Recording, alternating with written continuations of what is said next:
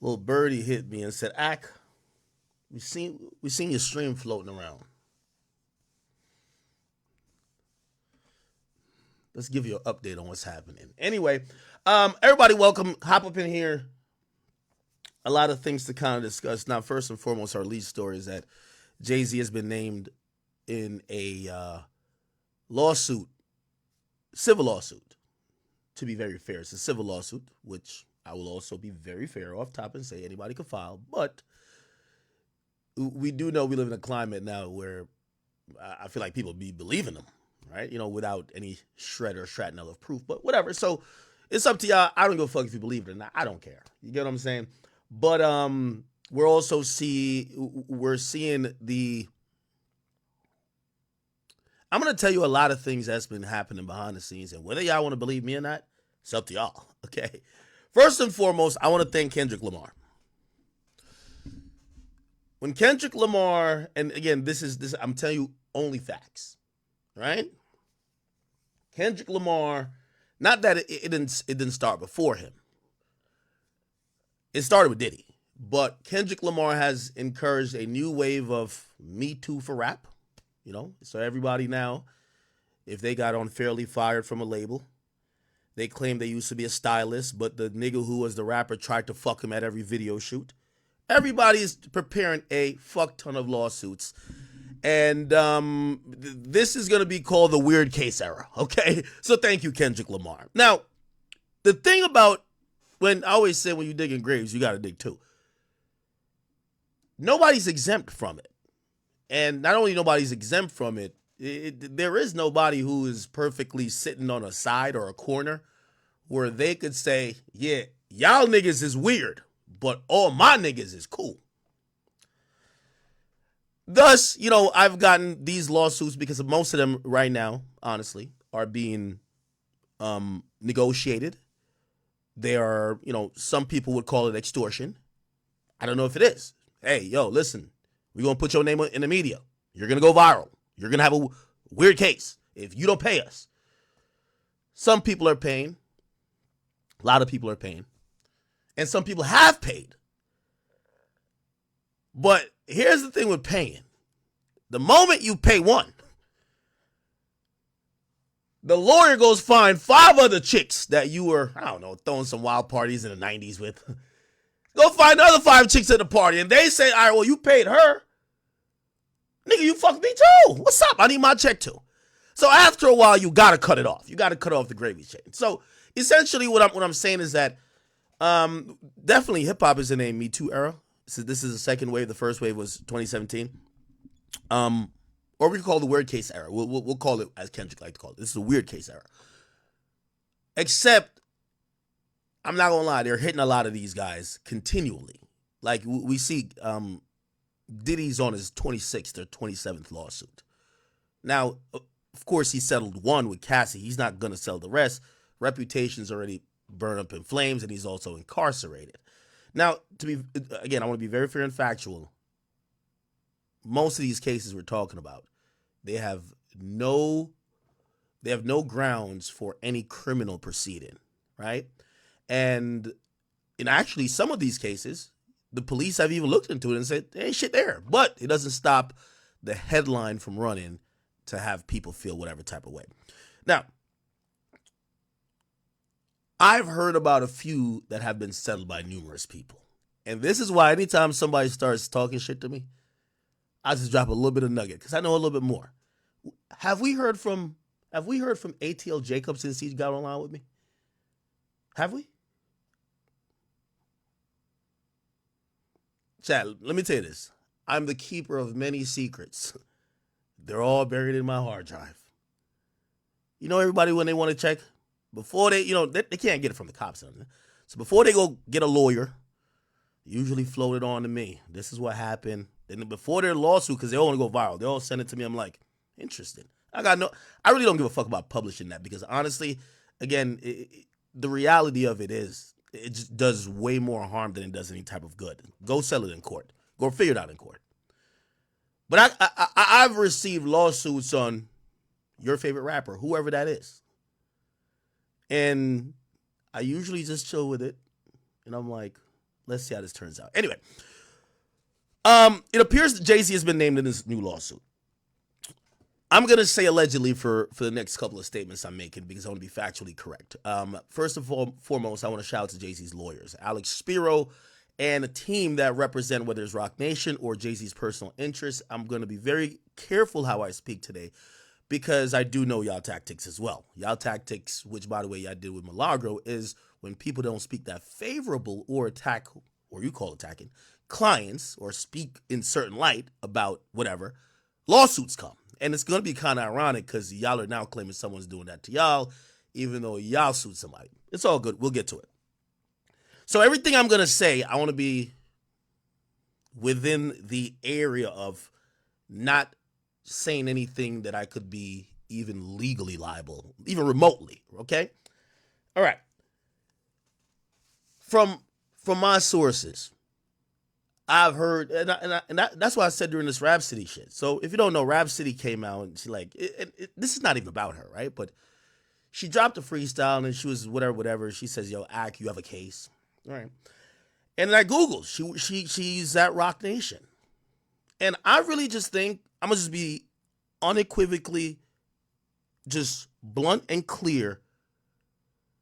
If you're on Roc Nation, if you've worked with Diddy, if you party with Diddy, if you party with any of these niggas, you should be shutting the fuck up. I don't care if you were their friend or not, if you do business with them, if your check is signed by one of these guys. We don't, this is why I thank Kendrick, because I want to see who are the hypocrites. Because if you're going to call one person out, you got to call them all out, right? If you're believing all these lawsuits.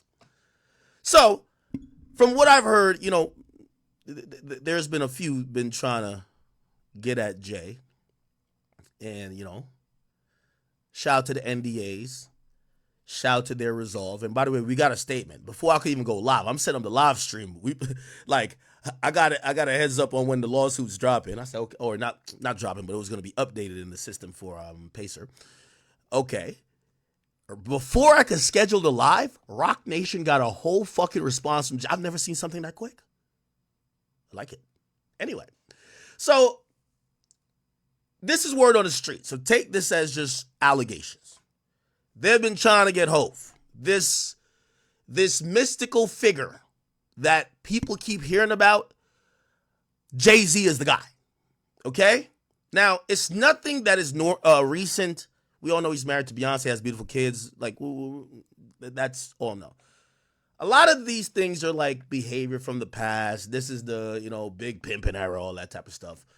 And also, I think women, again, I don't know if anything is true or false, but people are realizing, hey, some of the activities back then could be misconstrued or could be seen in a different light now, especially if I have an allegation. And also look at the Cassie thing. So I've heard that there's been a lot of conversations with Roc Nation, or let's just say Jay-Z, about women or people who allegedly have allegations. Now, it teeters and borders on the line of extortion, and I think, you know, I think now we could kind of unravel the knot. Like, again, we're gonna still say this. I gotta say this because I know Alex Spear is watching this. Like, I'm finna sue Act. Relax, buddy. Okay, I think you're a cool guy. Don't hate me. I'm just here. Okay. I think we now could like put two and two together and kind of figure out that. Remember the lawyer Tony Busby? Remember him saying, yo, there is someone who is suing him for extortion, but the person was suing as a Jane Doe. We could now put two and two together to realize that person, we knew the law firm was a law firm with Alex Spiro as a partner, managing partner. Now we get to realize we get one of the first big celebrities named, right? And it's Jay-Z. So we could probably think that Jay-Z's suing this guy, okay? Jay-Z or Alex Spiro on behalf of Jay-Z has been pretty active recently. Again, Alex Spiro under the direction of Meg Thee Stallion, has filed a lawsuit against Milagro. Alex Spiro represents Rock Nation or Jay-Z's interest, and now they're suing a lawyer who has levied, from my count, I think over 17 or 16 lawsuits against Diddy. In the majority of the lawsuits, they claim there were other people of interest, high-profile people that either watched, participated, or ignored. Whatever you want to go with, that's what you want to go with. Now, I'm going to also, this is where my opinion comes in. I've read a bunch of these lawsuits. They sound like bullshit. I'm going to be honest with you. Like, out of the 7, and I've read every single one on stream. Out of the 17, like, I'm going to be honest with you, maybe like 4, you could be like, maybe there's something that the others just sound ridiculous. Something out of like a movie, right? And again, I'm not trying to shit on nobody's claims, but come on, bro. Like, some of this shit just sounds like, it just sounds like, it's like, yeah, I was at making a band, and Diddy says, how bad do you want to be a star? And I said, really badly. He said, well, come with me in this room, Playboy. Then he whipped his dick out and told me I got to suck it. Like, come on, bro. Like, come on, bro. Like, come on. Like, that's just so cliche. But whatever. Maybe it could be true. I don't know. Right? Now, we got the lawsuit here. And we're gonna recap it. And we're going to go through it. But I also do want to say this.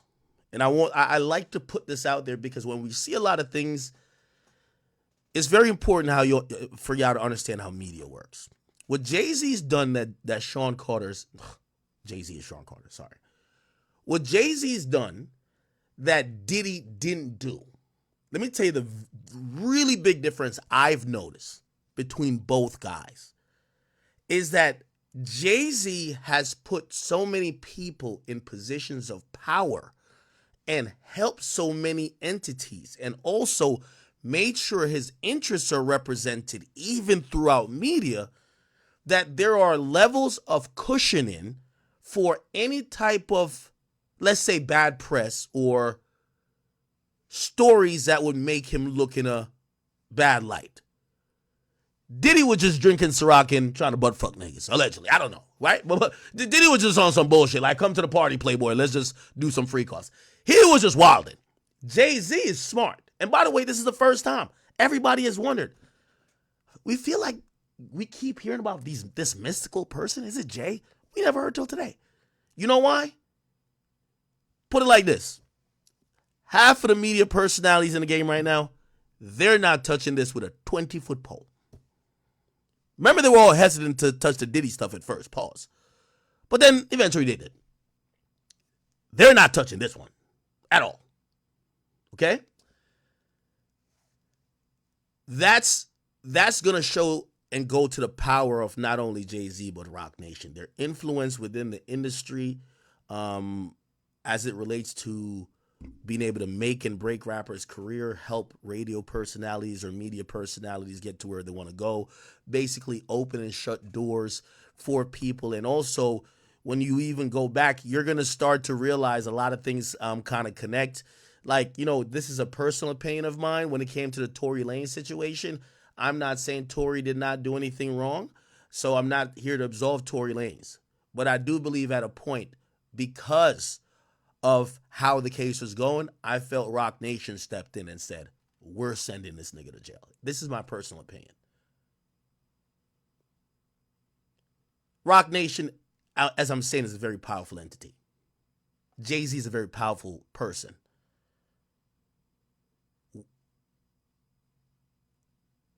As we've discussed with many cases, none of this shit is like random. Made in America Festival stopped doing like 2 years ago. No more brunches. When you see people doing that, that's like the equivalent of Dirk hearing that there's a snitch and him saying, I'm Muslim now. I'm not BD. You get what I'm saying? Like, they know what's going to happen. So again, we're dealing with some powerful people. And again, I am not here to say I believe these allegations. But I just like to shine the light on the people in the media who are going to be quiet, the sheep-like fans who only believe that the people that they don't like are the bad guys. because that's going to be the question, right? Like Diddy was easy to be villainized. Jay-Z is a little bit more up there. His cultural equity is, you can't quantify it. The way he's played the game versus Diddy's playing bingo and tic-tac-toe. And maybe like, what's that shit? Like freak off Twister. Jay-Z's playing top tier chess. Always has, always been. It's a different level. So we're gonna see what ends up coming out of this, right? But also, this is gonna be a gut check time for hip hop in general, right? Because this idea of so and so has a weird case, so and so has a weird case. Well, you're gonna realize every rapper that's a millionaire or billionaire in an industry, and again, I'm not saying none of this is true.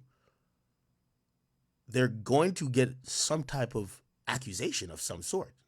They're all fighting 55 lawsuits for different things. Tripped, I fell. Your security beat me up. You elbowed me, I fell. Like all type of shit. So it's up to y'all, but we'll go over it, and here we are. So today there was an amended complaint put in. This lawsuit was originally filed back in on October 21st, 2024. It was filed along 4 other lawsuits that day, and it was filed in the Southern District of New York. Okay. Now, before it listed a bunch of individual does, okay, because since that person's Jane Doe, they call the other unnamed people that they're suing individuals. Now they have named Jay-Z and added on a few more companies of Sean Diddy Combs. Which, by the way, I'm not gonna bore you by showing everything. They also they have also petitioned for Jay-Z to be served, and I'm pretty sure now this thing is public. His lawyers are gonna just take the service of this lawsuit and deal with it.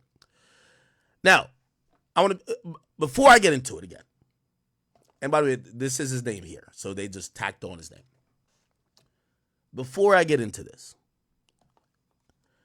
the reason why this whole thing with Jay-Z is a big deal is because Jay-Z is the closest as we could get in the black world to the Illuminati. And when I would say Illuminati, I'm saying it facetiously and using it as like it's like an analogy, like to whatever you think that higher power is, that like super untouchable like level. Jay-Z is the closest to it as we could get. You get what I'm saying? For example, who would be in that manner too? Lucian Grange. If we're talking about music, Lucian Grange, right? This is why people think, yo, Drake, you must be out of your damn mind suing UMJ. Like, that's Daddy Lucian. Oh, y'all call him Daddy. He's the head of the head. Pause. But Jimmy Iovine was accused and sued of some of the same things. It's been damn near scrubbed from the internet. You can't even find it. The case got wiped away. You're never going to hear nothing more about it. Dealt with it really quickly and swiftly. But that's what, when you get to that level, does. Now, when you at the Diddy level, yeah, I'm rich as fuck, but I'm arrogant. And I think just having cash is the power. You know, Jay is moving among a lot of different people that his power is just way more, right? So that's what I'm saying. We have Diddy here. I put Jay right here. Like, he's really of the untouchable ilk. Like how we see Lucian. You know, by the way, there was Lucian Grange was named in one of Diddy's lawsuit, not as a perpetrator, but he was named as a party. Not only him being the UMG's leader, but there was an allegation that he attended one of the parties that later on the freak-off got happened at. And so they were accusing UMG of sponsoring the party, and they said the head of UMG, Lucian Grange, went there. Universal lawyers don't fuck around so much, and that's what I'm saying. If there would be Illuminati, that's what it would be. The fucking lawyer who filed it had to apologize for filing for including Lucian Grange's name in there, remove his name completely, and actually retract everything they said about him. Okay? Never seen that shit before. That's what I'm talking about in terms of power. And I do think Jay is near that. I don't think he's exactly there, but the closest a black man gonna get to, if you ask me. Anyway, let's get into the lawsuit. So, this is a lawsuit that deals with a 13-year-old being drugged at an after party. We've read this before. They put a few more details and they name more names, but I'll read it in full that you guys could hopefully get the gist. So it says, defendant Sean Combs, P. Diddy, Puff Daddy, Diddy, a.k.a. Love, alongside his longtime friend and collaborator, Sean Carter, a.k.a. Jay-Z, drugged and raped a 13-year-old girl at an after party following the 2000 Video Music Awards.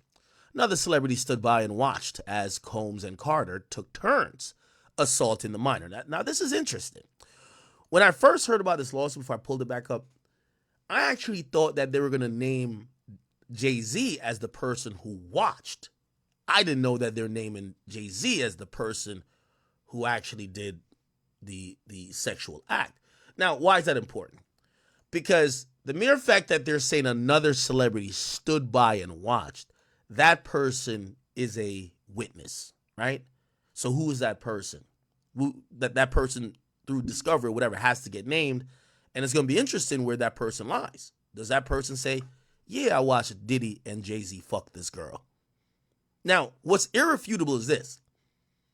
If that person says, yes, I watched Diddy fuck this girl, we're going to hear later the girl alleges she was, and by the way, she's grown now, clearly, because this is in, 2000? So that's 24 years plus 13. She's 37. She's 37 right now. The woman now alleges that she was intoxicated or she was drugged or something. Now, that doesn't matter if someone says, like say the other celebrity says, nah, I seen you suck both of them off. You were not drunk or you were sober. The problem here is the girl is 13. It doesn't matter if she's drunk in any type of state of mind. That's a child, right? So if they had sex with this 13-year-old at all, that's a huge problem, right? Whether, and by the way, most of these lawsuits, we've read all of them, they have a pattern of saying, hey, we show up to the event, we get a cup, we take a sip, we usually know it takes like three drinks for us to start feeling away, but all of a sudden we start feeling dizzy, woozy, and we wake up and our pussy hurt, right? Or a butthole if you're talking about a dude, right? But it don't really matter about the drugging if that's what they're going to allege, which they do. If this person is 13 and has sex with Jay-Z or Diddy, that's a crime, right? Now, I know some of y'all, defenders or, other people might be like, well, imagine if she lied about her age. That could be a thing too. That could be a thing. Like maybe she told somebody like, hey, no, I'm 17, or, well, that would be weird, fucking weird too. I'm 18. I'm 18. How old were these guys in let's see. How old was Diddy in 2000? If Diddy is 55 now, in 2000, come on, in the year 2000, in the year. Okay, so we just got to minus 24 years, right? So 24 years, he would have been 31, right? 31, because he's 55 now. He would have been 31, okay? How old was Jay-Z in 2000? Apparently, are they born the same year? Oh, they're born the same year. Okay. So they're both 31 at the time, right? Now, this is also the very interesting thing. And again, I'm not sitting here. I want people to know I don't have nothing against Jay-Z. I think he don't got nothing against me. I'm not also making up excuses. I'm just trying to talk out scenarios. These things could be all the way true or all the way false. We don't know. That's why we're trying to think out loud. Could this be a 6ix9ine situation? Now, hold on. I know what you're saying. What the fuck are you talking about? Hold on.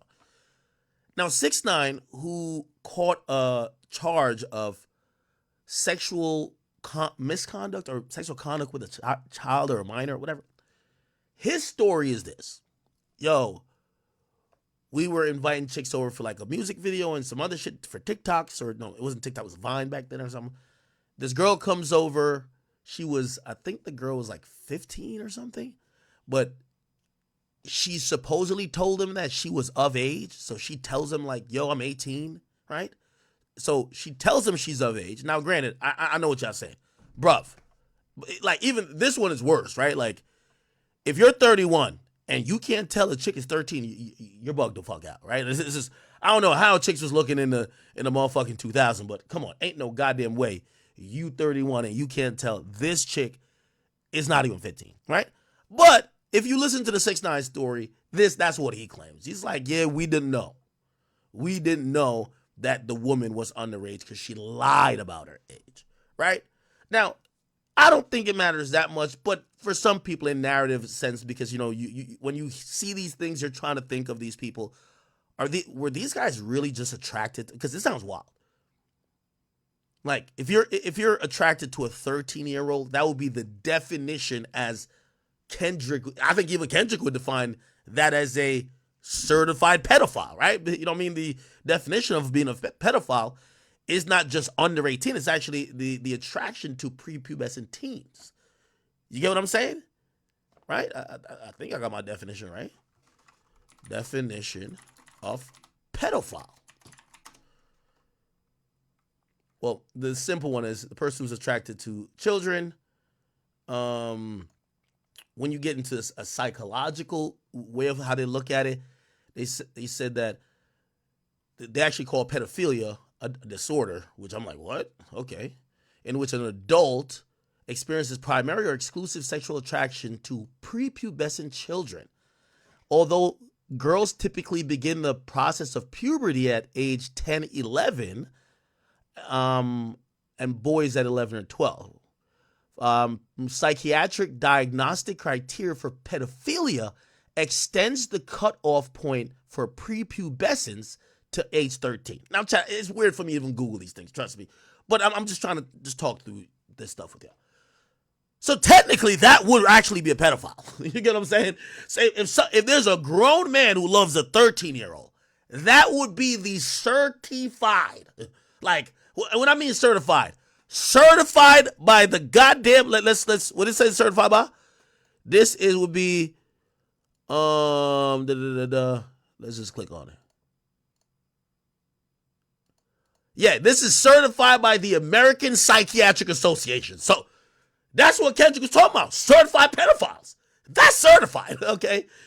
So liking a woman 13 or under. Now, even though I think we all agree, if you like a minor and you're a grown-ass man, we almost call that pedophile too. We do. Right? Like, that's weird. That's just super weird. Cool. But the actual definition, just to be very factual, is 13 or under. And by the way, I keep having to say, because I know, we live in clip culture, so I can't just say it and just stop. Yes, if you're fucking a 14, 15, 16, 17, up until legal, you're weird, especially you're 30, right? Cool. All right. So, the woman is 13, allegedly. Now, this is another thing. You know, this is this guy, Tony Busby's job, and it's his due diligence that he has to take to file a lawsuit.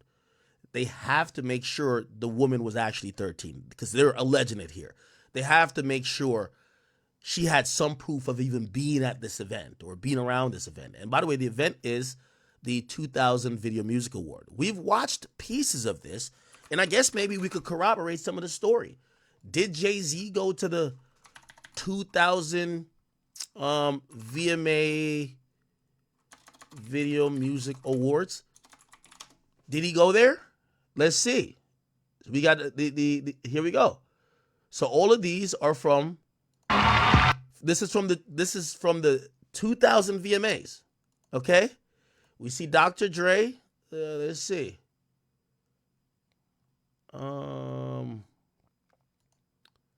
Okay. Look like he got a nomination. Look. Let's see. Here we go. DMX. What I'm doing. Okay. What category is this? Oh, this is the nomination for Best Rap Video. And again, this is the MTV Video Music Awards in 2000. Best Rap Video. DMX. Party Up. Rest in peace, X. Okay, we get it. Okay, Eminem, Dr. Dre, Eve, Love is Blind, We Don't Want to Get Struck. Jay-Z actually, again, this is the Big Pimpin' era. Jay-Z actually gets nominated for Big Pimpin'. Okay. BK.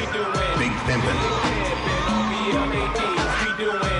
Which, by the way, this is why, like, a lot of these lawsuits, you know, if you're a fan of hip hop, which obviously I am, you know, you understand different eras are different, but like we're now in the, as Kendrick is gonna call it, the weird case era. So like everything looks horrible. Like, for example, if you pull up Big Pimpin' lyrics, like you know how people will just judge you off of one action and just claim you're guilty for something else. Well, if we go by this is why I'm streaming on Twitter, because this is how Twitter thinks, right? Fuck what was being alleged and let's look at that. They'll be like, wait, so you're telling me back in 2000, Jay-Z rap, you know I thug him, fuck him, love him, leave him because I don't fucking need him? Take him out the hood, keep him looking good. But like, they'll read all of this and be like, oh, this nigga's guilty. Now, obviously, I'm not doing that because I think that's wrong, but that's how, and this is why I'm streaming on Twitter, because you got to hold the mirror up at Twitter. Like, these Twitter motherfuckers, this is all they do. Like, they're all soapbox warriors that forgot where rap was coming from. I see everybody's championing Kendrick with this new weird case era shit when half of these niggas slap they hoe, half of these niggas cheat on their wife, half of these niggas, you know, have ran trains on groupies. Like, you know, I don't want to do no Hannibal Buress here because I have specific examples. But anyway, and also half of them have, you know, women saying A, B, C, or D about them. That's just the reality of it. You know what I mean? Okay, many chicks want to put Jigga fist in the cuffs, divorce him, split his bucks just because you got good head. I'm gonna make bread so you can be living it up. Shit. Okay. Yeah, this was before Jay-Z found out Beyonce. I'm a pimp in every sense of the word, bitch. Better trust and believe him. In the cut where I keep him till I need a nut, till I need to beat the guts. Then it's beep, beep, and I'm picking him up. You picking him up on preschool or not? Playing. Let me see. Let me stop. Okay. All right. So, he was nominated. I'm trying to see if I can see a video of him being there. The MTV video. Little brother up there. Okay. Is there any video of Jay-Z there? Lil' Kim was presenting some shit. What did you think? All right. Okay. Let me just Jay-Z. Aaliyah won. Ooh. Aaliyah and Beyonce. Look at this. What's up? Oh, Jay-Z was having the time of his life. Holy. Jigga! It's your boy, Ho! Nah, that nigga was having the time of his life. Yeah. Oh, God rest his dead, Aaliyah, man. What are you looking forward to seeing? Okay. All right. I can't find a video of Jay being there. So, you know, we like to fact check things as we're reading it. But if y'all have a video of Jay being there, y'all can let me know. But let's just keep it going. Okay. So apparently this was a after party following this music video award show in 2000. So they're saying another celebrity stood by and watched as Combs and Carter took turns assaulting a minor. Many others were present at the after party, but did nothing to stop the assault. Combs has been allowed for years to conduct himself in this manner without any consequences. He believes he's above the law. He is not. His close friend, Sean Carter, has been with Combs during many such instances described herein. Both perpetrators must face justice. For decades, defendant Combs abused, molested, raped, assaulted, threatened, and coerced women, minors, and others for sexual gratification to assert dominance and conceal his abhorrent conduct. He accomplished these acts by and through a criminal enterprise built on his success as a rapper, record producer, and record executive. Combs is one of the wealthiest musical artists of the world, behind the facade of a 3-time Grammy Award winner and discovering and developing multiple famous music acts and ranking on Forbes' list of highest paid entertainers in the world, there existed something sinister. A dark underbelly of crime, sex trafficking, forced labor, kidnapping, bribery, and prostitution. Combs is a menace to society, women, and children. While his wealth has kept him above the consequences for years, Combs now faces the awesome power of the American judicial system and ultimately a jury of his own peers who will be asked to punish him for his deplorable conduct described herein. Now, a lot of this is about Diddy. I know y'all want to get this shit about Sean Carter, right?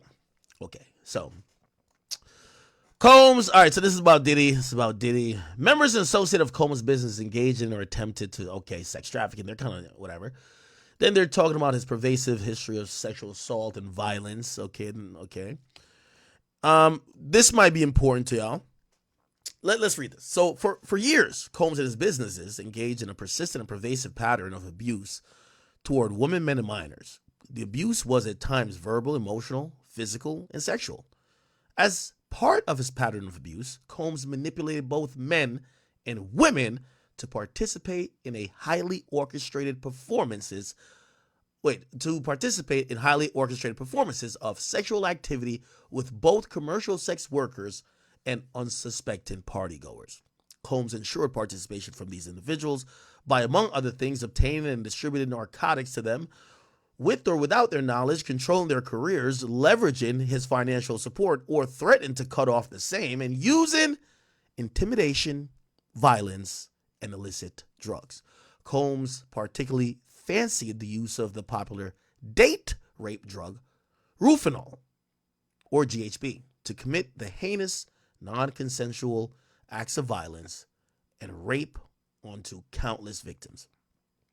He would often secretly use the drug in an alcohol beverage served at his parties. Partygoers were forced to consume the alcohol beverage containing GHB, either prior to or entering while at Combs' party. There's also an allegation of Combs dousing victims in lotion, similar to body oils.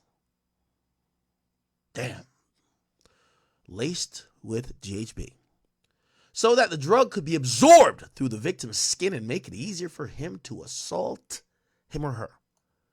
Further, it's well known that Combs had a practice of lacing water bottles, oh my God, the water, with other substances such as Xanax, and distribute them at his parties. His recurrent and pervasive physical abuse took place for multiple decades. His tendencies of violence and sexual assault were well known amongst his colleagues, his employees, agents, and businesses. On numerous occasions, from at least around 1996 and continuing for years, Combs assaulted women and men by striking, punching, dragging, throwing objects at them, kicking, and he also assaulted children, both physically and sexually. 1996, he was found guilty of, we don't have to go down his past. Then they talk about the other lawsuits he got. Okay, cool. And then let's get to... now let's get to Sean Carter. Defendant Carter, a.k.a. Jay-Z, is like Diddy. A wildly successful rapper and businessman, Carter and Combs have a long history together. Carter met and began collaborating musically with Combs in the 90s. Combs and Carter rose together to the very top of the hip-hop industry in terms of fame and influence by the end of that decade. Combs and Carter were not only simply occasional collaborators in the music industry. The two men developed a close friendship that has been well documented from the late 90s to the present.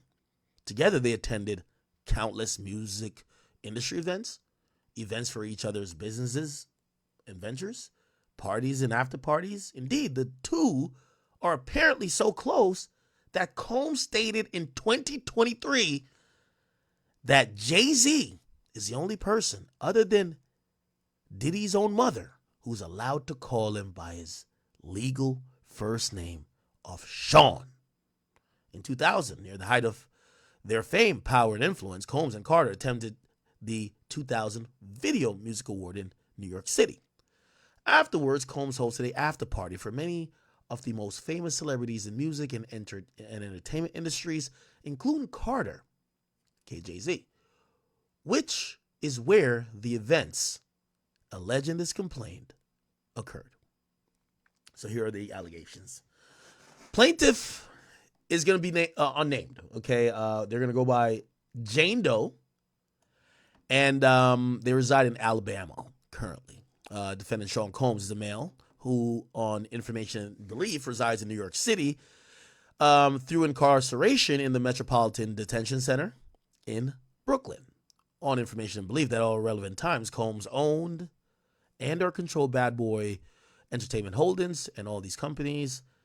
Cool. The facts of Combs' ownership and titles of Combs' corporations enabled and conspired with him to commit the unlawful sexual violence against the plaintiff described herein. Defendant Diddy. Okay, so they're just talking about the parties here. We want to get to more of the interesting stuff. It's going to be about Sean Carter. This is about Diddy, about Diddy, about Diddy, about Diddy, about Diddy. Now, defendants, Okay. So it's organizational dose and individual dose. And then now we're back at Sean Carter. Defendant Sean Carter is a male who, on information and belief, maintains his residence in both New York and Los Angeles. He's more commonly known by the industry named Jay-Z. Carter was identified in plaintiff's original complaint as Celebrity A. Prior to the filing of this amended complaint, Carter has received a letter from the plaintiff's counsel requesting a mediation to resolve the matter, a.k.a. Jay-Z, pay the fuck up or we finna put your name in, okay? Upon present information and belief, Jay-Z responded to said letter by not only filing a utterly frivolous lawsuit, so now we could confirm what I said before.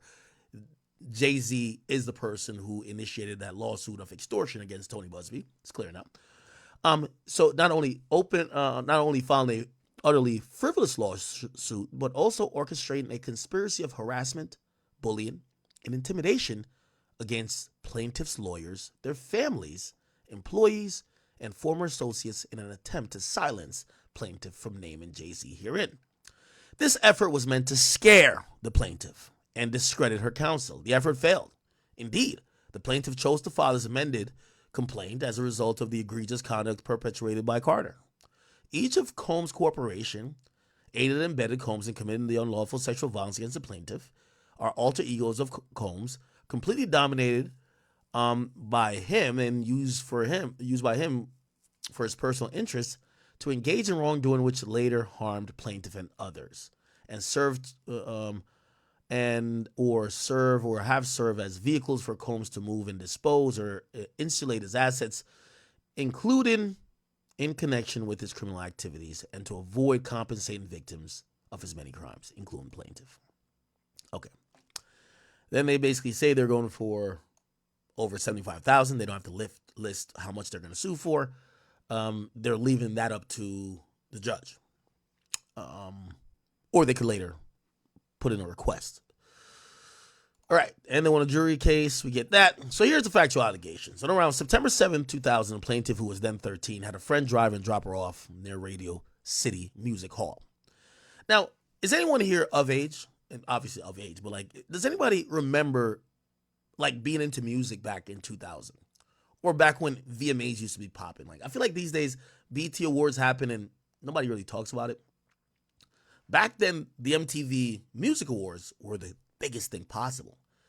Now, I personally think it's weird if a kid is showing up, but it felt like some of these award shows, they had like little kid fans of these artists there. Like, oh my God, Beyonce, oh my God. Like, I felt like that was a thing.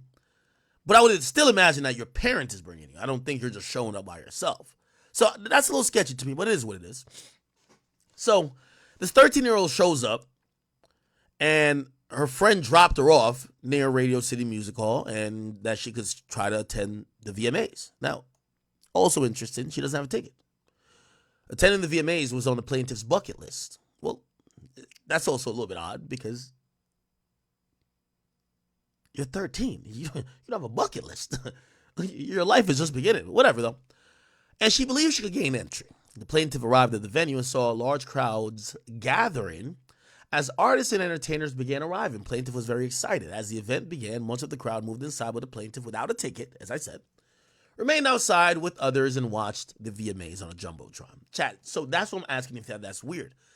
Does that sound odd that maybe a young child or, I'm guessing maybe there wasn't much parental supervision, but did people show up to these award shows and it's kind of like, I just want to see a celebrity? These days, I feel like people are numb to celebrities to a certain extent because of social media. Like, if you like Usher, you could just DM him. If you like Chris Brown, Drake, you could DM them. Back then, the only way to see these people was probably to show up to some of these things. So, I don't know if maybe it's just my mind now saying, oh, that's kind of odd. Or maybe that was what people did then. What do y'all think? Let me pull up the chat here for King Academics. How y'all doing over there? Damn, we got a packed house up in this bitch. 20,000 watching on King Academics.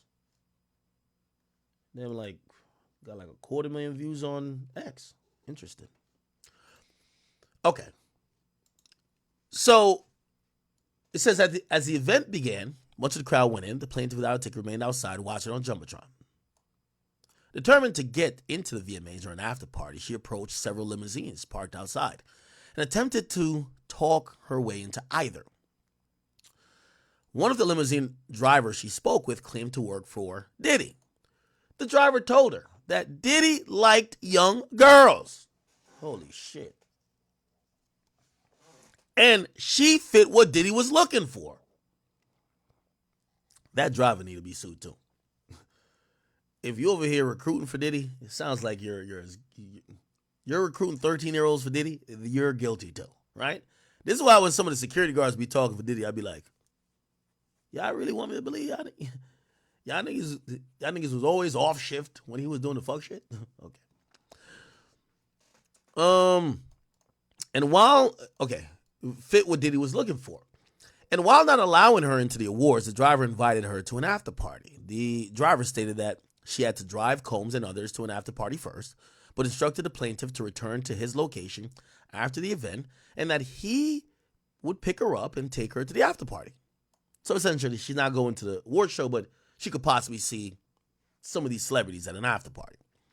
Later that evening, the plaintiff excitedly returned to the same location and waited for what seemed to be a long time. The driver eventually returned and drove her to what was described as an after party.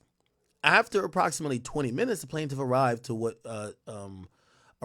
at what she believed to be a large white residence with a gated U-shaped driveway. Once inside, two men asked the plaintiff to sign a document, which the plaintiff did not read, but which she now believes might have been a non-disclosure agreement. She was told that she could not discuss what happened at the party. She gave the men her name and then signed the form, but did not receive a copy. Inside the building, the plaintiff recognized many celebrities as she entered what appeared to be a large living room or foyer containing a large crowd. The plaintiff attempted to mingle in the crowd and talked to several of the celebrities that she recognized and whom she wanted to see at the VMAs. Wait staff circulated through the room carrying trays of drinks, and loud music played throughout the venue. The plaintiff observed a widespread drug use, including marijuana and cocaine. If you're 13, would you know what cocaine looked like? I don't know. Maybe I'm thinking 13 too innocent. I know 13-year-old now, they doing all whatever, but like 13 is kind of normally like innocent, right? How the hell you know all this shit? And by the way, she's showing up to these things by herself. Okay, whatever. After attempting to talk to numerous celebrities, the plaintiff accepted a drink from one of the waitresses circulating the crowd. The drink was reddish yellow mixture. It was a reddish yellow mixture that tasted like orange juice, cranberry, and something bitter. After drinking just a portion of that drink, plaintiff started to feel woozy, lightheaded, making her feel the need to lie down. A photograph of a actual exemplary container used by Combs and or his agents and employees to insert GHB into alcoholic drinks is seen below. Is this a syringe? Kind of looks like it, right? Looking for a place to rest, the plaintiff walked down what appeared to be a hallway containing several rooms off of it. She entered what appeared to be an empty bedroom so that she could lie down for a moment. She did not lock the door. The room contained only a large bed with no furniture of any kind, television, or any other furnishings. Soon after, Combs entered the room, along with Jay-Z and a female celebrity. I don't know if I remember hearing it was a female celebrity. You know what this means, chat. Tony Busby, whoever celebrity B, is hitting up that other celebrity and said, "Hey, I just named Diddy. No, I just named Jay-Z. You gonna pay up or we gotta name you too?" You gotta realize, again, let's kind of reset for a second. These are civil suit, right? So there's no justice in terms of people going to jail. Obviously, Diddy's having his own situations, but he's still not even charged in criminally for this, right? So there's no justice technically. It's these civil suits are give me some money that I could feel better. That's what this is. Even if it's true, give me some money that I could feel better. So I know some of y'all are gonna be like, well, this kind of sounds bullshit or it sounds extortionary because they're rolling out the lawsuit like an album release. Yo, Celebrity A. We're like, who's Celebrity A? But all the while they're asking Jay-Z to pay them. Jay-Z says no. They name him, right? Then they now name Celebrity B. And I'm pretty sure they're going to say, yo, you need to pay us this or we're naming you. Now, you might say that sounds extortionary, but the whole nature of the lawsuit is not to get jail time for anybody. It's to get money. So this is why the claim of extortion, the very nature of these lawsuits is extortion. Do you get what I'm saying? If you're saying, yo, pay me $500,000 because I think you butt fucked me, that's almost like the very basic, transcript for extortion. So civil suits, in essence, if you use them maliciously, could be just extortion already. But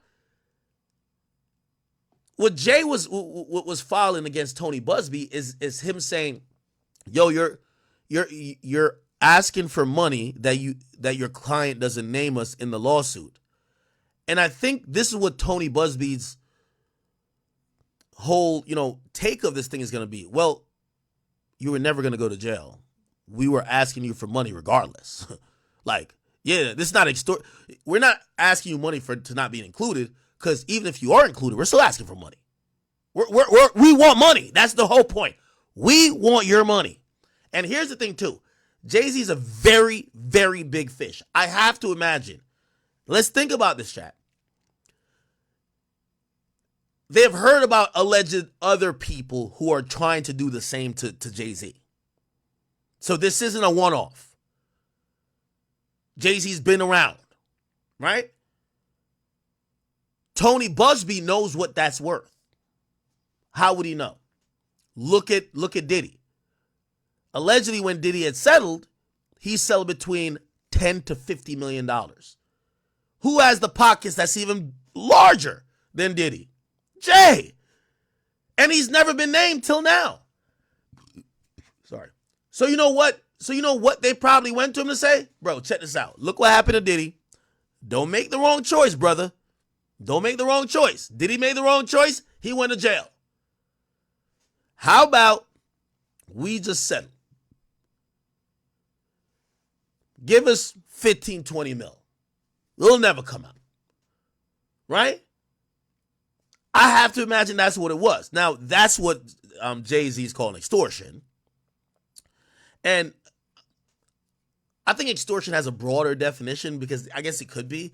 But I think people generally, like if you think about Kevin Hart or what Kevin Hart alleged in his situation, that was like more textbook extortion. Pay me this money or I'm releasing a video of you fucking. So if you don't pay the money, the video comes out, right? But here it's like, well, we're suing you.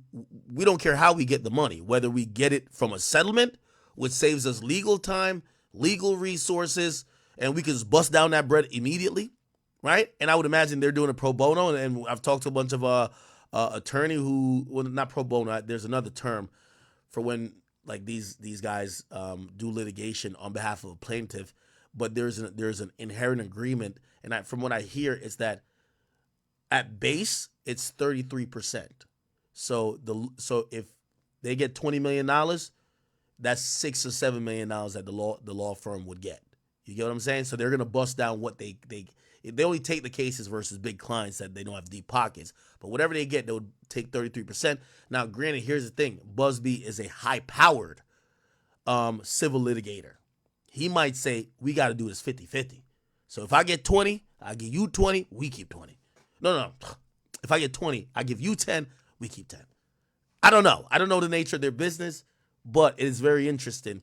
And I'm only mentioning that because anytime you see someone specifically mentioned but not named, that means they're telling them, show us the fucking money.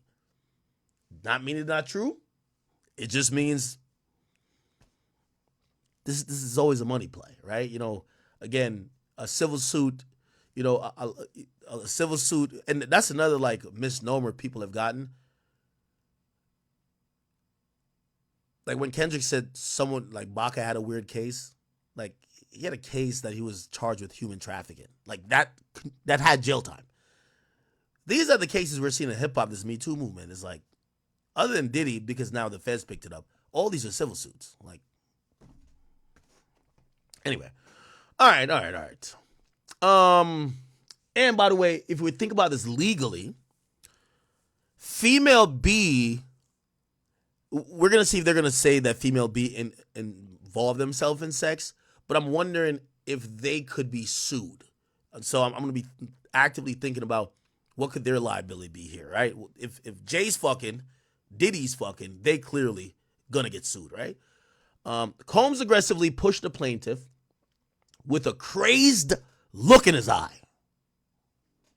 I don't know what type of look. Grabbed her and said, "You ready to party?" God damn, I imagine this nigga sound like Vince McMahon. Holy. So Combs then threw the plaintiff towards a wall, causing the plaintiff to fall. The plaintiff got back up. Okay, this is like a wrestling match. He threw her against the wall. The plaintiff got back up and stumbled, at which point Combs grabbed her again and threw her on the bed. At that point, Combs began to remove the plaintiff's clothes as she grew more and more disoriented. The plaintiff was then held down by Carter. Oh, wow. Wait, let me read that again. So Diddy threw the 13-year-old towards the wall. The 13-year-old fell. The 13-year-old gets back up. Combs grabbed her again, threw her on the bed. At that point, Jay-Z began removing the girl's clothes as she grew more and more disoriented. The plaintiff was held down by Jay-Z as he vaginally raped her while Combs and Celebrity B watched. After Combs finished, so I guess Combs nutted, pause, he stepped back towards the wall, probably had some post-nut clarity. Combs then stepped forward. This is nasty work. Again, we don't know if it's true, but this is nasty work. You know why? Because if we're going by the MO that they're saying about Diddy, remember, we just heard a scenario. They said Diddy throw the girl on the wall. Then throw her ass on the bed. Jay-Z holds her down on the bed and starts taking off her clothes and fucking her. And Diddy, they're all in the same room, but Diddy's behind. We all know Diddy was jerking off looking at Jay-Z's butt, right? We all know. Come on. Like, y'all, we heard the stories now. Like, Diddy been whacking off in a corner for like 20 stories now. We know he's watching Jay-Z fuck. Like, he's not watching the girl. He's watching Jay. Jigga man, Jigga man, what? Like, yeah. Come on. Come on. Just think about it. They're describing it. Look, the mere fact, they're saying that Jay-Z had to step up, which means he was behind. No, not Jay-Z. I mean, Diddy had to step up because he was behind Jay-Z. You know Diddy was jacking off to Jay-Z's butt. That's a fact. All right, let's not say it's a fact. It's what's alleged, okay? And we're going to assume. Okay, so Combs. All right, cool. Bet. It said Combs then knocked the plaintiff down. Okay, so Combs then stepped forward. Let's go back to here. Step forward. This is after Jay-Z nutted, allegedly. Step forward, and then he had sex with her too. While Jay-Z and Celebrity B watched. Okay? Now, I think, so Celebrity B is a female. Sounds like this was going to be a foursome or something like that if this happened, right? Celebrity B is a female. I wonder why we're not hearing about any sexual activity with her. She's just watching on some shit. Okay. All right. All right. Plaintiff was held down by, okay. After Carter finished, okay, yeah, and then Combs then stepped forward and vaginally raped the plaintiff while Jay-Z and the Celebrity B watched. The Combs then knocked plaintiff down, attempt the plaintiff to perform oral sex on him. She fought back, standing up quickly, punching out at the same time, hitting Combs in the neck. Taken aback, Combs stopped his attempt. When Combs backed away in surprise, plaintiff grabbed her clothes and shoes and ran out the bedroom, holding her dress in the front like a towel. She ran through the residence until she found the front door and was able to leave the party. Although there were other guests still at the party, no one appeared to take notice of the plaintiff's distress or attempted to help her. Once outside, the plaintiff put her clothes back on and left the scene in the dark. The plaintiff attempted to retrace the route taken by the limo. She kept running until she reached a gas station and she noticed on her way to the party. A female clerk noticed her distress and allowed her to use the phone. She called her father, admitted that she lied about her whereabouts, and asked him to pick her up. The plaintiff's father arrived to pick her up shortly before dawn. Now, I had a source of contention with this part of it when I first read it. So you're telling me your daughter snuck out, lied to you about where she's going, went to not only the VMAs to stand outside, but then gets brought by a limo driver to an after party where supposedly she gets drugged and Jay-Z and Diddy rape her while there's another celebrity watching in the room. She somehow wakes up out of this blur of a stupor and just start punching, grabs her clothes, runs out of the whole residence, runs down the road to it's like a scary movie at this point, runs down to a gas station, calls the father. The father shows up, and you're telling me your daughter tells you that all this happened, and you ain't say, oh, it should have been two things. Let me go get my gun. I'm about to go murder them niggas.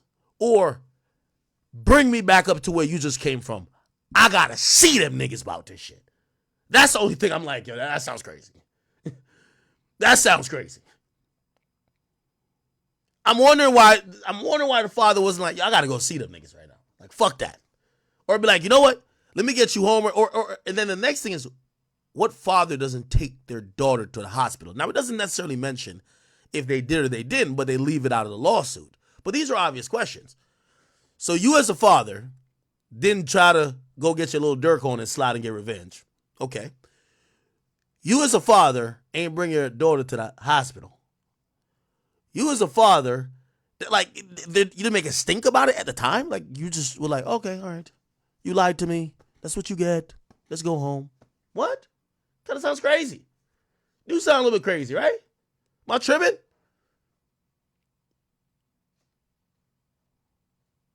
What y'all think? All right, anyway. After the assault, the plaintiff fell into a deep depression which continues to affect every facet of her life. The plaintiff suffered from post-traumatic stress disorder and a seizure disorder caused by stress trauma. The plaintiff has had difficulty maintaining normal relationships and lives largely withdrawn from society. They're filing this as a violation under the New York's Victims of Gender Motivated Violence Protection Act. And this is how they explain it. And this is coming from the Busby firm. Okay. Now, in record time, Rock Nation has released a statement from Jay-Z. Wait.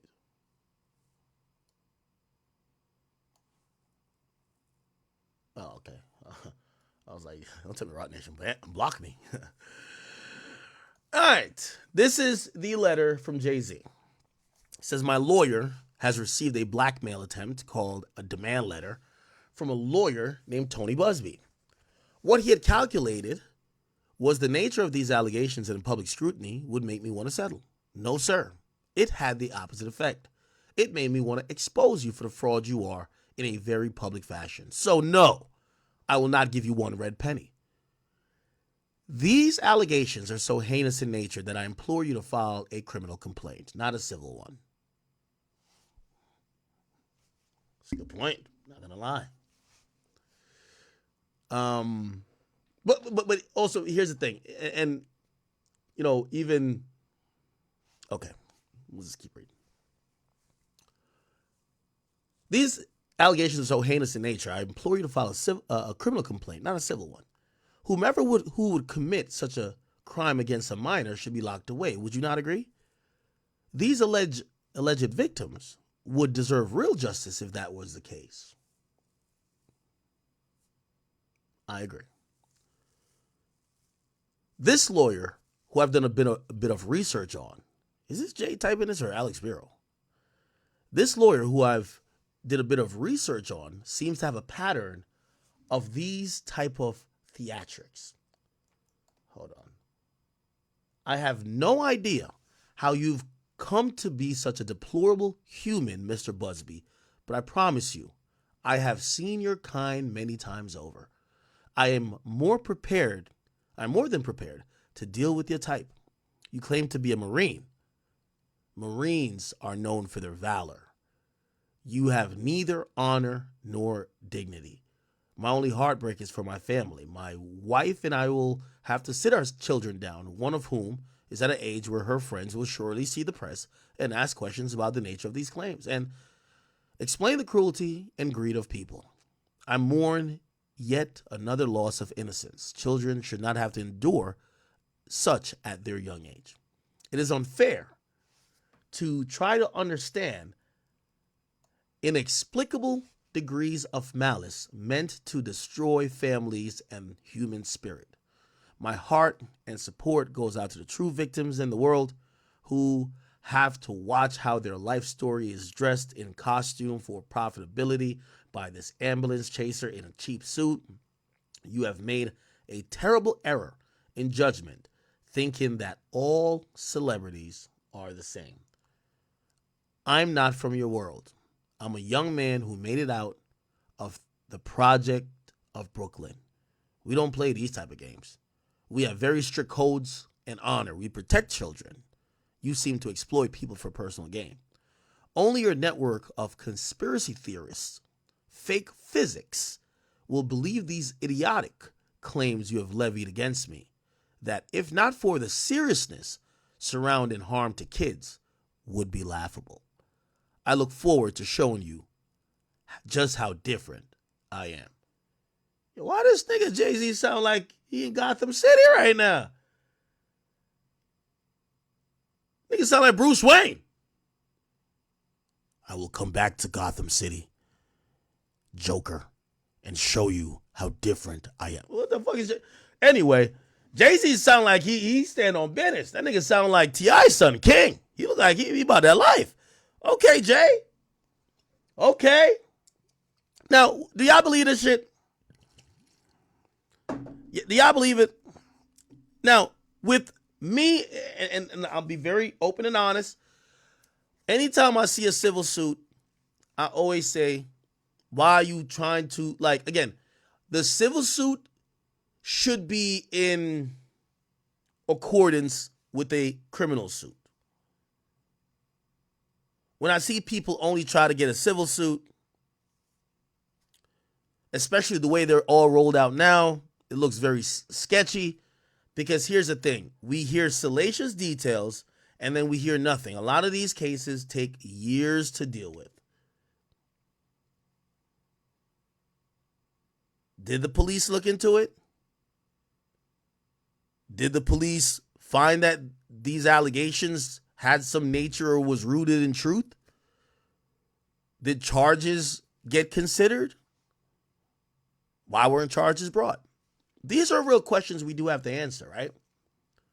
Because these days, the accusation is just as bad as the charge, right? Like, again, and also what it does, especially for people like Jay-Z and Diddy, it breeds other people to say, oh, hell no, y'all not beating me to the punch of getting my money from that nigga. That's a fact. When they heard that Cassie got $30 million, man, they should have had a hotline back then. Everybody was trying to get a goddamn lawyer. Whether they sucked him off consensually or not. So again, I don't believe for 1 minute this is going to be the last of this. This is the beginning. Now, the only interesting thing I'll point out here is that, Jay, we're going to have to call you to the carpet. From what we're seeing, you and your lawyer use bully tactics too, gang. Y'all do underhanded, backhanded media things, it appears, to dirty the reputation of people y'all don't like, media members you want to silence, rappers that you want to devalue or hurt their career. You're also not a saint in terms of, maybe it wouldn't be blackmail, but maybe like these underhanded tactics that the industry plays.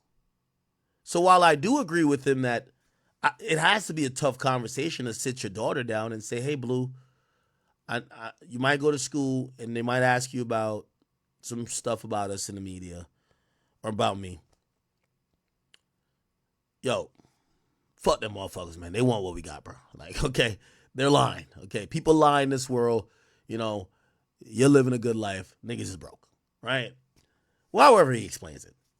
Definitely tough. You have to have some empathy with that. But I'm not gonna lie. There's a lot of shady stuff happening.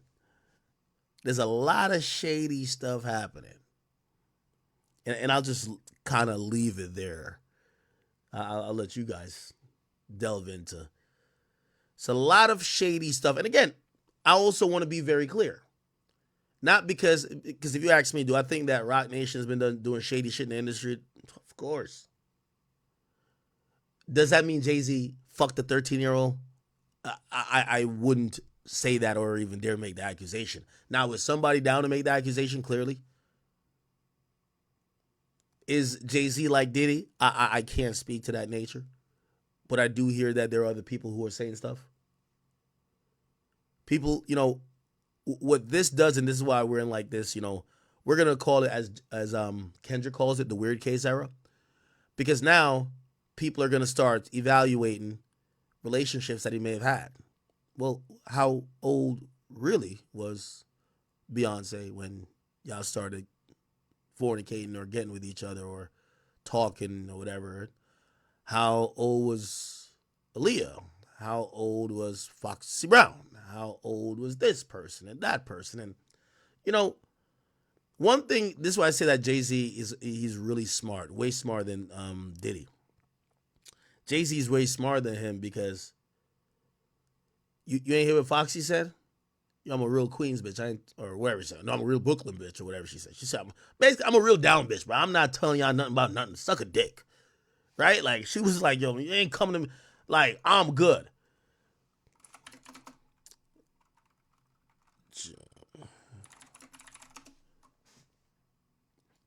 Right, she kept it like this with it. You feel me? She says, I'm an icon. Miss me with the fake news. NDA, a motherfucker alive that can stop my story. NDA on my shit, gonna run 100 mil. Then basically she says, stop playing with my name. Dying for a comment. Can't spin me with the sucker shit to take Hove down. Better ask about the cloth I'm cut from. You heard her. Better ask about the cloth she cut from. So one thing I know is half of these people in media, half of these people in the music industry, period, Jay-Z is a part of their story or is currently cutting them checks. Not to shut up or nothing, but like he's employed a lot of people. And that does, like when you're someone who many other successes tied to you giving them opportunities, it's less likely that they would even entertain any of this, right?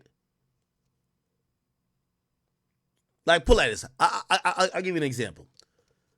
Jay-Z is 1 millionth more popular than me, and watch how hip-hop... Remember when I got sued? That shit went like wildfire. I've never seen news spread that fast. I've never seen news spread that fast. I've never... Watch tomorrow. It's the reason why, yo, listen, we got damn near almost like 100,000 people in here. It's the reason why, oh, Rumble didn't, we're not live on Rumble? Oh. It's the reason why everybody gonna get a little quiet. You ain't gonna see, yo, listen. Another thing too, let me tell you how the media works. I'm gonna give you media secrets right now. Remember when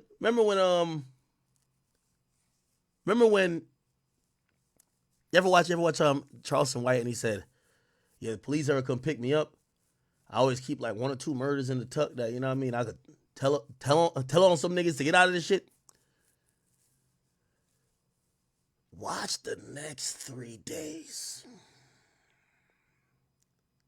If Rock Nation are who I think they are, they got one big story in the chamber to switch this all up.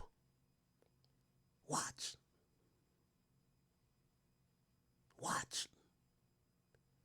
That story might get deployed tomorrow or the next day, but I say before Wednesday. This shit won't make it for the week. Y'all want to bet? This shit won't. Yo, by next week Sunday, y'all gonna be like, wait, niggas who Jay-Z? Oh, that's old as fuck. Watch. Anyway,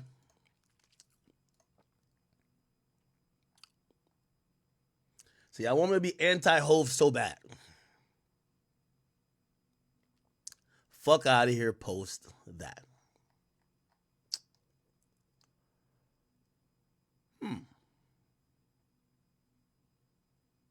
What do y'all think about all this?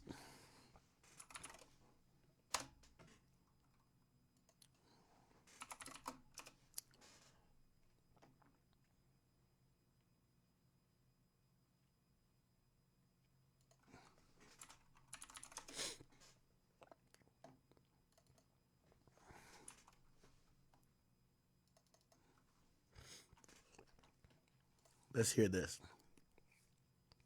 By the way, here's the thing too. So Jay's power in hip hop is on parallel and unprecedented. Okay. So hip hop outlets are going to be the most quiet they are today. We might even hear a rapper die this week. I ain't gonna lie to you. This is how powerful this nigga is. We might just hear a nigga die. A nigga might just fake his death. I'm like, yo, all right, I'm gonna just go to Cuba, nigga. I'm out. Let them report on me dying that changed this subject up. You feel what I'm saying?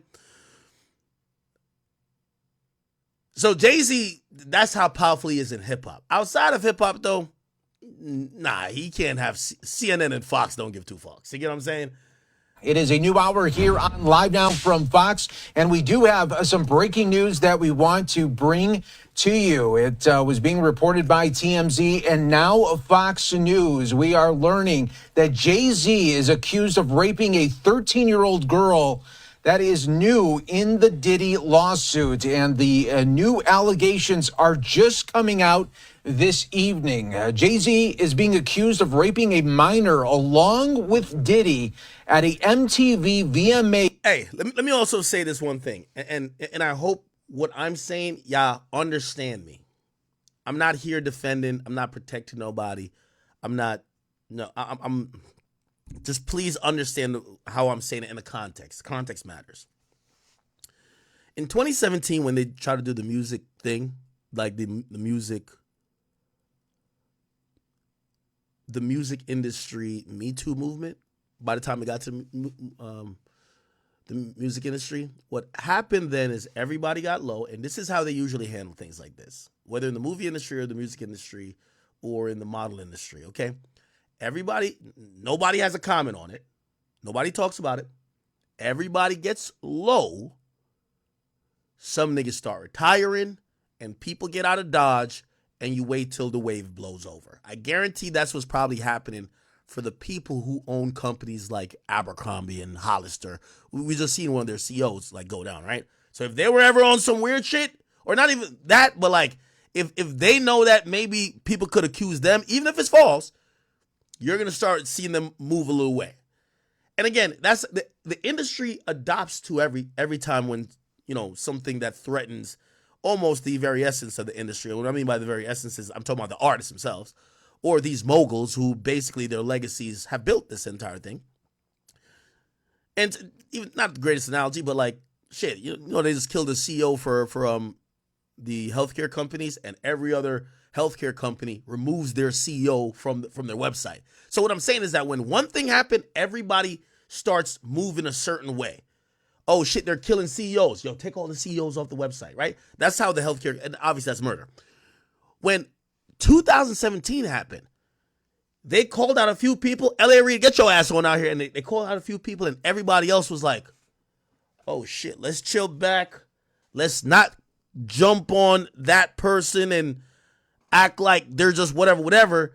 Because what usually happens is that, I'm telling you, you're going to have to think of all of this as one or two things.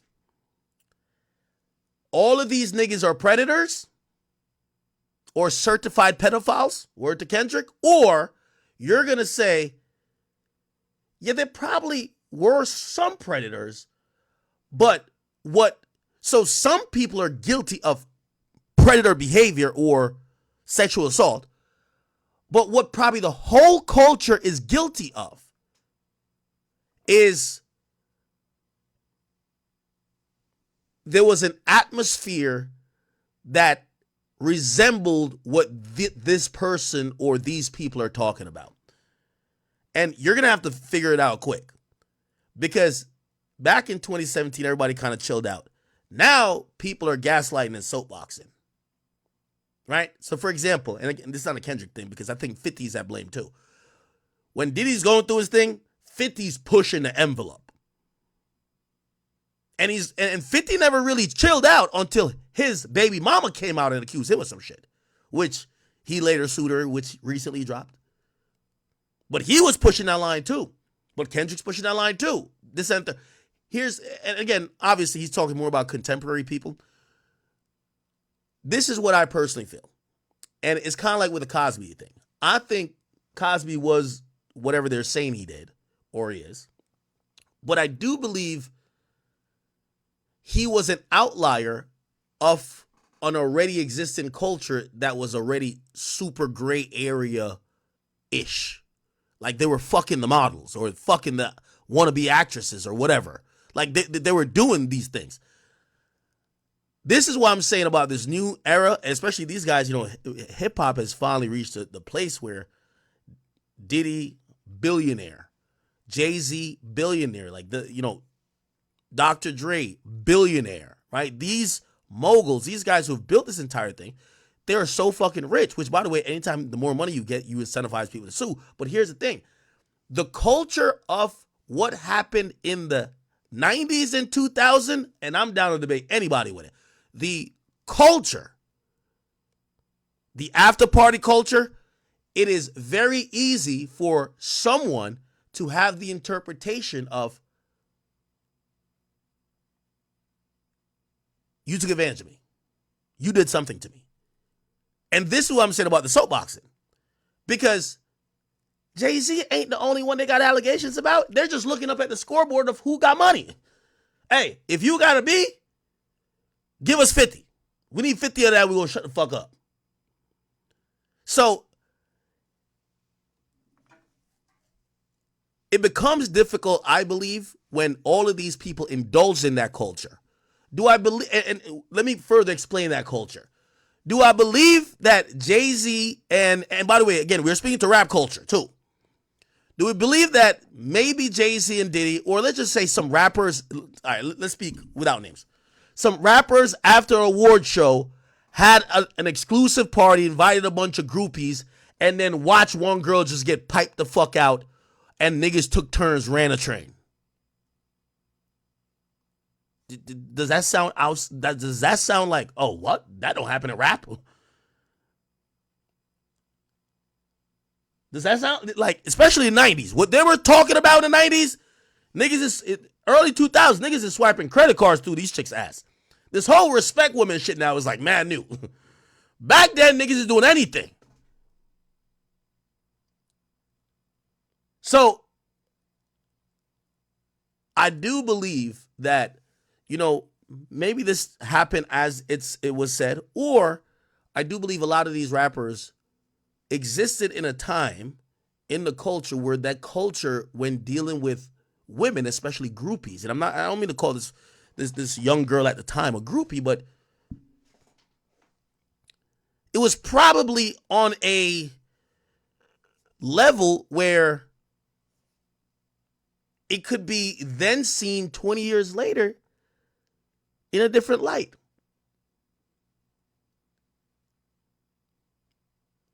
You see all these cases have, oh, yeah, we went to the party and they drugged us. Do you believe that they were just handing out just drugs, just date rape drugs to everybody? Or you think it's a hip hop party and everybody's just sipping on whatever the latest drink is to get everybody a little bit more comfortable? Well, what do you think it is? So this is a lot of what you think the era is. So you could think, oh no, Jay-Z and Diddy, they were drugging chicks, injecting stuff. Or you could say, well, you don't have any proof. Well, again, I just think it was people were drinking at parties. People may have done some other drugs. Do I think they were fucking lacing these joints? I don't know. You know what I mean? I don't want to just say no, but if you've been to a hip-hop party, these motherfuckers got coke, Xanax, pink cocaine. They got everything, nigga. Now, granted, when you bring that to a sanitized Twitter space, or you have a soapbox warrior like Kendrick talking about it, it looks really crazy. Yeah, because that shit don't sound good. But I'm pretty sure Diddy and Jay, well, obviously, by the way, if the chick is 13, like, that's crazy. And, that's another thing. Now, that I think is not cultural. But I think that's why they have buried and suppressed so much of the 90s. Now, I don't know if Jay-Z ever been with an underage girl. I don't know. I don't know if Diddy's ever been with an underage girl. I don't know. There's obviously this is an allegation, but I don't know as a fact. But I think we've heard enough about how niggas was getting down in the 90s that we do think that half or the majority of these niggas, again, we're not saying they have fucked some girl who may have been under 18. I think there's been some rap lyrics about how some of these niggas was giving it up, and they didn't seem to give a fuck. It wasn't like right now on Twitter, if you tweet it out, it's like, now obviously 13 still is, right? But like, I think back then they was just on some other shit. So what I'm saying is this. I think a lot of, everybody talking about it, it's very easy to, when these eras come and go, people realize you need to sacrifice one person. Bill Cosby had to sacrifice for the sins of the entire, not saying he wasn't maybe the worst or blah, blah, but you think he was the only one nigga doing that? I think half them niggas was doing it. You think it was only Diddy? If he did it? You think it's only Jay? It's the culture that was doing it, but everybody gonna be quiet, act like they wasn't there. You notice now one of these niggas ain't come out and be like, yeah, no, I used to do mad parties back then. But what they describing over there, we knew that only Diddy did that. They're always doing the same shit. I think. Me personally, I think all them niggas is doing the same shit. If he was in the 90s or early 2000s as a rapper, a lit rapper who had a crew or whatever, throwing parties, you was probably throwing parties that maybe an underage girl come through one time. Maybe all type of bullshit was happening, bro. It was just back then, the girls were probably just told, shut the fuck up, you a groupie. Now, it's like, you got a weird case. You get what I'm saying? That's what I kind of think. You know what I mean? I should call whack on this.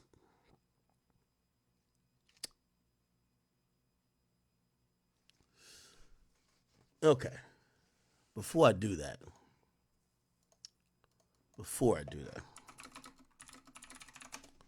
By the way, if you guys are just tuning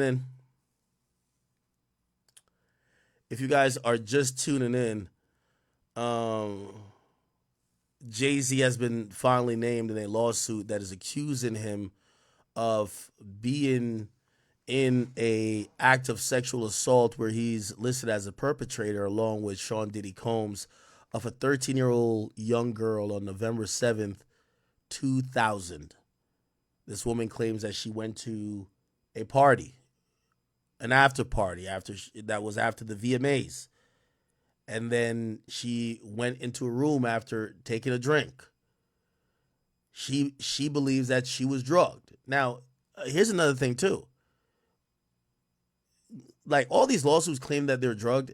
If a 13-year-old who's never consumed alcohol, well, I don't know what this 13-year-old was doing. And again, I'm not picking up for nobody, but like, you know, we have to think a little bit. These are, and this is why the era we're in now, the easiest way to kill somebody's reputation is to file a civil lawsuit. The easiest way, right? And here's the thing. Nobody gives a fuck about the police, right? Because even, say Jay came out and said, yo, you know the police investigated that before and said I didn't fuck a girl that was underage and said whatever. People don't care about it. People care about the civil lawsuit, right?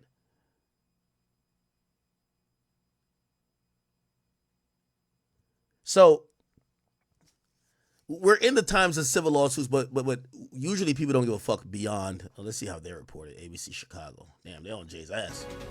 We've got some breaking. Oh, by the way, I guarantee them people who the K-bots and the rest of the woke people who love Jay, you know what they're gonna say? Jay was finna go by, which I think he probably was finna go by like an NFL team, was finna go by a baseball team, an NBA team, or by like a fucking news network or some shit. Watch. News to get to. A civil lawsuit has been filed against Jay-Z, saying the rapper raped a 13-year-old girl back in 2000. The suit alleges that Jay-Z, whose real name is Sean Carter, raped the girl after the Video Music Awards alongside Sean Diddy Combs. The victim says she was invited to an after party after being spotted by a limo driver and was then assaulted by both rappers.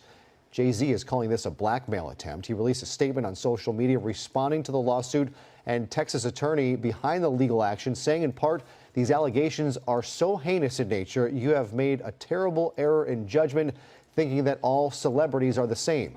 I look forward to showing you just how different I am. Interesting. Not gonna lie, man.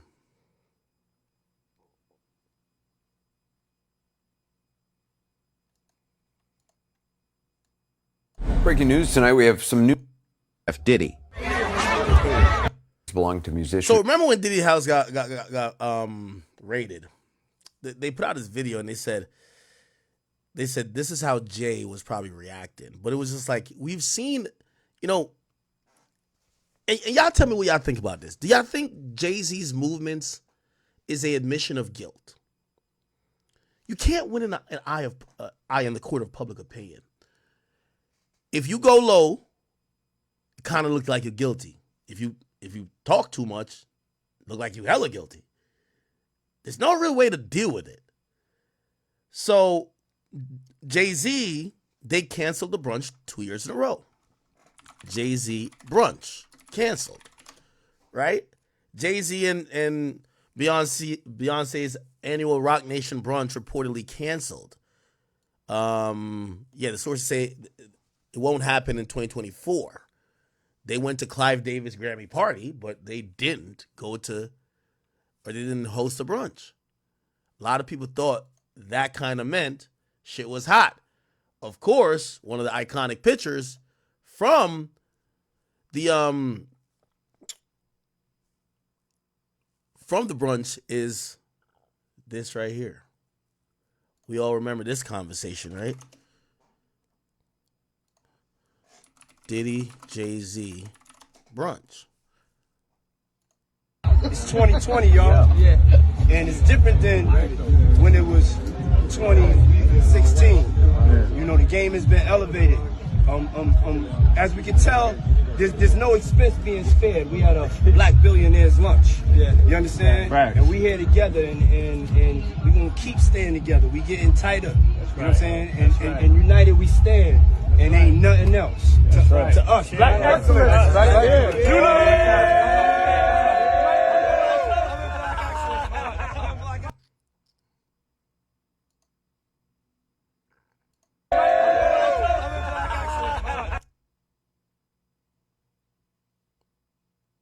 Incoming Meek Mill rant soon. Y'all think Meek Mill's gonna say he's no Jay-Z gang? That might have to be a thing, right? If you're no Diddy gang, well, the other person who was also fucking the 13-year-old allegedly, are you gonna be no Jay-Z gang?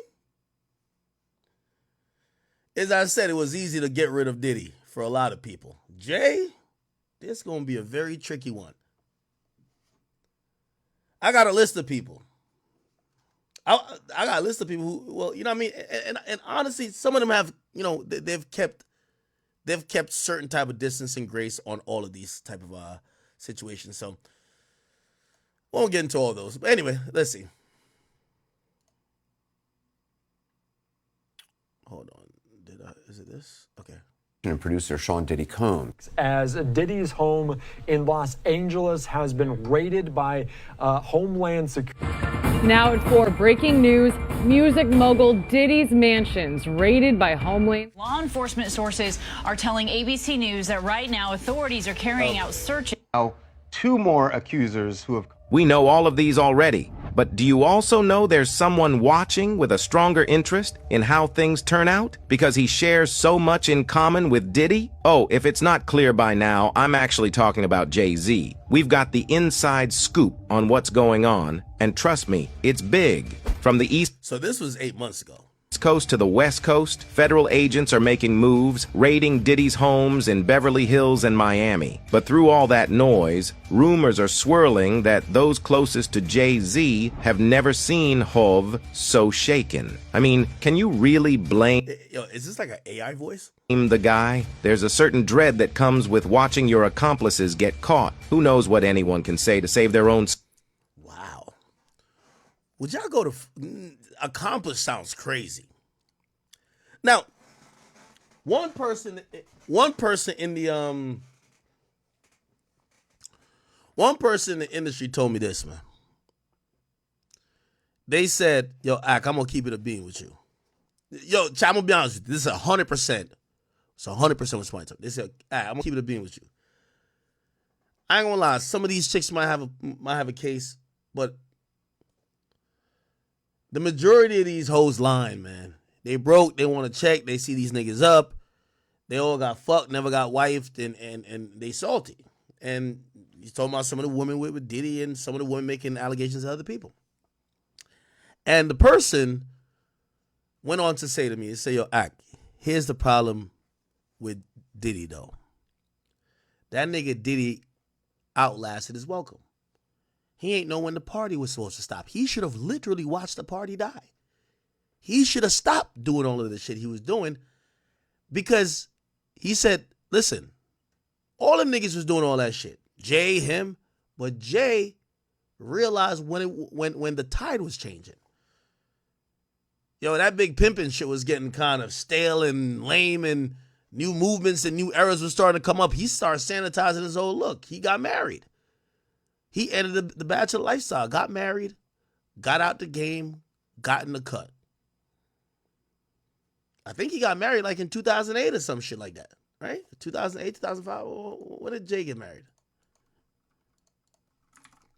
Jay-Z. 2008. Got out the game. They said, Diddy, he really Mr. Can't Stop, Won't Stop. They said that's what got him in trouble. Because he meets Cassie in 2010 or some shit like that, right? And he's still trying to do the same old shit. And they said that's what fucked up his shit. This is what somebody in the industry told me. They said, listen, half them chicks lying, but the reason why Diddy getting called out on Front Street, that boy wouldn't stop. Diddy's having competitions on who could fuck more girls with his son. Like, I'm like, what? That's crazy, right? You imagine you and your son at Thanksgiving dinner, like, Playboy, I'm about to fuck 50 hoes this year. How much you about to fuck? Like, crazy shit. I can't even imagine some shit like that. But he wouldn't stop, allegedly. And then, but they're saying that Jay escaped a lot of it because he checked out. He stopped hanging, stopped going to some of those parties. He became really Grandpa Hove. He became the guy who, I got to go home because wifey need me with the kids. I leave at 8 now. Before you used to leave at 4, you leave at 8 now. You know what I mean? To the point where he boring now. You don't even invite that nigga to the shit. You just like, man, this boring ass nigga, man. Always told my like, he got to go home to wifey like shit. But supposedly that was good. Anyway, also, I just seen this tweet. Tony Busby 2. He says, regarding the Jay-Z lawsuits and his effort to silence my clients, Mr. Carter previously denied being the one who sued me and my firm. He filed his frivolous case under a pseudonym. What he fails to say in his recent statement is my firm sent his lawyer a demand letter on behalf of an alleged victim, and that victim never demanded a penny from him. Instead, she only sought a confidential mediation. Okay, now this is bullshit. Yeah, she didn't say give me $30 million, but going into mediation is basically saying they're going to then ask Jay-Z to give you some money, right? So it's still going to be money. So yeah, we didn't demand a number. We just said, let's go to mediate, and the mediator was going to give a number. Because that's what mediators do. It's a civil lawsuit. The only penalty here could be money, right? Since I sent the letter on her behalf, Mr. Carter has not only sued me, but has tried to bully and harass me and this plaintiff. His conduct has the opposite impact. She's so emboldened, I'm very proud of her resolve. As far as the allegations in the complaint filed, we will let the filing speak for itself and will litigate the facts in court, not the media.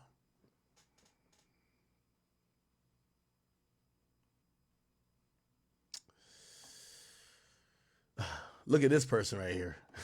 See, this is Jay-Z propaganda. Listen, I don't mind it because but why bring a civil case though instead of criminal? Shit. I wish that explanation. They be talking about me online. The cops investigated. They say no crime. They say ask a good boy. I ain't do nothing wrong. Fuck out of here. But nobody want to listen to that shit. They're like, oh no, the girl said this. Whatever. Yeah, Tony Busby's going hard. Now, if you remember what Tony Busby said months ago, and by the way, this seemed like a personal response from Jay. I mean, obviously it's a personal response, but look at Jay's response. Let's pull it up. Let's pull up Jay's response. Let's go to Rock Nation. So Jay's response almost seems like a direct response to his email. It's just not public because in his email it says you are a Marine.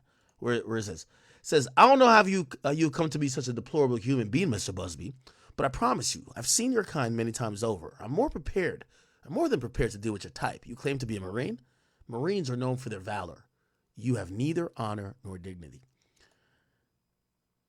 Weeks ago, this is what he posted. He says, I've been sued in Los Angeles in a last-ditch effort to stop me from revealing names in public lawsuits. It won't work. The irony? The suit against me was filed by a powerful Jane Doe. Here's my full statement. We won't allow the powerful and their high-dollar attorneys to intimidate and silence sexual assault survivors. It's been reported that a lawsuit has been filed against my firm claiming extortion. The lawyers that filed it also immediately called TMZ in an apparent effort to silence those who allege sexual assault. Here's the deal. The case filed against my firm is not only without legal merit, it's laughable. Here's why. On behalf of the two clients who alleged sexual assault. So now we know there's another one. Chad. Remember, he didn't know it was Jay-Z that was filing this lawsuit, but he thought it. So we now know there's another person that he's representing. So they probably went to Hov and said, you sold Bacardi for what? You got how much for what?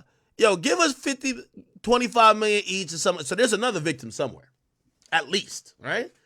On behalf of two clients to alleged sexual assault, we sent standard demand letters to a New York lawyer, Alex Spiro, that we know represents an alleged perpetrator and potential defendant. The letters were sent seeking a confidential mediation in lieu of filing a lawsuit. So now, chat, we know something important. So allegedly there's a 13-year-old victim and there is another victim. Now, I'm pretty sure we're going to find out the other victim by tomorrow, because once you name him in one, you ain't getting paid for shit, right? So they're going to name him in the other one. Matter of fact, give me 1 second. I'm going to search this up to see. I know he's mentioned in one. Give me 1 second. By the way, the reason why they filed it today is that the court accepts it tomorrow. All right, let me see. I'm going to tell you if the other one's filed yet.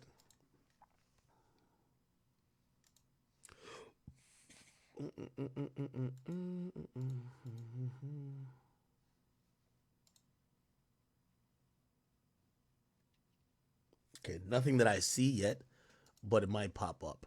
But there's definitely, so now we know there's a 13-year-old woman, or there was a woman that was 13-year-old at the time, and there's another woman. Okay? I think I know what the other case is, but I won't bring it up until they actually put the amended complaint in. So we now could kind of deduce that Jay-Z is being accused of sexual assault by two women, or we think are women, two people, right? Okay. So they said, and this is Tony Busby, said they said a standard demand letter that they wanted a mediation. No amount of money was included in demand letters. No threats were made. The demand letters are no different than the ones routinely sent by lawyers. Now, also, this is kind of cap. Like, those demand letters usually say, hey, you might want to hit us up to talk to resolve this amicably, or else we're going to sue. There's always a threat. The threat is to sue. Now, legally, he's going to look at it like, that's not a threat. That's just how, that's a lawsuit, right? But yeah, the threat is, yo, I'm going to sue, and by suing, it's public. You get what I'm saying? So the reason why anyone would entertain these demand letters is because you don't want it to go public. When the lawsuit's filed, it's public. So when he says the demand letters are sent is no different than ones sent routinely by lawyers across the country in all type of cases, it's obvious that the frivolous lawsuit filed against my firm is an aggressive attempt to intimidate or silence me and ultimately my clients. The effort is a gross miscalculation. You know, I like this. Finally, Rock Nation is punching in their own weight class. To Jay-Z, Alex Spiro, and to Desiree Perez. Bullying rappers, trying to do underhanded tactics, whether it's with label deals or whatever, or bloggers, especially bloggers who could never compete with y'all. Y'all are a subsidiary of Live Nation, a multi-billion-dollar company that's currently in court being accused by the Department of Justice for running a monopoly, that they have a monopolistic control over live music events and ticket sales, and they feel that the company's so big it should be broken up. Yeah, when y'all pick on rappers, yes, of course you're just going to squash a rapper. Duh. When y'all pick on a blogger, of course you're going to do like this. Pick on this guy, even though he's not your side, but he's much bigger than everybody else. This guy's a guy who who brings in billions of dollars, okay? Billions of dollars in revenue for clients in personal injury per year. So he got a heavy duty firm. So this is like lawyer versus lawyer, okay? And yeah, let's see how this one go. Listen, if nothing else, we get to sit on the sidelines and just watch the mess happen all over. And I can't wait to see how far it gets, because here's the thing. There are going to be some good old depositions. They're going to be depositions probably with Hove. Good deposition, maybe with some other people in Rock Nation. It'll be good. He then says, I'm a U.S. Marine.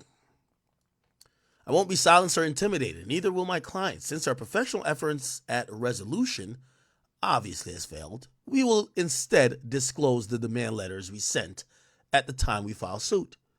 Abuse of the legal system unfortunately runs rampant. The lawsuit filed against my firm is a prime example of that. Sunlight is the best disinfectant. I have confidence that with full public disclosure, all of this will sort itself out. Give me 1 second, chat. Let me look at, I'm going to see if I can find the demand letter. Because he said he would make both public at the same time. So I know I see the amended complaint. Give me 1 second.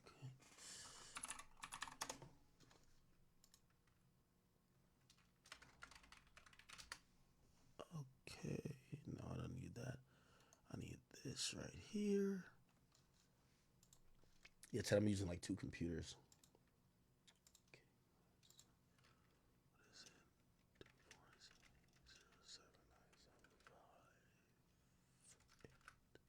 Is that it? Yeah. Huh? Yeah. Okay, I got it. Perfect.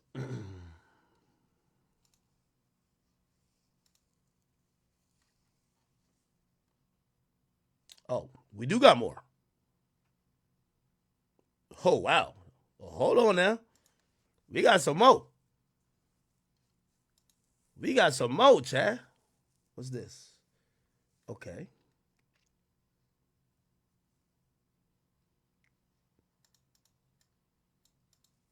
Okay.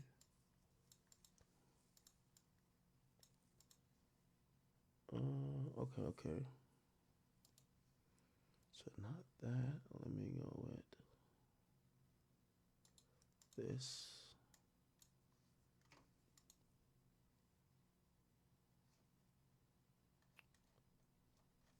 Okay.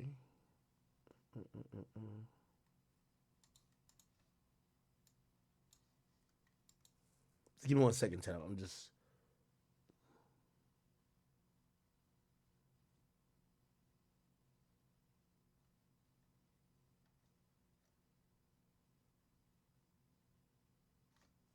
All right, let me see. All right. I'm going to put these on the screen as soon as I'm just looking at ones that are relevant.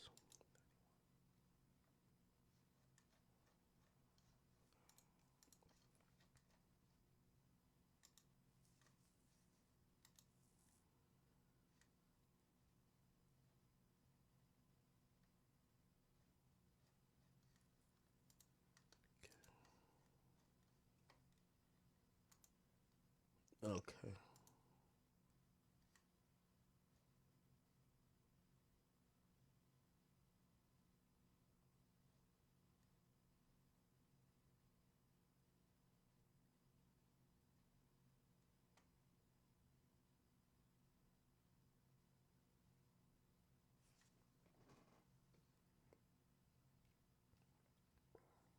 Okay. All right. Good. Just give me 1 second. I'm gonna bring all these things up. I'm just.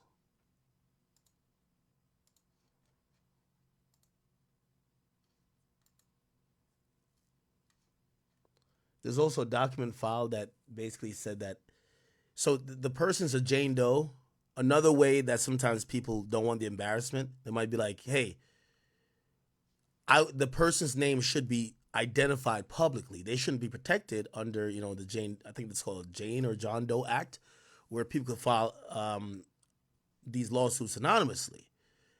And the lawyer said if the court is going to get to the point of saying that they have to show their name, basically they're down to say the victim's name, but they won't have a hearing on it. And then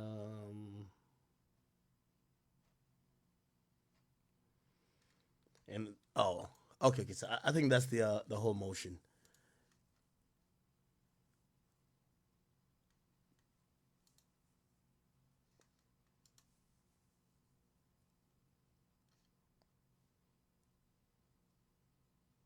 Oh, okay. Yeah, no, never mind. The others, you don't need to see it. So it's basically, so they added Jay-Z's name, and then Diddy's lawyers filed a motion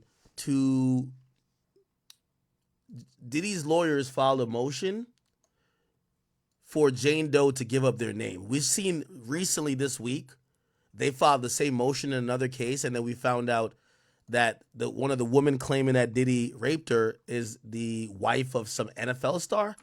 NFL player wife Diddy, right? It says Sean Combs, Diddy sexual assault accuser, is actually revealed as the ex-wife of, and so this was a 17-year-old who flew out, right? This is a 17-year-old who flew out from Detroit, Michigan via private jet, fucked Diddy in a studio with some guy, and then also sucked off Diddy's president of like his record label at the bar before, or like at some place with a bathroom before she got on the plane. So apparently her name is Anna Kane. She's now married to the Edmonton Oilers forward, and I think his name is Evander Kane. So now we get to find out this is him. They got black people playing in NFL? No, I mean NHL? It's a black hockey player. What the fuck? Jay-Z and Beyonce. Hold on. Evander Kane? Nigga, this might be a bigger story than anything. There's a black nigga playing in the NHL. What? Oh, shit. Okay, brother. Anyway, all right. So, yeah, his wife is the one who is claiming that, is he a current player? He's born 91. He's now 33. Is he still playing?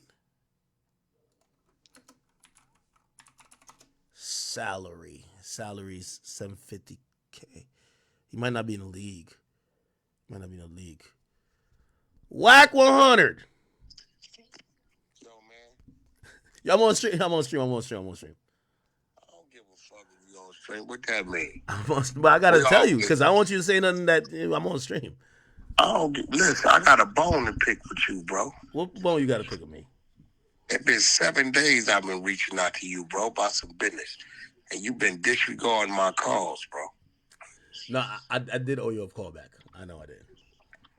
A call back? Nigga, what is you putting me on a list? The fuck is going on? That? You getting that bougie? Because Drake answered your little calls and shit? No. All right. No, them niggas go away, act. No. You know, we've seen them type of niggas before. They go away, act. Nah. Well, I'm over here bringing out some crazy shit. What's that? You ain't hear what happened? The Jay-Z shit? Yeah. Well, you know, when I seen Diddy get mad the other day on that phone call, right? Mm-hmm. When somebody here gonna roll about that call. That's that shit they did with R. Kelly. Same shit. Releasing their phone calls, right? Wait, they released a Diddy call?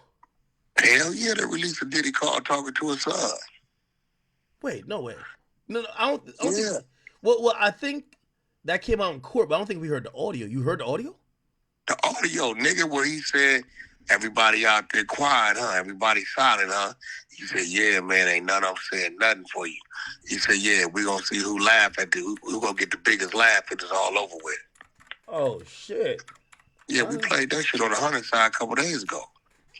Oh, all right, I'm gonna try to play it. Hey, yo, what do you think about this Jay-Z shit? The whole media about to get quiet Man, because I'm tripping off the 13-year-old. It says the VMAs after party, right? Mm-hmm. And I'm listening. They just read it right now. Mm-hmm. She's saying she fought both of them off. Both Jay-Z about 30, 31 at the time. Yeah, they're both 31 at the time. She's saying that, turn that down. She's saying that she fought both of them off. Now I'm just doing the math. You're 13. All right, let's paint a picture if this is happening. I don't think neither one of them, both of them would have had to been intoxicated with something. Let's just call it liquor. Bro, a 13-year-old girl's not fighting these two niggas off of her.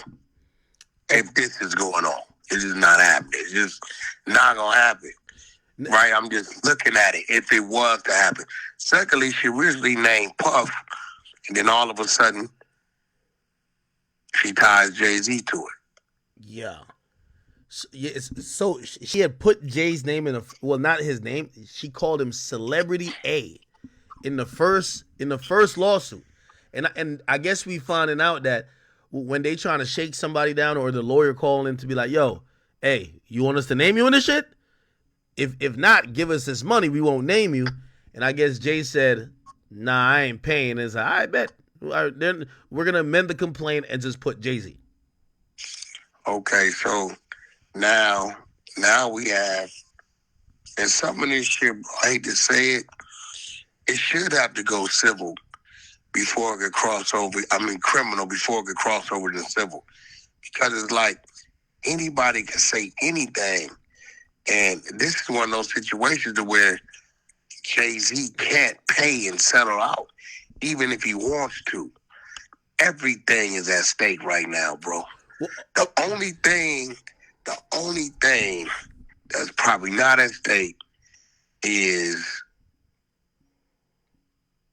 wait, what year did he get with Beyonce? He got with her in 2008. Okay. He married her. He married her in 2008. He married her. I don't know how long it was. Is his relationship over there, like, but his businesses, you know what people start doing, bro? People start pulling back. All that innocent until proven guilty is cap. You know that. If that was the case, motherfuckers' businesses and companies wouldn't be pulling away from them and shit like that. So it's kind of like, bro, his kids, they're old enough to understand social media. Hey, from what I heard, personally, I mean, bro, it's like Jay-Z's a whole nother person. You know what I'm saying? Yeah. You see, with Diddy, we looked at him as the party animal, so it's easy for us to believe that. Jay-Z is removed so far from that. Like I went back and played some of the 2000 VMA stuff. Like he was nominated that year for Big Pimpin'. That's a whole different guy. If you listen to Big Pimpin', that's a whole different man. You get what I'm saying? So like, because we've seen him so different, it's hard for us to even think that. But this is what I heard. I heard that, again, you're right. And for everybody who's listening, sometimes when people settle, it's not because they did it, just that they don't want this, which sometimes this is more costly than even if you beat the shit.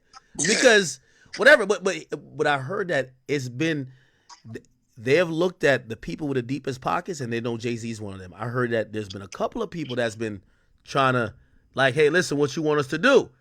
And after a while, it's like, wait, are you about to go give out $100 million in checks to get everybody to shut the fuck up? Or because this has been mounted. I think remember, he canceled the brunch. I think he was trying to lay low saying, all right, if they got Diddy, I guess, just take Diddy and just let's get over this shit. Let's get back to some other shit. And he's been quiet on everything. Jay-Z went underground on us. Yeah. Straight up, bro. It's a lot of shit you usually see him pop out on. You didn't see him, bro. He was just, Beyonce was making her rounds. He usually there's a lot of shit. So do I think that Jay-Z may have been in, I don't even want to say present, may have been around in the vicinity when Puff did some shit? Yes, I do. Do I think he was right there, hands on, knew what was going on? No, I don't. Okay. You know what I'm saying? All right, well, hold on. Let me challenge you on this. Let's challenge. We're doing this for the sake of the conversation. We don't know, right? Even with what you first said, I fully agree with you, right? It kind of do sound sus that she's saying, yo, I pushed off 2 grown men and she's 13, ran out, and I can't, and she says she's 13 running with her clothes like a towel around her, and she's I naked. want you to stop right there. And nobody says nothing. We know at the VMAs, law enforcement is on deck. Yeah, even at the after parties, I would imagine Diddy would get. After parties, they're on deck. They're on deck. They're outside. They're on deck. So you're running out. I'm assuming was this what was she white? Was she black? Was she Asian? We don't know anything about her. We don't know yet.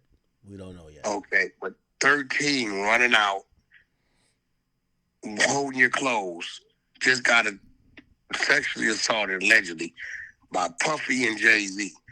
Okay, did you drive your car up there? How'd you get home? Was fucking Uber around in 2000? She said the driver brought her there, and she said she ran out of the place and then ran down the street till she saw a gas station she was familiar with. She asked them to use the phone. Okay, who did she call? She said she called her father. And her father didn't go back up? She said her father came. I know. The father came, picked her up, and must have just brought her home. We heard nothing about hospital. Like, I mean, that's the time you'd be like, I'm about to go up there and go see them niggas. Hey, bro, nigga, off the rip. I mean, end of the day, man, it's just like, it's a sad day for our moguls. It's a sad day for our people, bro, that we like use to motivate us. You know what I'm saying?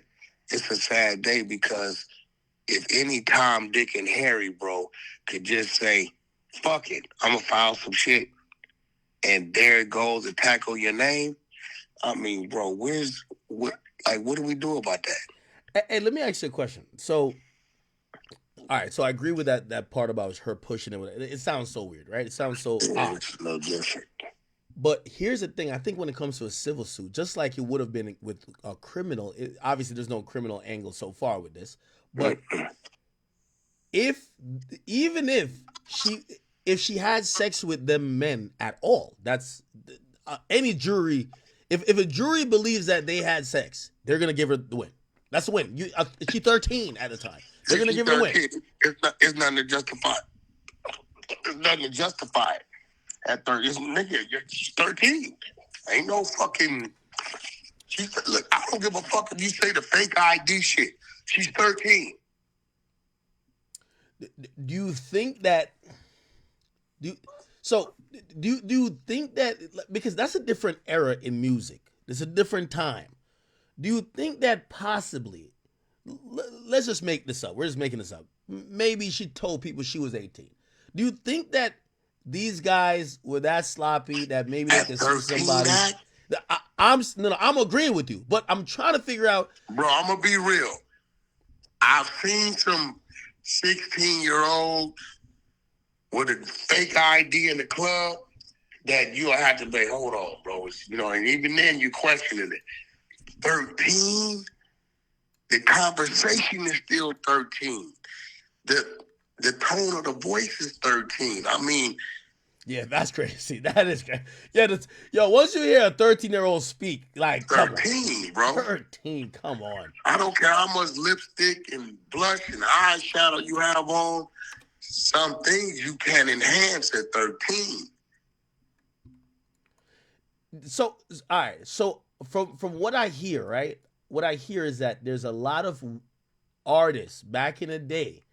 They may have slept with a 16-year-old, or they were dating them on the low. They say Russell was. That's a fact. That's a fact. Okay.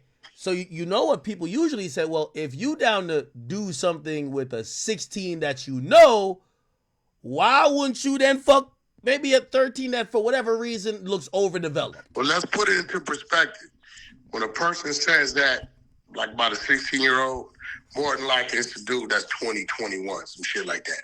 Okay. I ain't gonna think you'll find a nigga in his 30s talking that type of shit. Jay-Z was like 31, 32.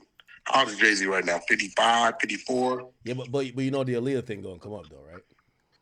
I said that. Now, even with that, let's talk about that. And by the way, hold on 1 second. Chat, let me tell you this. If you ever got something buzzing in the media, Whack 100 is like, he's like the Brian Steele of all internet niggas. He will make you see something in a light that you would think about it twice rather than just like go, because we usually just think black and white. But go ahead. As I say, you the Brian Steele of the internet. That's a fact. Okay. Aaliyah was how old allegedly when he was dealing with her? That's the thing. Was he before R. Kelly? They keep saying like it was like around the same time. R. Kelly was like supposedly 15, but he was faking a marriage. And then that kind of ended. Like, I gotta Google it. But they're saying it was like 16. Wait, bro. You telling me, wait. So we went over this shit. R. Kelly was dealing with Aaliyah at 15. Yeah. And Jay-Z was like a little prior to or after? I think it might. I'm hoping it's like after. So like, Jay-Z was before Dame Dash, right? Well, that's the thing. Like, I thought. Okay, I thought Dame Dash basically said that Jay liked her, but they didn't get to. I can't. We don't know the truth about that. So I see one Twitter account, and I just got to say this is Twitter, so it could be wrong. Like, by the way, Jay has an amazing team. If you Google it, the AI that comes up for Google says they have never messed around. But if you've heard the stories, there's too much stories for that to just be like black and white like that. So it says Jay-Z dated Aaliyah when she was 17. He was 28 at the time. And then they're saying, well, he dated Foxy at 15. Okay, 28 and 17. All right, let's just go with that. She was 17, he 28. What's your thought on that? Where's Aaliyah from? Where is Aaliyah from? Wait, should that matter, or where was she usually living? I'm asking it for a reason. What state? Because remember, the state of New York, 17 is legal age of consent. 17 is legal age of consent. She from Brooklyn, New York. There you go. That's why I asked you, because I'm going to tell you why I'm asking you this. Because I'm a California guy, right? Mm-hmm. I don't care where I'm at. 18 is embedded in my head. Growing up is I can't wait to get 18. I can't wait to get 18, right? Mm-hmm. That's why I asked you. So New York is 17. Jersey is 16. Nevada is 16, right? Legal age of consent statewide. Federal, the law of the land is 18. So with Jay-Z being a New Yorker, growing up in New York, 17 is always legal to him. Oh, hold on. Wait. Everyone keep telling me it's Detroit. You know what I'm trying to tell you? Hey, chat, am I wrong? Is she from Detroit? It said place of birth, Brooklyn, but maybe she grew up in Detroit. Or where did she... Oh, okay, so she was born in Brooklyn, but she grew up in Detroit, Michigan. My bad, chat. So she grew up in Detroit, Michigan. Okay. Now that's even worse. Legal age to consider Michigan is 16. Really? Yeah.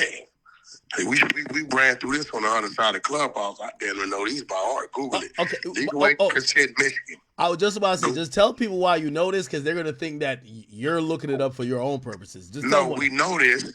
You want me to tell them why we know it? Yeah, tell them. Okay, we know this for two reasons. A, they tried to attack Adam, right, with the nigga Lil Pump with the fake shit. And B, I had to defend you when you made the comment about college. Right? And I was really talking about the Tiger situation. And then I said, well, let's be honest, with people in college, there's a time where sometimes somebody's 17 for 4 months. And usually when you're in college, you could also be at the oldest, probably like 21. Nobody in college says, oh, you're a freshman, let me check your ID. Yeah, right? Yeah, exactly. So, and what happened was, when I started doing research, and I realized, Michigan is 16 for real. It's 16. Jazz is, your state is 16. New Jersey as well. Holy shit. New Jersey 16. So when I was researching, I'm like, listen, when you're dealing with people who grew up, I grew up in California all my life without me knowing anything else. I thought the whole world was 18 because that's what I grew up under. So now I have to put myself in the shoes of somebody growing up in New York or Jersey or whatever, to where they're being taught when you're 17 this, when you're 16 that. As if I was taught when you're 18 this, when you're, you know what I'm saying? Now, so Jersey is 16. Wait, hold New on. York is 17. Now, I'm probably gonna regret bringing this up because I'm not trying to have you pile on my guy now. But I seen you recently on No Jumper, and when in that conversation of the lawsuit that was filed, you said, well, did Kendrick defame him by saying whatever? Drake was on stage with a woman that was 17. And the legal age of consent in Colorado is 17. Okay, I know this. I know all the states. Okay, so technically he wasn't. I said all that. You were so fucking emotional, you didn't want to catch it. I said, listen. I said, this is my exact words. I said, legal age of consent is 17 in the state he was in. I said, now, I don't know if Drake falls up under the federal mandate because he's not a U.S. citizen. He didn't cross our border from Canada. Federal mandate is 18 across the board. Was it distasteful? Yes, but because legal age of consent is 17, they couldn't put that on him. I said all that. You was just so fucking turned up, you didn't catch it. Hey, by the way, not to even just keep jumping like back and forth stuff, but you see, this is why, even with what you said is right. Anybody can say anything and make it a lawsuit to like just kill your character. But I really look at the father and say, you know why the father should have at least brought your daughter. If she got penetrated by two men at 13, two grown men at 13, in the lawsuit it said Jay-Z finished, which I'm assuming ejaculated. Your daughter has to be in some type of pain. I'm assuming. So if you bring her to the hospital, not only should you bring her because that's your daughter and you would imagine that she just went through traumatic stuff, you went to bring her to the hospital, but it would document that she had sex. And that date, and then if it could then be corroborated now in post that it was Jay-Z and Diddy, it's already game over, right? But if there was nothing documented, people could be like, well, how do we know if this woman was even at the VMAs? How can we know if she was even at the after party? But because they can file anything on a civil, right?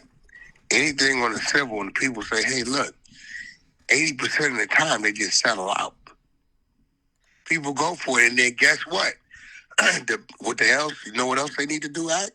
What? If you are caught or found to be lying in your civil suit, right? Yeah.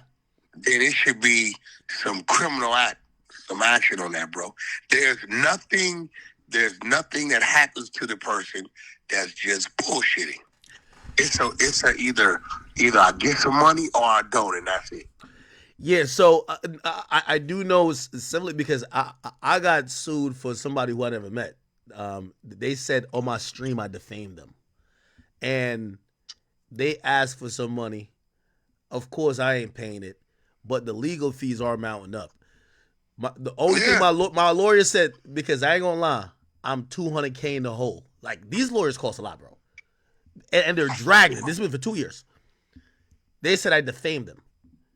Now, the only thing my lawyer said, listen, this might take another 2. Are you down and prepared to possibly pay us another $150?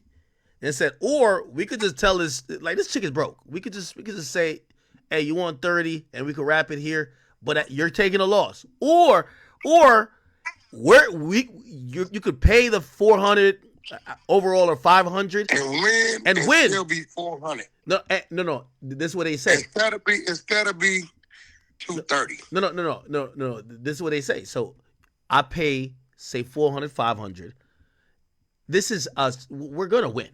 Like they don't even want to go to trial, right? They claim they want to go to trial, but they don't want to go to trial. They're in appeals right now. Here's the thing: there's something called an anti-slap law, which means if I file a lawsuit in New York State saying Whack 100 raped me on Tuesday of last week, and your lawyers file a lawsuit to say, what type of bullshit is this? Whack 100 was in Argentina Tuesday of last week. They're going to dismiss it, but they're going to say this is a frivolous lawsuit, and an anti-slap thing, the anti-slap statute says you got to pay for the legal fees. So here's the thing. From a broke chick, that's what happened with Thierry Marie. You know, right? Thierry Marie sued 50 and owed him money. So Thierry Marie sued 50. The shit got dismissed, and then she owed 50, 30,000. Except it's gonna be some broke chick that owed me $400,000 that I could never collect. There it goes. But I gotta do it to set a principle. You get what I'm saying? Because what I realize is that, and I think this is why Jay-Z. So from what I heard, there's been like 4 or 5, like chicks claiming Jay-Z did whatever. They're like, yo, pay us money, right? And I do think if it was one that maybe was like, you know what? Shit, I don't want her to come out and start doing interviews. Let me just pay this one girl off. Maybe he would. He was like, yo, I'm not admitting to nothing. I'm just going to pay you off because you feel hurt. Cool. But there's a lot of them. And what happens is when you're Jay-Z status, 4 or 5 bring 40 to 50 more. You know, they got a hotline for Diddy. Imagine the Jigga hotline. It ain't going to be 1-900 Hustler. It's going to be 1-900 Payday. So that's crazy. So I think this is why he's getting at it. But here's the thing. Here's the thing that sucks for Jay. Everything he was doing is fucked up. Every deal he was working on, fucked up. Everybody, tomorrow morning, I guarantee it. Oh, it's done. They pulling back. Hey, I think we should just go in a indefinite break right now in negotiations for you to open up this or you to be a part of this. By the way, here's the thing too. Hey, bro, don't be surprised if you start seeing Jay-Z sell shares in Rock Nation. Hey, here's the thing too. Remember, he re-upped with the NFL for the Super Bowl shit. That position that he if they had dropped this shit before, ain't no re-up coming. But they can get rid of it. But the re-up is never final because there's always a clause in there. Yep. There's always a clause in there that if you do something that discredits yourself, that's true too, or the organization, all bets off. So I believe this is gonna cause, and this is why it sucks, right? I don't know what Jay-Z's done. I don't know what he ain't do. But what I do know is just the mere fact that this is public. Now, here's the thing, and I said this to everybody. This is how Jay-Z's smarter than Diddy. Jay-Z has a hand in a lot of media. Watch this tomorrow, Whack. Tomorrow, a lot of the usual hip-hop blogs or hip-hop personalities, you and me, you know, we give it up about anything. You know, it don't matter. But there's a lot of people, they're not going to talk about this or they're going to sanitize it or try to move on. Also, I do think if Rock Nation is what I think they are, they have a story in their back pocket to change this whole conversation. Not about this. They're just going to give a bigger story. Everybody knows the only way to kill one story is to give a bigger story. To give a bigger story. So we might see a 4K video of some crazy shit that happened that we're going to say, fuck that. I think that's going to come.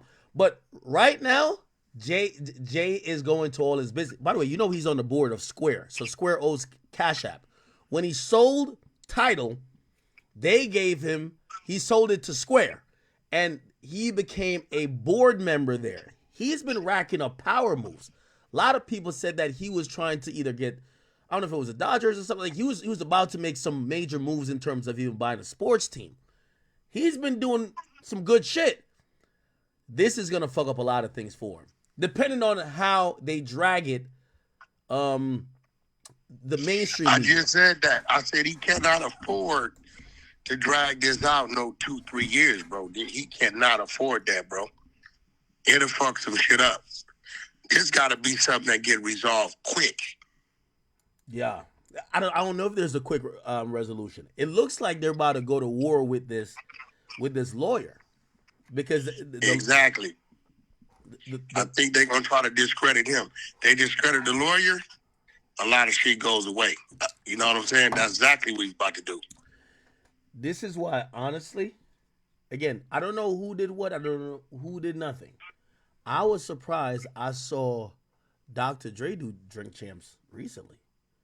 I think a lot Why? of you keep going at Dre, bro. no, like no, no, Dre no. It's ain't- not going at Dre. It's not going at Dre at all. No, what I'm saying is that you could tell it starts with the niggas with the big pockets. Dre is a billionaire. Anybody who feel wrong or they might just have no money, even if it's frivolous.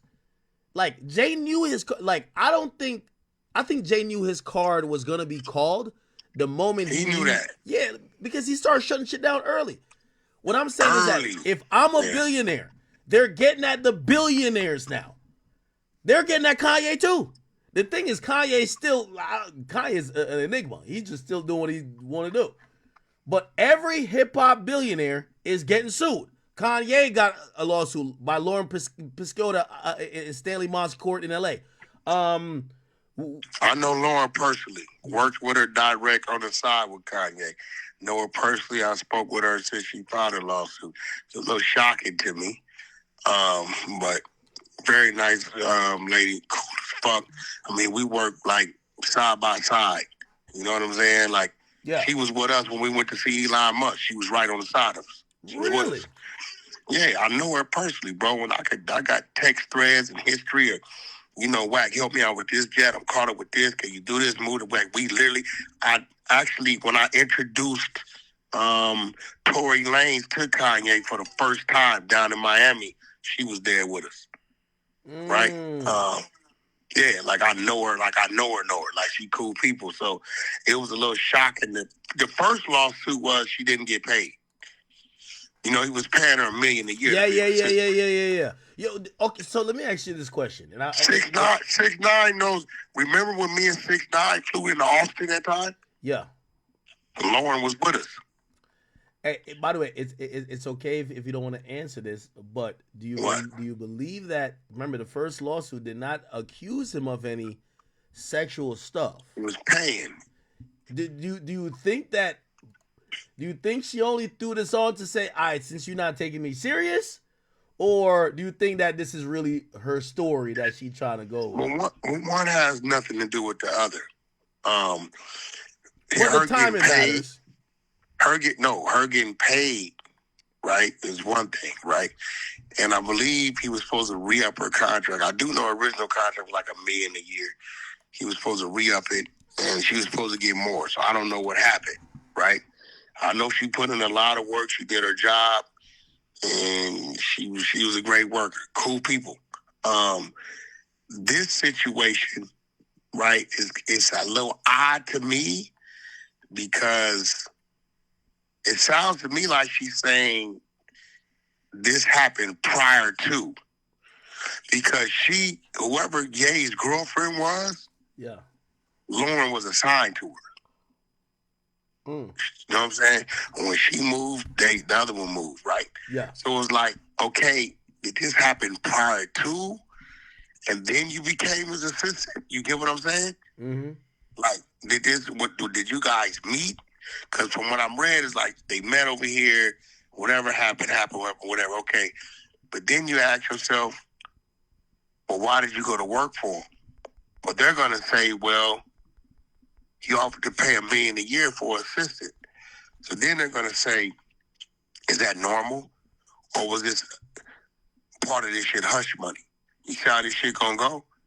You know what I'm saying? Like, he really paid her, documented $1 million for a year. So it was like, okay, if you hired her after the fact, was this hush money? If it was hush money, where does that leave Lauren? You get what I'm saying? Because this is not criminal what she's filing. It's civil. You know what I'm saying?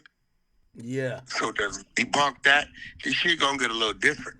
Hey, I want you personally, I want you to watch this. Hey, chat, remember I told you Jay-Z is the most protected person in media?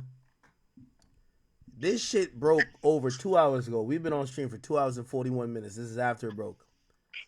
Hip Hop DX, there's not one post about it. That's crazy. Not one post about it. Hot new hip hop. Look at the first thing, right? They said Jay-Z responds. They don't even say Jay-Z has been accused of raping. They say Jay-Z responds. They don't even lead with Jay-Z is accused of. They said, this is Jay-Z's response. Then you look at the second thing. Akademiks hops on stream playing Jay-Z after Music Mogul, whatever. And then they said, then another one for context. Jay-Z's lawyer allegedly sued Tony Busby for extortion. So they're contextualizing it like, hey, this cap. Chat, I'm telling you, Jay-Z is another level of protection that Diddy made $1 billion and kept tricking on hoes. What he didn't do is what Jigga did. The most protected guy, I'm telling y'all, 3 days, this topic is out of here. And I think that they're going to drop a video of some crazy shit happen in 4K to bury the story. And then you go to No Jumper, LA. The last 4 posts is all Jay-Z. But that's the thing. So you can't control those. Yes, so my page, No Jumper page, those are not controlled. So like we're reporting on this is a hot right now. You want me to tell you how many people watching us right now? Like this is how you know this is a big story. It says first of all, we have 250,000 views on X alone. We have 25,000 on our main YouTube page, and then we have 7,000 on our secondary YouTube page. So that's 32,000 live right there. Twitch has 3,000. That's what's that? 35.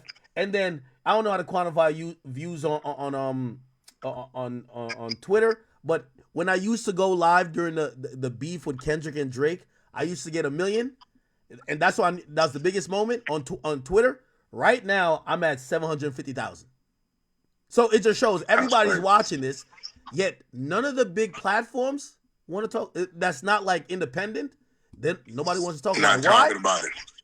I'm telling you, Rock Nation controls most of this. Hey, I'm not mad at it because I ain't gonna lie to you. When you get money and power, you got to work the system in your favor. I'm not mad at it, but I do want to point it out.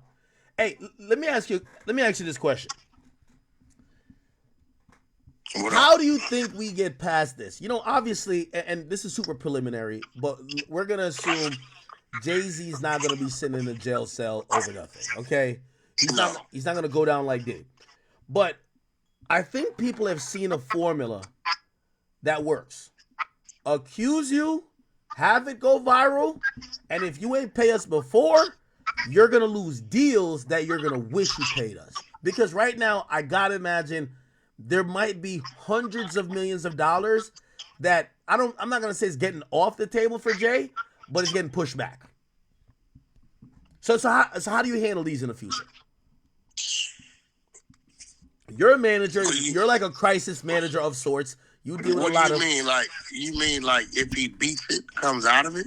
No. Or just right now, what happens? Okay, so what I'm saying is that say any other rapper who people have looked at to say, oh, this nigga got mad money.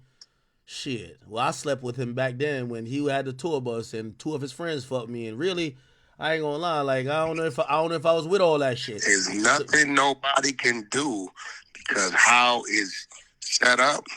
But cross your fingers and hope nobody gets any bright ideas, bro.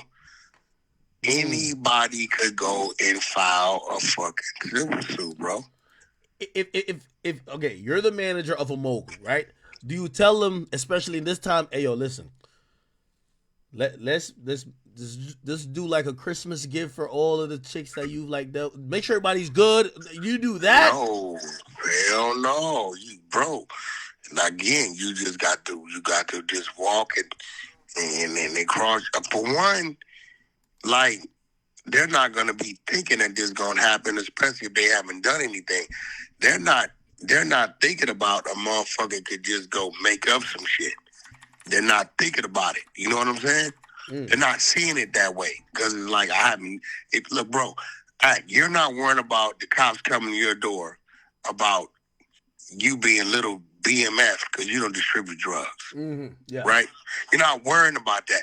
But what if a motherfucker out there just straight up saying, yo, the drugs I got in my trunk, it's academics. Straight up said it. Right. And these motherfuckers that went and got a warrant because this nigga said it and came to raid your crib. You're not thinking about none of this shit, right? So it's nothing you can do. Now, unless you know you have a client that be like picking randoms up and shit at the clubs and all that crazy shit, then you sit them down and say, yo, you need to cut this out to see what's going on. You know what I'm saying? But other than that, you're not thinking about pacifying some people that you know you didn't do any wrong to. Yeah, but if I'm Diddy, or not Diddy, if I'm Jay-Z, say you're Jay-Z's right-hand man, you're his counsel, and once you see that happening to Diddy, what would you have done from like the beginning of this year to maybe at least a couple months ago? Because remember, you're watching lawsuits start to come out, then you see a raid happens, and you have to say, even if you don't distribute drugs, you've been in the room where maybe they were packaging the drugs, and you want to kind of just all that's over with. Like, bro, let me be real. BETs, all these awards, all these fools were so stressed out. You know what they were saying? Whack, ain't nobody giving no parties. There were no parties. Yeah. Bow Wow said it. Bow Wow said ain't no more parties going on. No more parties. Fuck no. Right? So, end of the day, all you could do is shut it down, bro. Shit's about to get real simple. You know what I'm saying? No more parties. You got to tell your client out. Some of these dudes, they think they bigger than the program. They going to keep on till they get caught up. You know what I'm saying? They're going to keep on until they eventually get caught up. Hey, by the way, chat, of course, Revolt hasn't reported this yet. Okay? I don't know. Maybe us and TMZ and WAC, we just a little bit ahead of their writers. They ain't get to it yet. Oh, shit. They know what's going on. They knew what was going on before it came out. But again, like you said, you know what I'm saying? The worst thing Jay-Z could do is go fucking over here to the children's hospital. This is going to start looking crazy. He just got to resume normal program, bro. Now, what he needs to do, gonna have to do, if any of these companies he's dealing with are pulling back, he need to try to keep that as quiet as possible. Hey, yo, listen. You know why I'm looking? So I'm on stream. I'm looking up who posted this. I remember the day. So first of all, I remember. You know, I ain't gonna talk too much about it, but I'll say this part. When that attorney sent me some fucking letter saying, "Hey, listen, you wanna, no, the dude sent me an email saying I've been criticized because he represent mad people for Diddy, and he's like, yo, you know I could sue you." Basically, what he said, and I was like, what? So anyway, I had showed an attorney, but anyway. The day that lawsuit came, right, nigga, every 20 seconds, because I have like an alert, Rolling Stones, TMZ, CNN, everybody, BT, they posted it. It felt like they were all in one group chat, like, let's post the news on Act right now. And me, I'm not as 1 millionth as popular as Jay-Z. Yo, I'm on BT.com. I'm looking at their news. Ain't not one thing about Jay-Z. BT ain't running it. Revolt ain't running it. Not gonna happen. I need to have that type of power and control. But I will tell you this. It's because of this conversation right here, people may start looking at Jay-Z a little different. Yo, bro, what are you trying to do? You know what I'm saying? What are you trying to do? Like, are you using your influence to shut it down? Like, because now it's another side of it. It's a 13-year-old girl who's, she's 30, or 34, with 24. She's 37 now, right? We don't know what's going on with her. It was traumatized.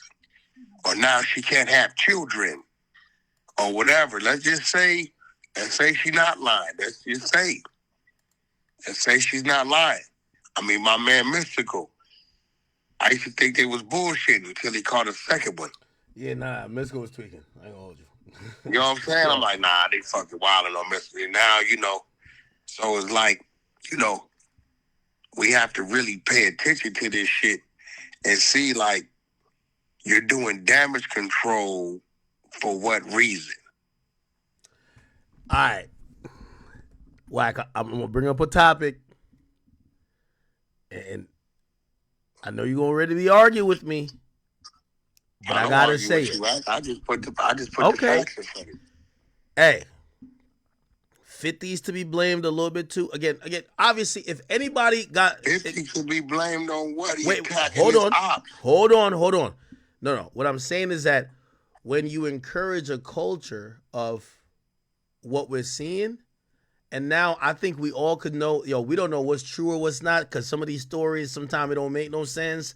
But whatever, but the allegation, but you know who gotta be blamed too? Who that? Kendrick. Kendrick has started the weird case era. We're in the weird case era. What are you talking about? What do you mean? No, I'm going to tell you why. Kendrick just had a hell of an album. No, by the way, did you congratulate him on the $319,000 for the first week? Yo, no, I read one of your texts saying, "Ak, are you mad at me because Kendrick sold 3?" No, I did congratulate. Yo, why people think I'm mad that Kendrick is selling? Matter of fact, I think Kendrick was going to sell more. Kendrick. Whoa! Drake doesn't mean you have to be anti-Kendrick. Wait. You think I'm anti? You don't think I'm anti-Kendrick? No, we know you are. No, I'm not anti-Kendrick. Yeah, you are. That's Hold on. I'm gonna be honest with you. I'm not anti-Kendrick. If I do come off anti-Kendrick, which I might these days, is because his fans are too annoying. Like his fans are annoying. Get the fuck out. What? You know what I challenge Kendrick you to do? fans are the worst fans in hip hop. You know what I challenge you to do? A one-on-one sit down with DJ Head. You probably can't handle it. He's an intellectual. But you should think about it, bro. Take a few months and get ready for him. Have a sit down, one-on-one sit down. I think the people want to see that with DJ Head. Hold on. So two. All right. Let me gladly respond. Number one, I spoke to him on stream already. I would definitely even sit down with him. I schooled him on stream, and I would definitely school. I schooled him on just his. Yes, I did. I schooled him on his hypocrisy. Because all I have to point out is the fact that no matter how impartial they claim I am for Drake, he's a one-sided penny. He's a one-sided penny that only just DJ Head. He only spouts points for Kendrick. And just kind of like he's super. I get it. And by the way, you spouted points for Drake. No, but I've given Kendrick his W's when needed. I said, this is a great move. I said his PR team, some of the guys who work digital, they work with me. You know what people think? I'm like upset. The people who work PR for him, right? Who do digital for him. I worked with those people for years and made millions of dollars with these people. And I've never said their name because I'm happy for those guys.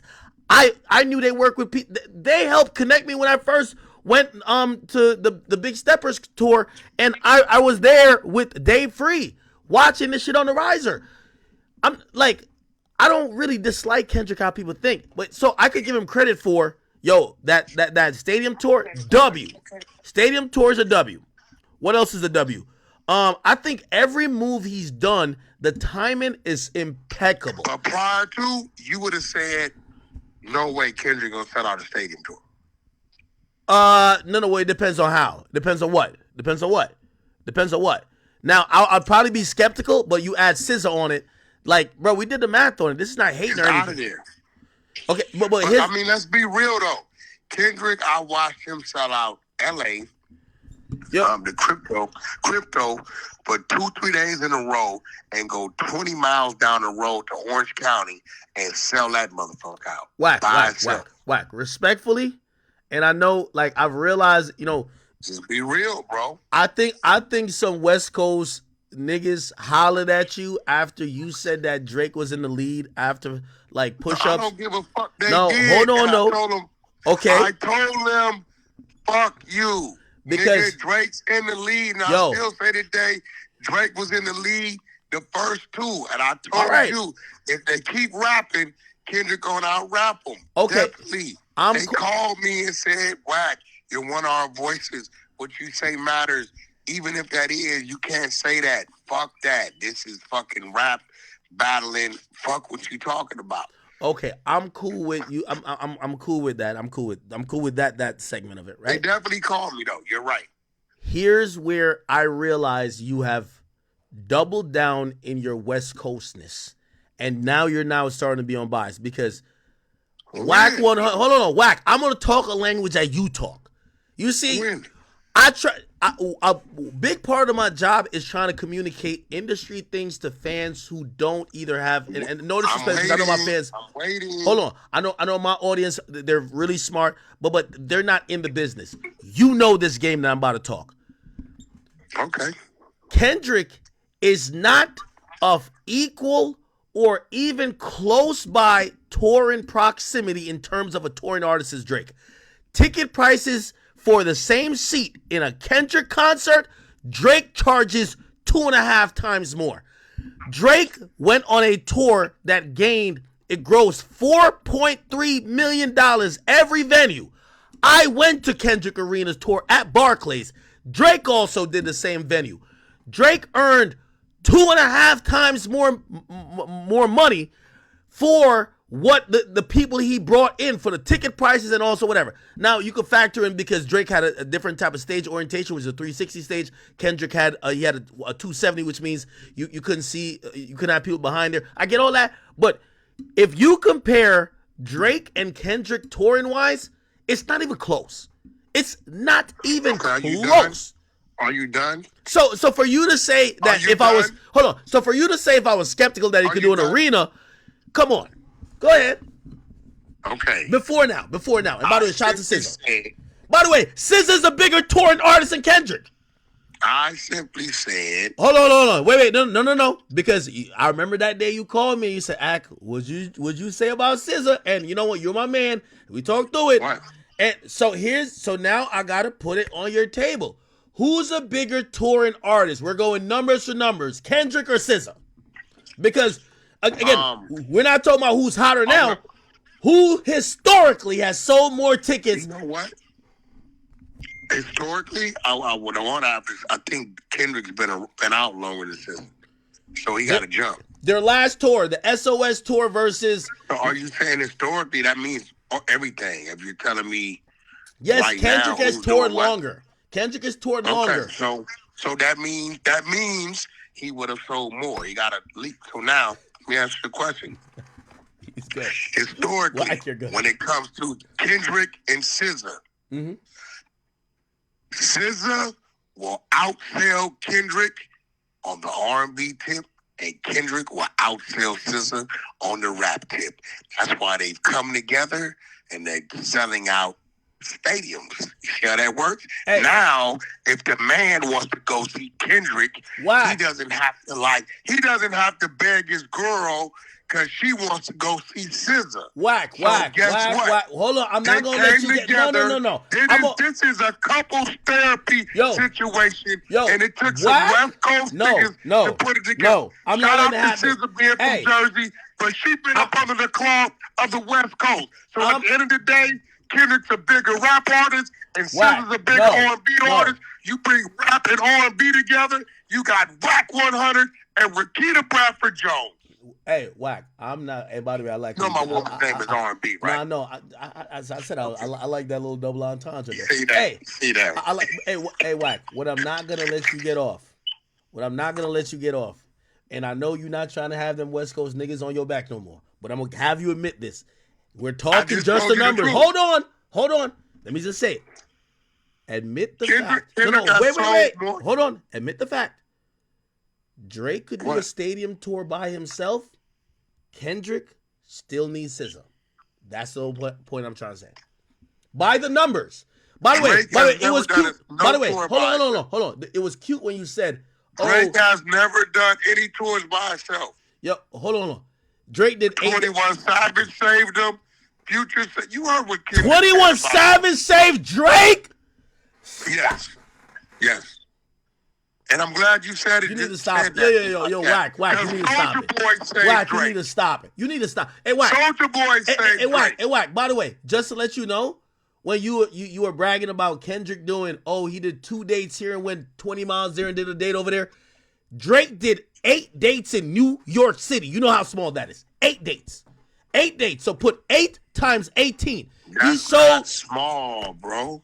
Huh? You know how fucking big New York City. Get the fuck out of here, bro. So that what I'm trying to tell you is that Yankee Stadium could hold 50,000, probably 45 with the orientation. He could have done Yankee Stadium 3 times instead of doing 8 days. He didn't do it. You know why? Because hold on, he gets more money. He gets more money doing. So, did you anticipate seeing Kendrick doing stadium tour? Did you anticipate that? No, I could have saw it down the line because here's the thing, and shout out to my boy Wonder. I don't usually try to name drop, but I got to shout him out for this. He did make a good point. He said, "Yo, listen, when you go to a Drake show, it's very intimate. You're vibing with him. It's like Drake showed up to your spot, and he's vibing with you with the biggest records that he's created. This is how people interact with Drake's music." When you go to a Kendrick show, and this is coming from me, when you go to a Kendrick show, you're watching a performance, a really good performance, but it's a performance. Like Drake show is more intimate. So an intimate show doesn't connect outside in a stadium, while if it's just a performance, look back at Beyonce Renaissance Tour, it's just a whole performance. Like those things work in a stadium. An arena, it's the biggest venue for. Kendrick outperforms Drake. You said what?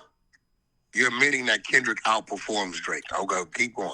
I got you. You just admitted that, right? No, you said Kendrick's more of a performer, right? That's what you said.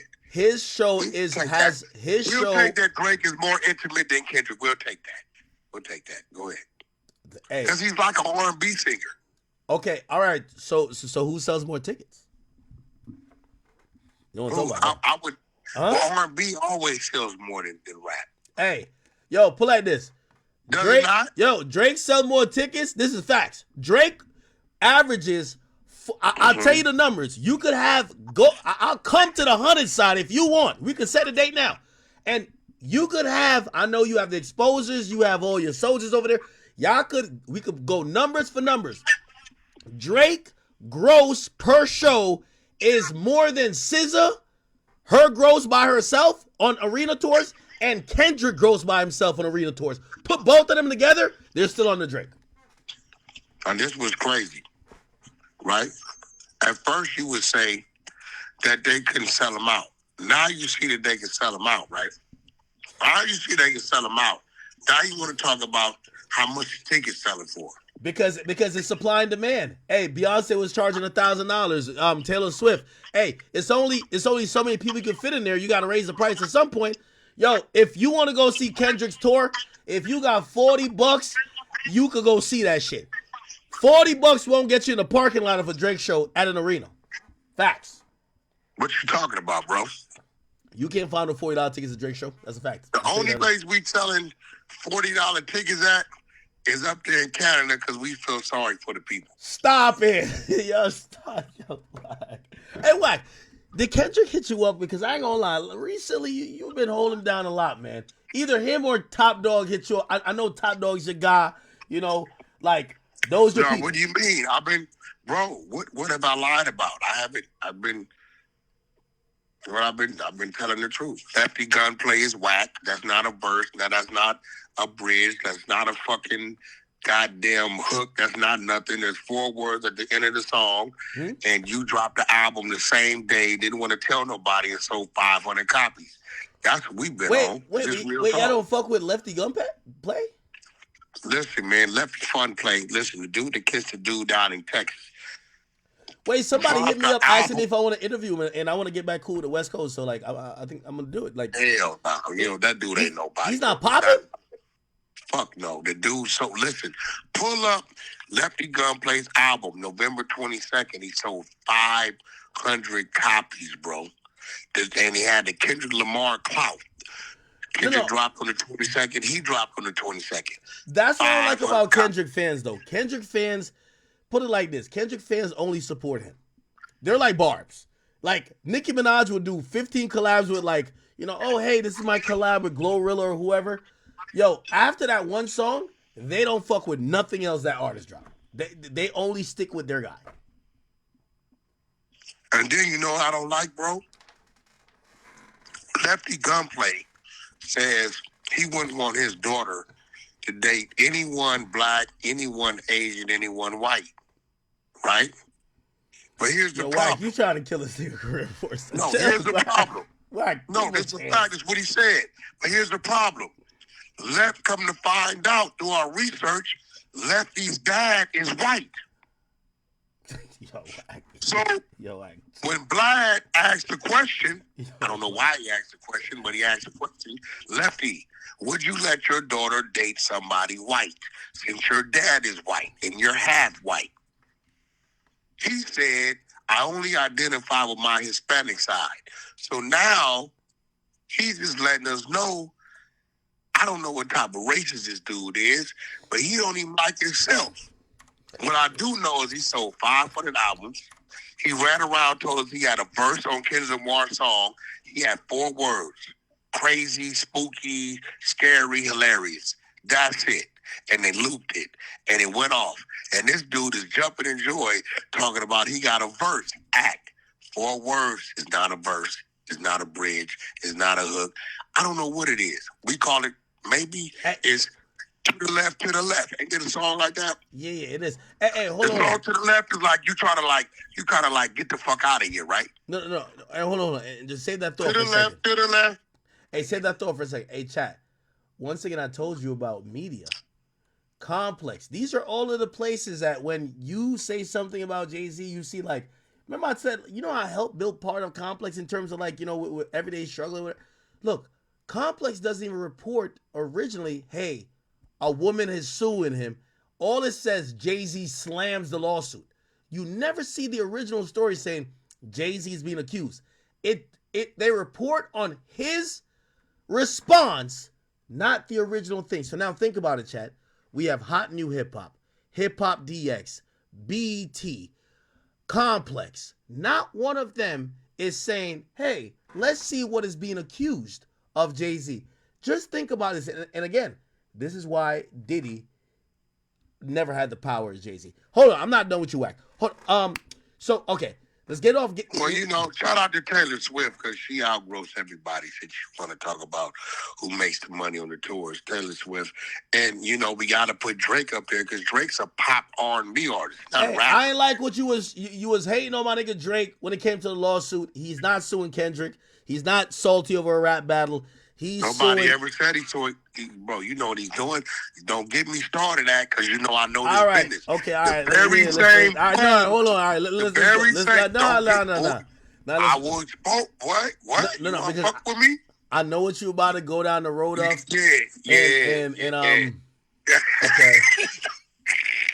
Okay. Yeah. Put some respect. Put some respect on this Hunterside day, boy. You know better. And you know he's looking crazy. No. It's not about him looking crazy. It's like this definitely a move to shake up the industry. And Nah, they just trying to buy up all the stock, bro. That's it. Hey, by the way, I have a prediction. I don't know if you want to make a bet on that. I don't think you heard that, right? Why you getting away from it? Did they tell you not to talk about it? We'll talk about what? About them driving the stock, the UMG stock down, so they can come scoop it up. Then he drops the lawsuit. No. By the way, I ain't gonna lie to you. Hey, Wack, I keep telling you, to me, you're like a top 5 media personality. That wasn't a brilliant take. Like that might be. You see, you look at the industry very different than anyone else. And when I heard that take, I was walking around. I was actually like mopping my marble floor because my dog shitted on it. But when I was doing that and I was listening to you, I said, "Fuck, I should have had that take. That's a take I get." And I was like, "Wack is good for that. That was a good take. I like that take. That's a good take. I'm gonna be honest with you, and I wouldn't bet you against that take. I wouldn't bet you against that. That's a good take. You better not bet me. You bet not. That's a good take. Can't lie. Even though, listen, you want to hear my prediction? Here's my prediction for that. My prediction is that Drake never files a lawsuit. this petition is part of him trying to flex leverage or whatever with Universal. He's not leaving. He ain't going nowhere. But he has to show them, hey, I'm down to try to drop a dynamite and run out the room. And I think they're gonna come to a deal. We'll forget this and whatever. For one, you know why they don't want to give him $600 million, right? You know why, right? Because who he was number one at when they gave him the 400, and the numbers he was doing back then, he's not doing those same numbers today. Nobody is. He's still number one. That's another. Wait, hold on. That's another point you made. Listen, y'all listen to every rap media from like the big guys, you like, you know, Adam, Vlad, Charlamagne, like everybody who matters. And I ain't gonna lie to you, when you said that too, I was a little bit envious because I was like, that's an Act take. Act would get down into the nitty gritty because you said something that I agree with so much, even though it goes against what people are gonna think my allegiances are. You are right. You know, you have inflation, so a dollar back then ain't a dollar now. No. Yo, put it like this. Right now, 400,000 is really 600,000. That's right? what I'm telling you. So I agreed with that take too. Yeah, they came. They like, yo, bro, I hear what you saying, and we don't know what it's gonna be 3-4 years from now. Is it gonna drop? Yeah, you're still number one, but you're number one at the same number that a guy was number 18 at. Hey, back then. Hey, I have a bigger theory that I think Drake is gonna go think back at. So Drake is one of the biggest artists. He's really the number one artist that pushed streaming when it first came out. He took the exclusive deal with Apple. He was the biggest streaming artist, and he pushed it before Taylor eventually got down with it. Taylor is the biggest, period. And I think he's gonna realize over time,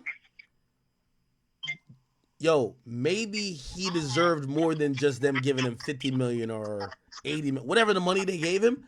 He should have got some percentage, because put it like this industry now is billions of dollars, and you're not gonna stay hot forever. So to help build Apple company in terms of streaming, he took $20 million to put his album over there. You know what he should have said? Give me $5 million, but just give me a percentage in terms of some preferred stock. You know, obviously Apple Music goes under Apple, but give me, I want to own shit. Like, oh, Spotify, I'll do some shit. Just like how y'all gave the music companies a little bit of ownership. Yeah, you can give me, even if it's 1%, give me 1% of that shit. Yeah, but he tried to do that. He's trying to do that with UMG now. Yeah, he wants ownership. Yeah, but here's the thing. You got to do it when you're at the peak. You got to do it at the maximum time when they need you. I think right now they're looking at him like, nigga, you got to be kidding me, right? Did you not hear Not Like Us and whatever? Like, I think that's what they're saying to him. And he's like, nigga, what do you mean? Like, I built all this shit. And they're like, yeah, but it's already built. We don't need you. We don't need you. That's a fact. A lot of artists do that, where it's like, and I hate to compare it to my guy, but Joe Budden. Joe Budden built the Spotify podcast atmosphere that when they gave Joe Rogan reportedly $250 million, and Joe said, yo, what the fuck? I need pieces for me building this. They said, well, you should have knew what you were building. You should have asked for it back then. It's already built, motherfucker. It's already built. Real. I think Drake's power move right now, his power move, keeping it real, is he can do what Ye did, just do it in a better way, is to just straight drive all his fans to his own platform and take those numbers from the other platform. Then they'll come begging him to come back. I mean, I would love if Drake goes independent. But here's the thing, though. I think Drake lives a life that is not an independent life. You know what an independent life is to me? The independent life is Kanye begging CEO of Disney, Elon Musk, and people for a loan because he say he's in debt. Then the next year he's a billionaire. Like when you're independent, you're playing with your own money. You're putting that up, you might lose it. You don't know. The life that Drake lives is I'm rapping about 600 or 400 million I already got. I'm not gambling with my own money. I get 400 million and I'm But buying. it doesn't take him nothing to do a project, bro.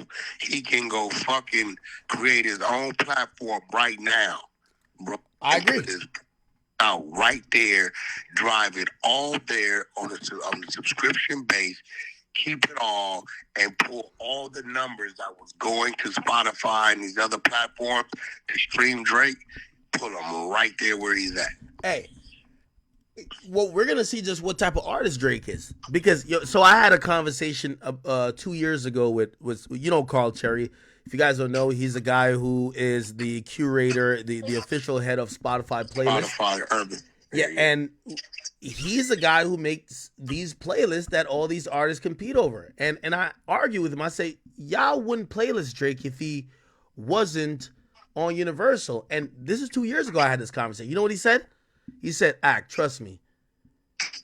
People want Drake. Remember, granted, it's 2 years ago, but he said people want Drake. Even if Drake wasn't on Universal, we'd still have to put him on. They would playlist him. His demand is there. Yeah, exactly. Like I'm telling you, if he's smart, bro, he'll do a couple things. 2 things, right? 1, the move I just said. 2, keep that top 5 dude away from me. Wait, why you hating on top 5? He got to keep him away from me, bro. He's bad for him. He's trying to destroy him. He gonna have him in some shit. You ain't been paying attention, bro. You ain't been paying attention to what's been said. You ain't been paying attention. You been paying attention to that case down there, that appeal that's going on. What appeal? You paying attention to what these attorneys are saying? No, fill me in. I know the exposure. That got Sachion dude, that Triple X dude, right? You're not seeing. Yeah. You're not seeing what they're saying. You're not seeing. Yeah, but that's bullshit. Like, no. It's like me saying. It's like me saying online, wax my shooter, and then some comes out and they said, well, no. This dude is saying shit. Drake ain't saying shit. He's saying shit. Right? He's saying shit. And I just personally had to look out for Drake, and he don't even know it because it is bozo. Saying shit, doing shit, up in shit, visual shit, flashing shit. Drake did this shit, gave me this shit, and whoop, wop, wop, wop, wham shit. I've been controlling the situation. OVO 40 better stop playing with them people because I've been controlling the situation. And for what I'm hearing down there... OVO 40? Listen, from what I've been hearing down there and what's going on over here, if I sent you some shit, you will stop fucking with top 5. Drake need to get the fuck away from dude. Dude is a ticking time bomb, bro. He gonna have Drake fucked up in a bad situation. My word to you. If I tell you I got the content, I got the... Matter of fact, my woman had to fucking... I had to get control and have her lock it down so on this shit to where if it even moves, we'll know. Oh my God. Yo, dude is a dummy. And Drake's a bigger dummy if he keeps fucking with dude. Because he knows what dude is doing. Whack, I think you're switching up on Drake. I got to get you and Drake on a call. Ain't got nothing to do with Drake. No, this is to help Drake. I fuck with Drake. I ain't got nothing against Drake. Drake, I know Drake. Yo, I know the nigga personally. Whack. Let's me, you, Drake, go to the Beverly Hotel, just have a nice... That's cool. I need to press play for him anyway. He needs to see. I will show him why he needs to get rid of this dude. All right. One thing you know about me. Yeah. If I tell you, matter of fact. Yo, Whack, hold on. You want me to sing? No. Whack. What I want you to speak on is this Jay-Z shit. And if it's a 13-year-old, do you think the feds start, because according to what Diddy said, they're definitely looking. You think the police is gonna look and be like, wait, hold on, could we get another nigga in this? By the way, remember it's a RICO too. So if the RICO could say this is an organization where him and his comrades or him and people in the industry that knew and, they all supported financially, was probably backing, and they were fucking a 13-year-old?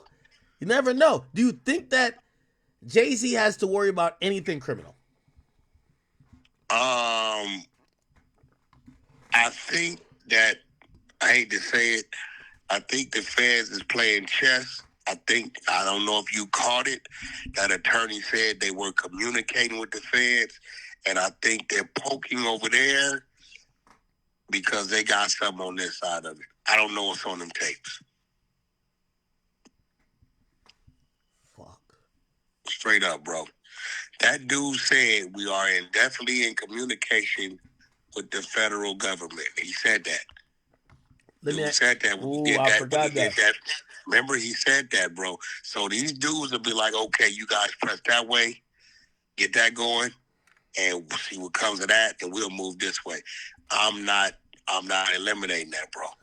Now, I think I have the same thought that many in hip hop have. Like, even though we watch what happened to Sean Diddy Combs, I'm still gonna keep the opinion of, okay, Diddy's one thing. Y'all niggas can't fuck with Jay-Z. That's Jigga Man. That's the guy. You know what I mean? Like, that's the guy who, when niggas started kneeling in football, they brought him in and niggas stood up. You feel what I'm saying? I can't see it get that far. And by the way, did you read? So I don't know if you didn't read, I'll read it to you. Did you read his personal note? Yo, he's kind of. We don't know, bro. Nothing on that says it's from him. They just mentioned the attorney's name. We don't know who that's from. Wait, he hasn't claimed it, bro. No, yeah, you're right. Because when Drake dropped this song, bro. You're right. When Drake dropped this song and he ain't claiming, niggas said he ain't claiming. You're right. You damn right. Yeah, my man Uptown on Philly, part of the 100 side, just pointed that out. He said, "Whack, nothing about this identifies this came from Jay-Z. There's no signature. There's no where it came from. There's no nothing. It's just and it's not tweeted from his account. Oh, yeah, brother. See, look, see. Check this out, man. We salute you and your chat over here. You know what I'm saying? But we do our thing over there as well. Hey, whack. You know I'm tapped in. Every morning while I'm doing my dogs and I'm doing my little errands in the morning, of course I'm listening to the 100 side, I'm listening to Whack 100. Y'all give a different perspective, and sometimes y'all say a couple things that I say, oh shit, I never thought about that. Let me go dig into that angle. Hey, steel sharpens steel. Like, don't get it fucked up and twisted. Still 100% sharp and steel. I was finna get on the plane. Like I was like, do I think I gotta go out here? Me and my brother gotta have a fight. Oh no, Whack. Bro, I could have been on that end of the freeway when I worked for Food Sign, bro. Okay, all right, chat. Y'all, I'm gonna tell you what happened. First of all, if anybody knows me, I'm a little bit antisocial sometimes. Like, every now and then, it might take me a while to respond to it. And it's not because I'm busy, it's just because, I just don't, sometimes I don't contact anybody. Anyway, just on text. Now, I would have when I texted you back, because I was on the phone. I don't know if I can say that person's name. You was with Tori. Okay, I was talking to Tori. Yeah, I was with Tori, and I said I was gonna call you back. Now, I ain't gonna lie, it was a long conversation, but still, I should have and could have called you back. And that a week before, I sent you. Listen, this what I know something's going on. Okay, here we go. By the way, chat, you're hearing two brothers talk. You're hearing two brothers talk. I had Loose Cannon. Yeah. And my right hand man, Baby Cuban Rob, do Loose a song and video. You do a song and video called Big Flex. Okay. I sent it to you. I said, brother, can you put this up? This is my right hand, and this is Loose. Baby Cuban Rob is my right hand. That's the one you always see, Rob. No response. No response. I never just get a no. Wait, hold on. If that's all you... No, November 19th. Wait, hold on. If that's all you wanted up, that would be easy. No. November 19th. And then November 21st, you said, I'll call you back in a few. Okay, every day I'm checking in. Now I'm getting worried now because this ain't like you. I'm like, this ain't like him. All right. Wait, hold I on. don't get it. Hey, hold on, chat. Am I fake? Am I fake at that point? Why it makes me kind of look away right now? It's all good. Go ahead. It's the truth. Bro, listen. You notice, before I get mad, I get concerned. Yeah. So now I'm thinking, I'm like, what the fuck is going on, bro? I'm thinking you got some shit going on that you focusing on, right? Yeah. I'm thinking something bothering you, right? What the fuck on?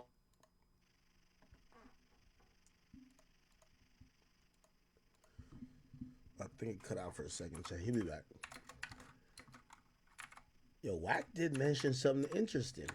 Jay-Z's Instagram did not post this. A goddamn artist called me 10 times. I just sent him to Miami. I said, let me answer. I hope they ain't getting fucking stuck up over there some shit. You know, I just did that deal with the EKE guy, and him and True Car got a big song out called Ghetto. That motherfucker was 200% a day going up like crazy. So I just did a single deal with him on one side, and I tied him to a big label on the other side to do artist development and for them to come together and work the single together. So something that never usually happens. You know, new artists get signed to be on the bench 9 months. Yeah. But nevertheless, I was more concerned because I know you be dealing with shit, bro. Like, people don't know you deal with outside of your business. No, that's true. You got motherfuckers always coming with some bullshit. You got some bullshit over there. And the problem you have, which is not a problem, is you're not a fucking pushover or a punk or extortion case, and you don't be fucking feeding the threats. Wack, one thing I like about you is that I think you understand me a little bit. Anytime like stuff is happening and I'm like left, right, and it's like a lot, like me, I get real closed off almost to everybody. I know that. You know that. So now, the only thing I felt bad, hold on. The only thing I felt bad is when you thought I'm mad at you, because I'm not mad at you. No. Here's the thing. So now I'm like, okay, now I go into big brother mode. Okay, let me see what's up with my brother. See if some shit I can help him with. Wack's trying to figure out if he got to knock somebody's head off of me or if he got to get some. That's what's going on, right? Yeah. Like, something's going on, right? It could just be some regular shit or whatever. Or when you get in this mode, you're trying to create and develop some new shit. Yeah. So, so they hit me immediately. They say, Wack, Ack said he's about to call you. Fuck that, I'm calling him first. Right? The chat, your chat is crazy. My chat, everybody been tuned in. Well, first of all, I told you that I also owe you a 100-side appearance because the last time you came on here, you kicked it with us for like 3 hours and you gave us so much content. I got to go to the 100-side, and I've also got to shout out to the 100-side a lot. You know why I got to shout it out? Because what I have now done, and you notice in terms of expertise, is that we're going to get to the documents. We're going to get to the paperwork. We're going to get to the nitty gritty. We're going to get to the facts. If you mention paperwork, you got to mention Wack and the 100-side because they get to it too. So that's a synergy where I'm like, all right, I know y'all like to deal with paperwork and accuracy. And I'm somebody who I've realized, well, my name Akademiks, I've always been the news guy. What could I give people other than, like, I talk shit and you talk shit. Like, we both talk shit pretty good. But it's like, I want to give you the shit that you're not going to go see on these other websites that's not reporting what we... That's real. We digging in on Alex Alonso now. Who's that? Alex Alonso? Who's that? Yeah, dude, street TV dude. He be running around, with the anti-gang bang shit. Come to find out he was a gang member. We found his mug shots and all that. Then he still got a job with the DA. So we digging in that now. Then we had the other dude, Donkey Wild, who hit me, wanted to come on the show. We let him on the 100 Live show on YouTube. He said he wanted to expose Rollo, right? Yeah. So I let him on, Rollo the rapper from Atlanta, right? He said he did 7 years, Rollo told him. So I let him on. I let him come on there. I let him do his dance for 45 minutes. Then I asked him, could I read him something? He like, cool. So I read him 4 pages of his proper telling on Rollo. He didn't know I had his paperwork on. Yo, Wack, you need Jesus, man. You need Jesus. Yo, listen, don't we all? You know what I'm saying? I already found heaven. Hey, you know what I'm saying? In the form of R&B. Other than that, I'm just floating, man. Wait, hold on. Real quick. Meek Mill has jumped in the conversation. I don't know why, bro. He needs to sit down and, bro, he says, all you got to do is mention it 300 times, and it's going to be everywhere. Well, let me ask you a question. Does this put Meek Mill in like a, I hate to say it, and I know you don't like the pause thing, but I got to pause it. It's like a tough position because these are the people he's been really heavily associated with and been banging with. Associated with. Right? Exactly. So like, him and Jay-Z and, at a point he was almost kind of like purporting as like the black guy being mentored by Jay-Z. Dream Chaser Records was over at Rock Nation at first, right? He was being managed by Rock Nation, right? He was getting his boy toy. Now he just started saying no Diddy all of a sudden. Yeah. And now I think what he's doing is he's showing, hey, I'm going to speak up for you, but I don't think Jay-Z wants him to speak up for him. Hey, if I'm Jay-Z, I don't want Meek Mill saying anything he's gonna right say now. some dumb shit. Because he's gonna here's say the some dumb shit. Yo, listen, Meek thinks he's you. I'm gonna tell you why. If you knew somebody for, I'm making this up. I don't know how long they knew each other, but if you knew somebody for 15 years and you felt like you had a good, grasp on what they into, what they do. When the internet comes up with some shit, you don't just switch up your whole stance and say, "Hey, I'm no Diddy gang." You get what I'm saying? And really, he did that all because they called him gay. Right now, if I'm Jay-Z, this is the first lawsuit. By the way, that lawyer who filed it, he said there's another person that he represents that's accusing Jay. We haven't seen that lawsuit yet, right? So if I'm Jay-Z, I'm like, yo, yeah, right now, because I'll read what he tweeted. He says the wrap-up smear. And then he says the goal is to start false narrative to create a matrix web. If you can control the storyline, you can control the matrix. American media is totally unbelievable. I see Jay-Z raping a 13-year-old 300 times scrolling. It's called programming. Okay, I'm not knocking him saying that. The problem is that if once niggas start clowning Meek saying, you used to be at them Diddy, them Jay-Z brunches. As soon as they start clowning him for being at a Jay-Z brunch, he gonna have a video saying, yo, I'm no Jay-Z gang too. You don't want nobody to be defending you that if they get bullied by people, they're gonna then throw you under the bus. Because when I heard him say, I'm no Diddy gang, I never met Diddy a day in my life. The nigga who was kicking it, partying with Diddy, saying he's no Diddy gang, it makes me feel like Diddy did this shit. That's crazy. Yeah, that's crazy, bro. That's crazy. And he knows that he was Diddy's sweetheart. He knows he was Diddy's boy toy. No. He knows he used to be in the swimming pool kicking his legs, but Diddy was calling him, what he was calling him. I think he was throwing out that behind. He was throwing out that booty. The shit was probably on fire. Diddy took a honey pack, a little rhino, took one of them enhancement pills, did his and ran thing. into him.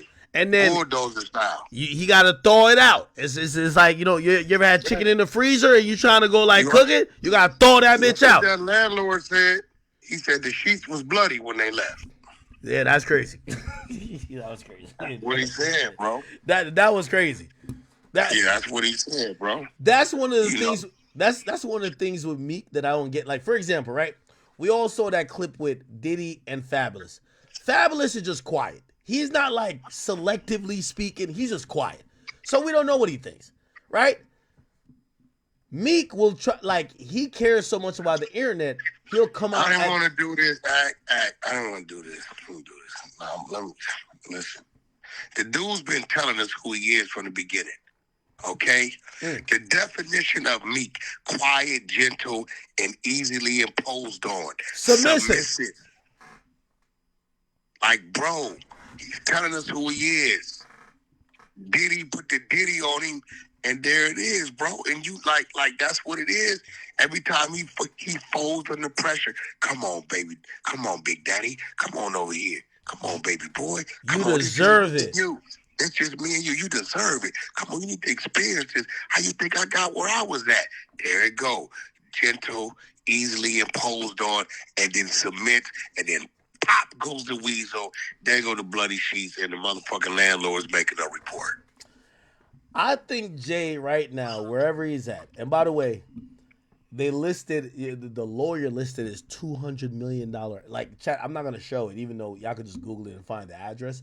But the address that they're saying that they're trying to serve is his $200 million house in Malibu, the one that overlooks like either the ocean or some shit, and it was worth $200 million. I don't know if he stays. We don't know where he stays.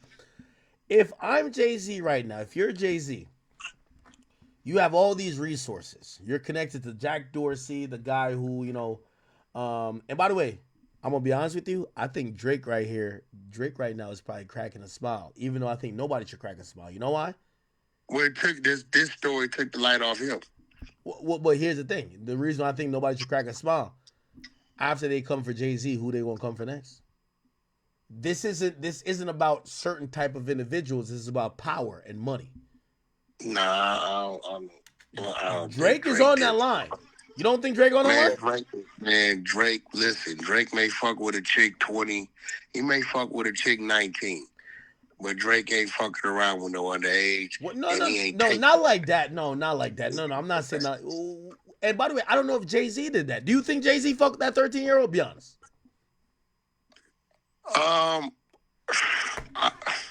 That's the answer. I think it's some truth to the Foxy Brown shit. So you think Jay-Z was? Well, hold on, but do you? And chat, I'm not trying to make this no better or nothing, because I know sometimes y'all be thinking I'm defending. Maybe he's 19 or 18, and maybe she's 6. I don't know. I thought, nah. So you think Jay-Z might have been over 25, fucking like 6? Nah, I don't. No way. Huh? Okay. Okay. Foxy, Jay-Z's what, 10 years older than Foxy? All right, let's look it up, chat. Foxy, what, 46? Jay-Z, 54, so 8 years? And by the way, he's about 24. Yeah, Foxy is 46. Yeah, she's 10 years younger than him. Yeah, so he was about 24, 25. Bro. Okay, let me then ask you the question. That ain't right. No, I'm not saying it's right. Do you think it was the culture where maybe... No. Listen. Hold on. Maybe rappers at that point, they didn't give a fuck as long as the girl... 15. No, maybe they weren't asking for age. As long as the girl got some big titties and a decent ass, they were fucking. Nah, but that don't make it right, bro. No, I'm not saying make it right, but you think it was a cultural problem? Because I think it was a cultural problem. She had to go to school, bro.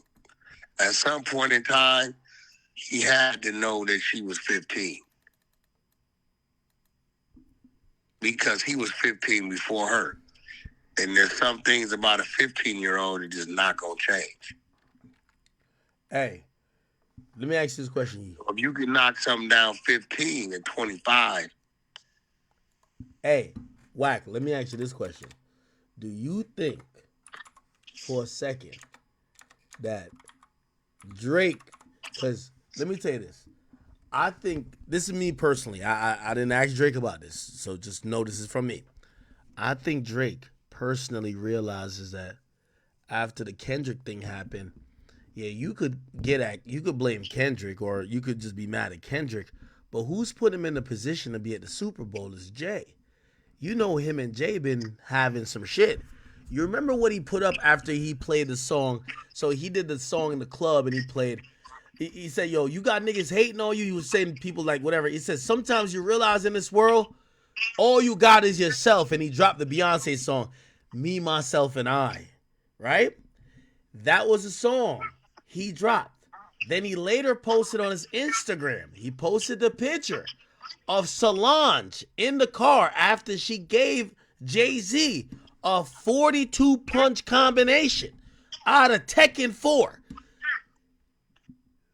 Do you think that Drake may have had any hand in this coming down? Nah, bro. You come on. You talking about nah, nah, nah. That's putting Drake. That's putting Drake in a realm that I don't think he's there. He's a big artist. He got a lot of influence. He got a lot of business. Yeah, but he got to partners, play in the game that Jay-Z's playing in. Jay-Z is doing a proxy attack on him. Jay-Z don't fuck with Drake, and he's not gonna do nothing himself. He puts Drake biggest op at this moment to perform at the Super Bowl, knowing what he gonna perform. Drake, why would Drake post up Solange? Why would Drake play Me, Myself, and I by Beyonce? That's clearly sending a shot towards Jay. Everybody said, your Instagram shit ain't gonna work. Maybe he knew something else. Fuck my Instagram shit. Wait till y'all see this lawsuit. That still ain't gonna stop the Kendrick situation. No, definitely not. But Drake is a petty nigga, and he always wants to return the shot. Also, you know what I wanted to ask you? I forgot earlier. I'll ask you now. What do you think about? Do you think Drake feels any way about the Solange thing? I haven't asked him, because the last time I told you, when the Solange thing happened, you called me. It was two people. I mean, other people were calling me, but I don't give a fuck about them. Two people called me, and I said, you know what, Solange, that's not my intention. And I really backed off of it. And the two influential people, I talked to Whack 100, and I talked to Drake. And I said, and both of y'all, like, you asked me too. You were like, yo, Axe, so what's this thing with you and SZA? And I was just like, yeah, it's not that big, but I explained it to you. And for anybody who ever asked, Wack's my brother. Wack don't call me and be like, yo, nephew, you got to do this or I'm going to punch you. No, he wants to understand your side. And also, he's with you, even if you say, nah, I really feel this way about it. He's not going to just try to bitch you. Like, he's a really good guy. So anyway, I talked to you about it, and you're saying, well, you know how she is, and you know how that comes across. And we talked about it, and I said, Wack, I don't give that much of a fuck about it. But yeah, in that moment, I was trying to go crazy. And I talked to Drake. And both of y'all, I kind of gave the word to it. I said, you know what? It's not that serious or whatever. And I appreciated that whoever SZA is cool with, they had a line to you who is someone who I respect. And I knew you knew you could get me on the phone to have that convo to try to de-escalate something. I appreciate you for that, and I appreciate Drake for that. So, here's the thing, though. SZA is co-headlining on Kendrick's tour. Should Drake feel away? Be honest. Because I'm gonna tell you why. SZA signed to who? TDE. But he not on TDE no more. You on PG Lane. No, but that's still family. You know that, bro. It's like saying Drake's not on fucking Young Money. If Wayne wanted to do a play and say, yo, bro, let's fucking go fucking do some whatever, right? And he's straight OVO. He's not Young Money, Cash Money no more, right? They're gonna come. That's gonna happen. It's like Drake will never walk from under that umbrella.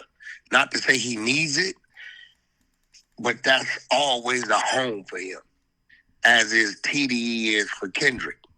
You know what I'm saying? You seen when the whole shit kicked off, most people would have thought Top Dog, he ain't fucking with that. Kendrick went and did whatever he did and got his own deal. You seen Top Dog there front and center. He gave his presence in the video. His presence was at the pop-out tour show or whatever. You know what I'm saying? That's family. Motherfuckers go through shit, but when it's time for somebody to be there for you, is no hesitation. So, Drake is smart. He understands SZA is TDE. Understand Kendrick, it will always be TDE. Right? So, I don't think he should feel any type of way. Plus, it's SZA. We don't mix her into no bullshit, bro. No, you're right, but put like this. We're still, like, this is one thing I hate for both artists. Like, for example, I ain't gonna lie, I had a good time during the battle. I like rap battles. I love beef. I like when people kind of get into it. It gets more attention. I like all that. But at this point, it's over to me, right? And, I don't foresee any violence. I don't think there'll be no violence. Like it was never that. I told you that. No, you're right. But here's the thing. Both artists' names are so interconnected that anything Kendrick does, like for example, right?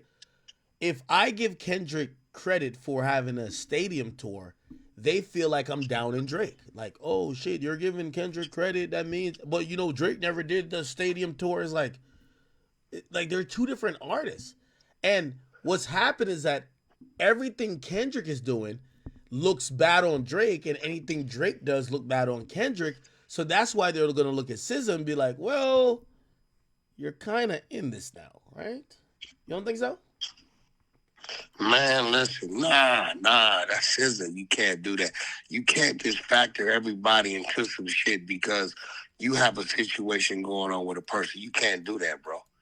You know what I'm saying? You just can't do that because it's like now nobody can do business with certain people when that business doesn't have anything to do with your issue with that person. Mm. You know what I'm saying? Yeah. I didn't cuss you out about Snoopy Badass being on your show. I knew Flacco brought him up there, right?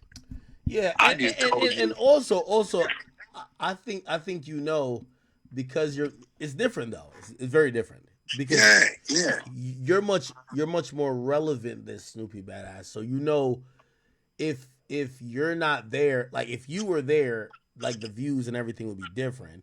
So you don't care. But imagine if it was someone just as popular as you, right? Like I don't know. Like I don't think you'd beef with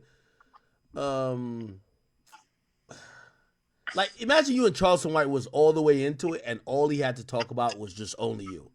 And then I bring him on to only talk about you. You'd probably be like, yo, nephew, you couldn't talk. No, it's one. Listen, if they do it, first of all, SZA's gonna do her set. Kendrick's headlining. Is that what it is? Well, we don't know. I don't know. Sometimes when it's a co-headliner thing, so they might choose what dates. What markets? Yeah. Like for example, I could imagine if she comes to Jersey, maybe she closes out the show. You know. Definitely. I hope Drake doesn't go buy up the whole stadium so it looks like it's sold out and nobody's there. I'm gonna be honest. I think that would look whack. I'm gonna be honest with you. Okay, because you know what I would do. You know what I would do. No, I gotta be honest. I think that would be just lame. Because if I'm Kendrick's team, I'm still gonna get the W by just posting our Ticketmaster numbers that we sold out. So it don't matter who showed up. So thank you, Bozo. I would actually even categorize it. Thank you, Bozo. You spent $1 million on all the floor seats. You gave us. Guess what? The fans that hate him, the fans that really wanted to go that couldn't, because fake sold out would hate him. Now he shouldn't do that. The only thing he would have to do, obviously, I don't want this to happen, and I don't even think it's possible, is if like some crazy lunatic in Toronto tried Kendrick, but it's a stadium show. Like, there are gonna be so many cops around that stage. There's gonna be so many security personnel around that stage. Is like, unless you're having like a mass stampede of like 300 people, like nothing's gonna happen. Again, I don't think nothing's gonna happen at all. Yeah, if I'm Drake, I don't look at those shows and think I have to prove nothing. Yo, this guy's doing a show. It happens to be in your city. He's selling out the Rogers Center. I think Drake's motive has to be, let's disconnect my career from this guy. Because they keep everything you do, like for example, and that's why I say even Drake's wrong in some of this stuff. Yo, the same day Kendrick's performing at the Super Bowl is the first day of your tour in Australia. Like, come on, bro. Like, come on. Like, oh yeah. They're gonna compare you. Like, you're a big artist already. If it was you and Pusha T, like maybe people wouldn't give a fuck because people don't care about Pusha T that much. But I think you help Kendrick when you file a lawsuit that you can't file. Oh, he definitely boosted it probably another 70,000 sales, bro. Definitely. Yeah, you're giving the guy like you're playing into, and I ain't gonna lie to you. This is why I say people like Kendrick is smart. I said this about Dirk. 6ix9ine is 6ix9ine. We both know we know how cerebral he is. 6ix9ine went at Dirk. Dirk entertained him until he got the Drake record. Once the Drake record came, he never entertained him again. He basically used it for the attention. He did the same thing with YoungBoy. Dirk is really smart with that. I see Kendrick. Kendrick has one of the smartest teams. I ain't gonna lie to you. Whatever they're doing, and that's what I'm saying. For everybody who claim I don't like Kendrick, I'm telling you, no one's pulling better moves than a nigga. Everything he's doing is so well calculated. You almost have to be like, Jesus Christ, how do you compete with a nigga like this? I mean, at the end of the day, bro, Kendrick is unpredictable. And I think that's his advantage over Drake. You can read everybody else. It's hard to read Kendrick. You know what I'm saying? You don't like he's just been quiet. He's just been doing his music. You know what I'm saying? Everybody got all. It still looks like Drake is in an uproar over some shit, and Kendrick didn't drop the whole motherfucking album. Drake ain't did shit. With Drake, he released like a bunch of content. Whatever he did, we don't know what that was about, what he did or whatever. But it's like we need Drake to get back to being fucking Drake. Get back to doing Drake. Do Drake. Because right now, it's starting to look crazy. You know it. Wait. Hey, Drake. Drake is still the biggest streaming artist. He's still extremely relevant. He's still on top. He's looking down too much, bro. You had a battle. You took an L in that battle, right? You still generated a bunch of money with your songs. Like, bro, keep moving. Yeah, 100%. I definitely believe Drake's gonna be all right. I don't think he's pulling the exact best moves with the timing, but I mean, he should realize his demand is still, bro. He just went to sell tickets in Australia and 300,000 people try to buy one. They had to add more concerts. He's good. The thing is, this battle is over. We're moving on to other shit, but I do think that it's gonna get complicated because even though they're gonna still call it the battle, it's the him and Universal shit. How do you get past that? Yeah, that's and bro, it kind of looked like he's a whistleblower, bro. You know what? This shit ain't looking right, bro. Yo. Put it like this. I call Funkmaster Flex. I'm like, yo, bro, what the fuck are you doing, bro? Were you okay over there? Yo. We talked for damn an hour, bro. Flex wilding. He's happy Drake's doing what he's doing. Yeah. I'm gonna be again. I think Drake's bluffing. I think he's playing a game of chicken. Because here's the thing. In the history of covering lawsuits, like even think with the Diddy shit, ain't no chick filing no petition. They just file a lawsuit. Ain't nobody say, hey, let's file a petition to get Diddy to give us the surveillance tape. No, they just filed the lawsuit. Why the hell is Drake filing 2 petitions? Just file a lawsuit. But I don't think he wants to sue them. I think he wants to threaten the lawsuit to be able to close a deal, and he's gonna sign there. Like, again, nothing has told me from Drake. Yeah, but did you see the shit he put in there, bro? He went a little too far, bro. All that could be water under the bridge. P-word. He used payola.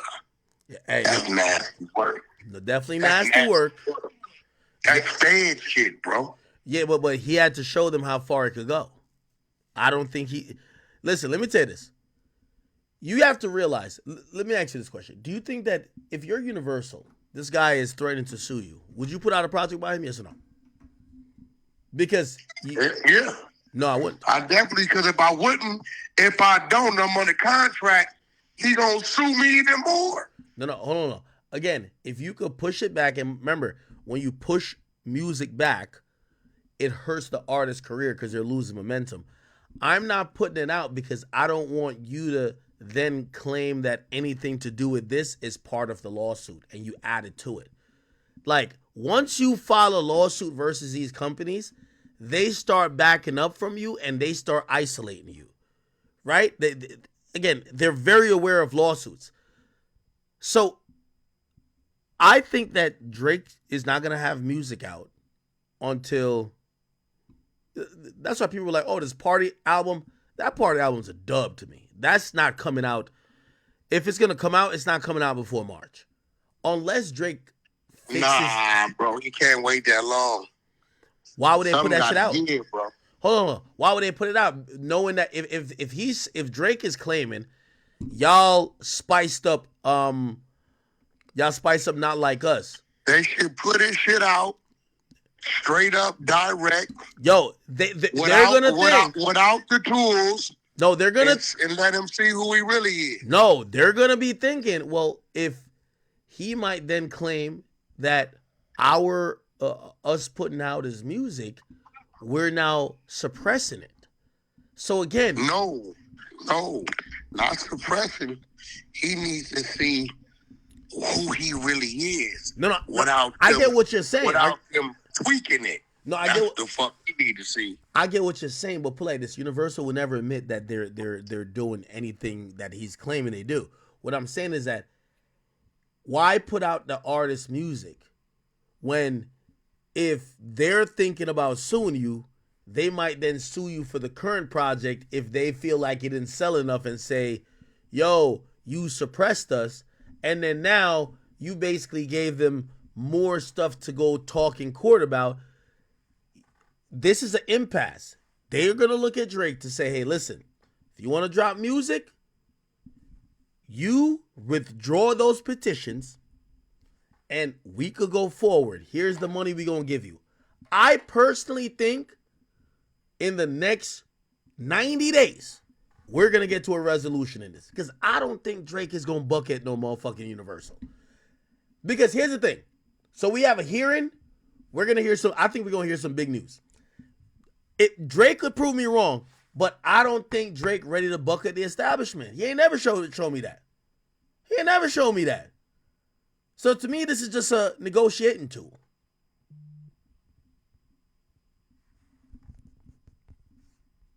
You hear? Well, you could be right. You could be right.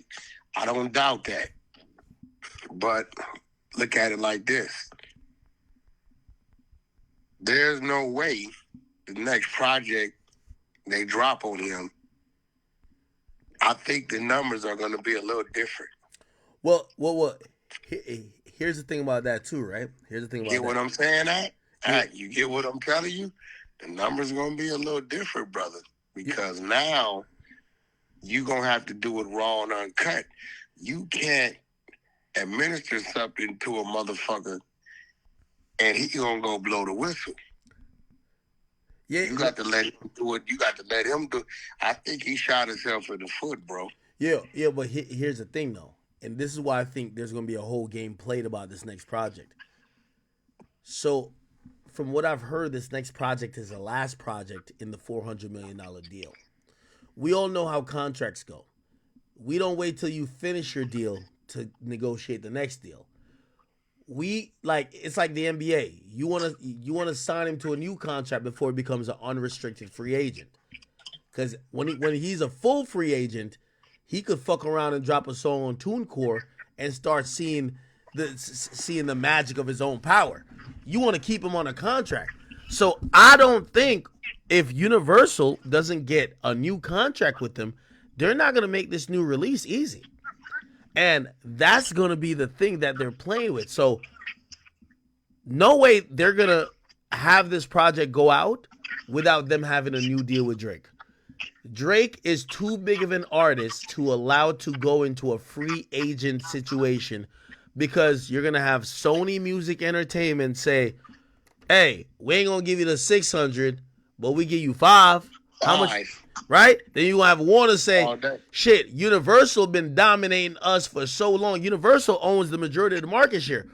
Hey, listen, we'll give you 520, and then now you cooking. So because you could go back to Universal and say, well, I could get 520. Y'all said because of this battle with Kendrick and this other shit, y'all say y'all only match the 400 y'all gave last time. But see, that's where y'all saying crazy shit. I do not believe Universal has said because he lost the battle with Kendrick, we don't want to do this. I believe they're telling him your numbers aren't what they were. You're still number one, but the market is down overall, not just him. This has nothing to do with bro. If Kendrick would have had that effect on him, he wouldn't be holding the top spot. He's still in the top spot. That's a good point. You know what I'm saying? So this has nothing to do with Kendrick won the battle or none of this shit. Well, it has something to do. Well, it is projected though, right? So it's like, I personally believe that if Drake probably took this battle, so they've been negotiating for a while. I think he took the battle and say, I'm about to beat this nigga's ass. I'm about to violate him. And after I violate him, I know I was asking for 6, but I'm going to tell these motherfuckers I need 7. Prices went up, nigga. Here's the thing. Anytime you go to the casino, you gamble, you know, they always say a push is a win. So the only motherfucker had the risk was Drake. Yeah. Because Kendrick came in the underdog. Yeah, but that's what I'm saying. So, like, if he essentially devalues himself in the battle, he lost. He lost in valuation of what Universal will give him. But if he had won the battle, that might be an additional bargaining chip to say, hey, even if you're saying the numbers from a couple years ago are down, I'm the guy. Give me that motherfucking money. We gonna still work. You get what I'm saying? I get what you're saying, but do you get what I'm saying? His numbers are still our top numbers, but they're less than what they used to be. So why the fuck we see he's getting of age, right? All right? They're doing all kind of other little things they're watching, right? Motherfucker had a motherfucking million dislikes. That's never happened. They don't know, bro. Every dog has his day, and you know that, bro. We didn't see a lot of motherfuckers up there that we thought wouldn't come down. It's a fact. So, I don't know, bro. It could be a gift and a curse. They could be offering him 400 million, 450 million right now. He don't take it. He can wait till next year. Some other shit happen. Lawsuit pop up. Weird-ass allegations. Or he drops something that doesn't perform. And now they talking about 250. Yeah. He's not in his prime right now. He's just who he is.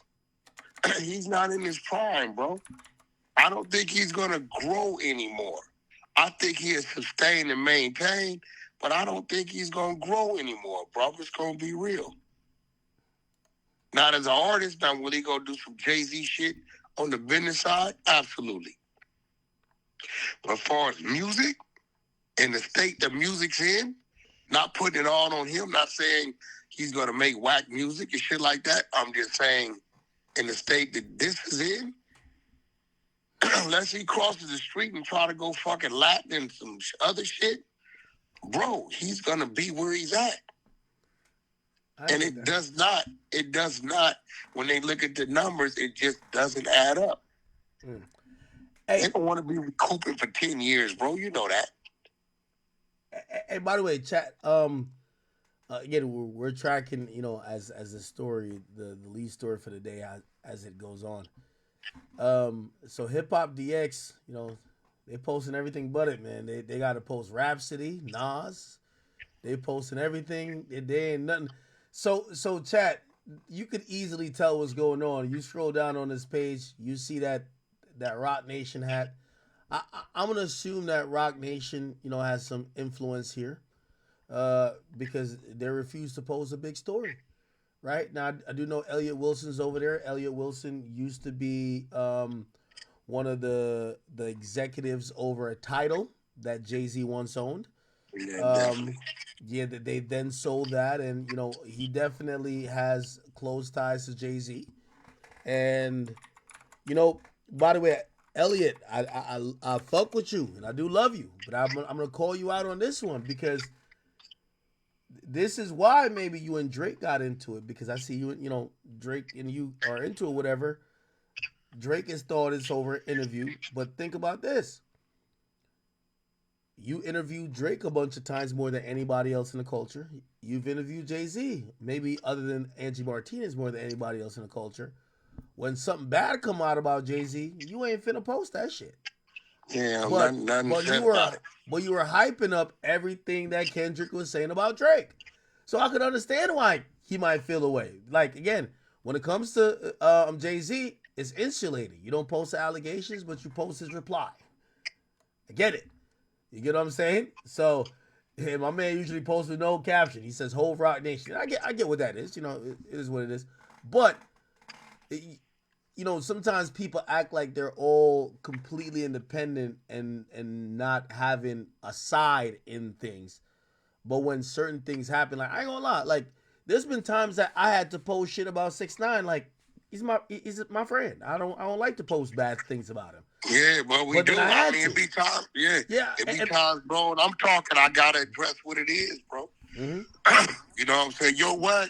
Yeah, I'm not saying he's not that. That's my little partner. You know what I mean? But it's hard. But you gotta keep it real, Elliot. He gotta keep it real, bro.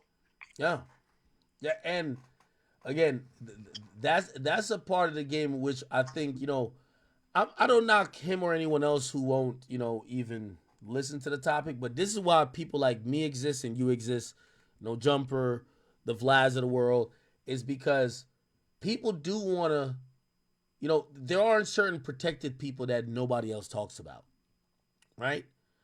By the way, did you see what I did to Rhapsody? So Rhapsody, you know who Rhapsody is? Yep. Okay. So she dropped a freestyle. She dissed me, and she says, yeah, niggas like Akademiks, they bitches, and niggas like that, we gotta check. I guess she does a play off the Kendrick thing, and she's like, the weird cases.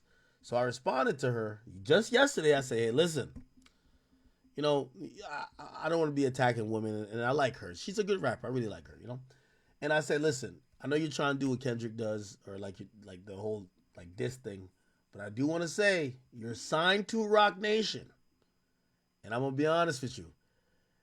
I know Wack does this, I know the Exposers does this, but this is when you get to the heights of the media. You got to be careful what you say, because you don't want to be living in a glass house, right? When you talk about people having anything going on, I'll go to my email every day. And I see like 15 things, and most of them I don't put out. But I said, oh, interesting. I'll just keep that in the tuck over there. I'm going to just whatever. I could tell this one they probably sent to Whack 100 and the Exposers. I watched them hammer that out. That's how it goes. So I said yesterday, or the day before, I said, you want to be careful talking about these cases, because anybody could claim anything. And I'm sure because you're signed to Rock Nation, the people you're in the board meetings and the business meetings with, you don't want to be talking about their situations, which might be a little bit more fresher because they're currently pending and it might come out. A day later, it came out. Yo, Act, we'll flame Rhapsody ass up. No. You know what? Hey, listen. She's a good rapper. We'll fire Rhapsody. We'll fire her ass up, boy. No. She a good rapper. She better go get in that corner. Boy, listen. She better chill out. No, she a good rapper, but we just have to let her know, like, hey, listen. Let's put the 30-day heat on her, Act. Just blitz her. No. Don't do that. Don't do that. You see, this is why you can't fuck with Whack, and when you get to the 100 side of the trenches, hey, what's the latest with you and Jay Prince? Is everything cool? Yo, I keep telling everybody, I respect Jay Prince's business hand and what he's done for the culture. You can't take nothing away from the Ghetto Boys and the whole Rap-A-Lot movement. I don't know how Big Mike feels about that. That's another story. But I'm only in this storm because I'm protecting the elderly black woman. That's it. That's That's it. Hey, so. But I know I've shook some bushes up, and I've said some things and exposed some things over the last month or so that has shit in turmoil down there because I started to expose the links to the inner workers of the city, and they said, "What?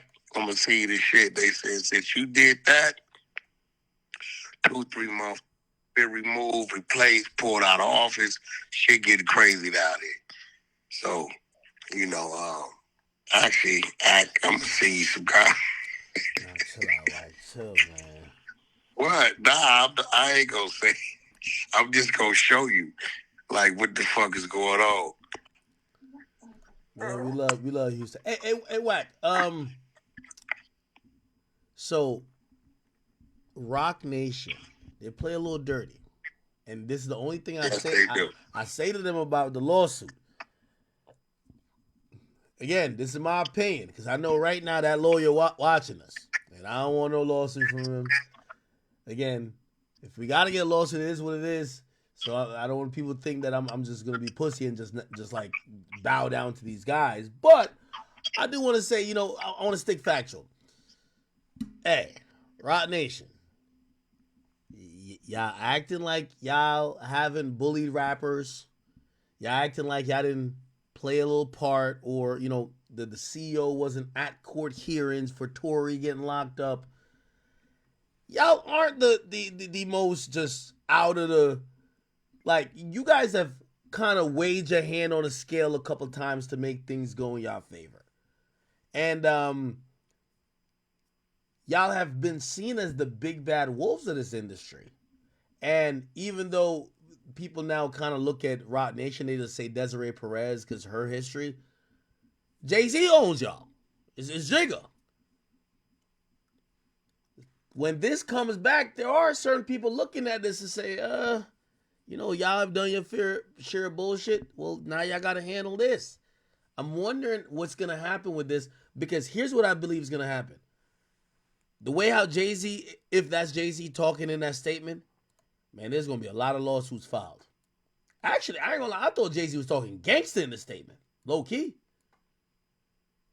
You heard what he said? He says, you made a terrible effort, error in judgment, thinking that all celebrities are the same. I'm not from your world. I'm a young man who made it out the project of Brooklyn, nigga. We don't play these type of games. We got very strict honor and codes. We protect children. You seem to exploit people for personal gain.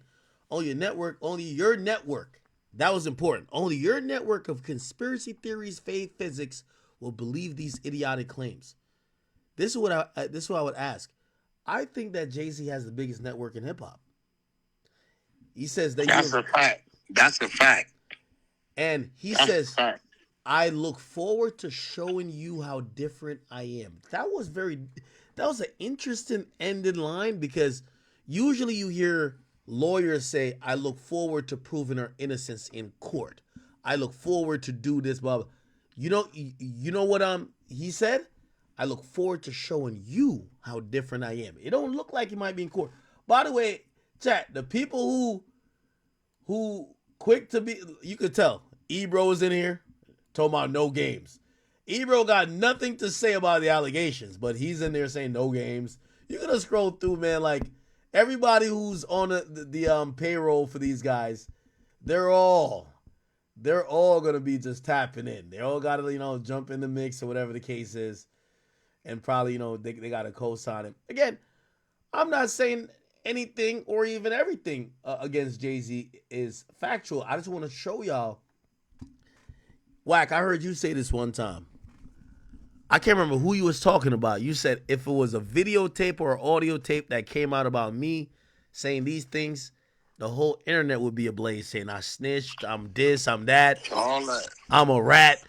But when it come out against somebody else, it'd be like, well, I don't know. I don't know. Maybe fuck all that. Yeah, but he had selective politicking. Exactly. Selective politicking, bro.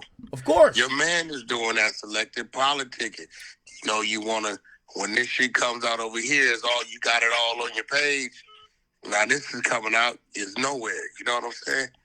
Nah, selective politics. A lot of people doing that because they think they're gonna lose a favor that they don't even have coming in the first place.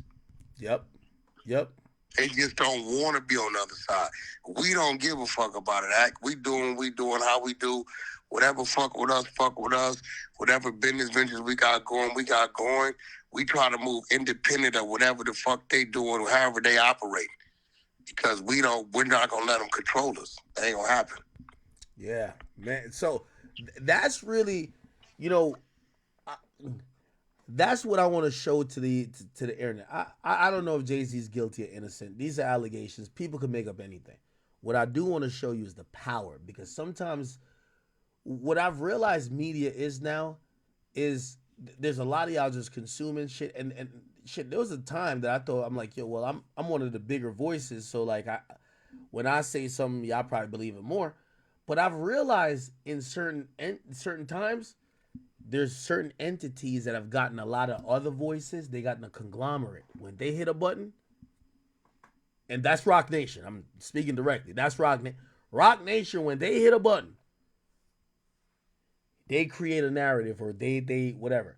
We're going to see it here at its finest because, you know, again, these are allegations. You know, sometimes people be like, oh, let's see what the other side is. Like, shit, when they had allegations against me, shit, of course I got my lawyers on it. But I hit whack. I even got online and say, this is what happened. This is, hey, listen, whether y'all believe me or not, I'm going to answer to them. Some people don't got to answer to allegations, and people still don't. Like, I answer to it, they don't believe me. Other niggas don't have to answer to it, and people believe them fully. And I'm like, ain't that crazy? Crazy as a motherfucker. But I will tell you this, bro. I'm not finna, you know, just because somebody is like a good basketball player, a great rapper, or whatever, we can't just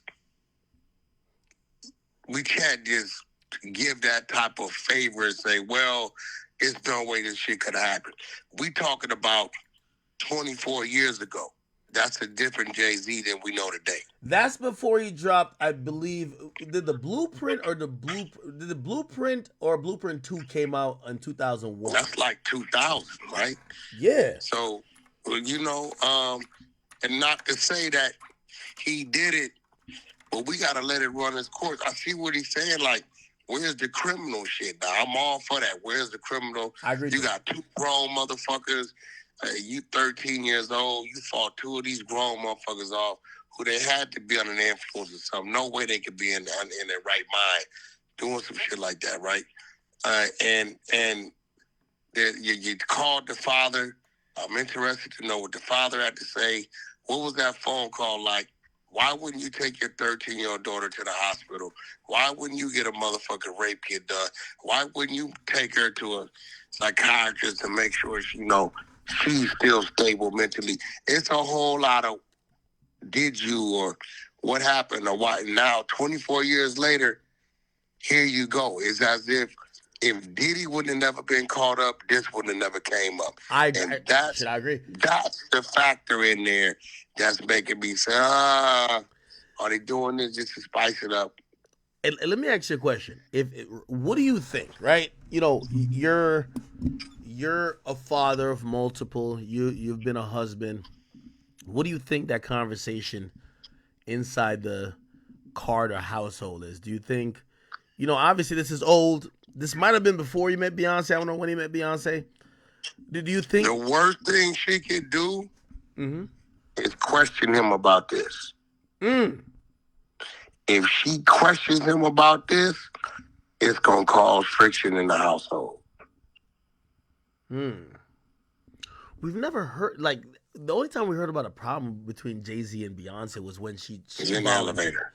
Well, the elevator came out, but like even then, like him and her weren't arguing. It seemed it was the sister, but when she came out on the Lemonade album and said, "Oh yeah, he cheated on me with Becky with a good hair," but we've never seen, like, she's not the person to air him out.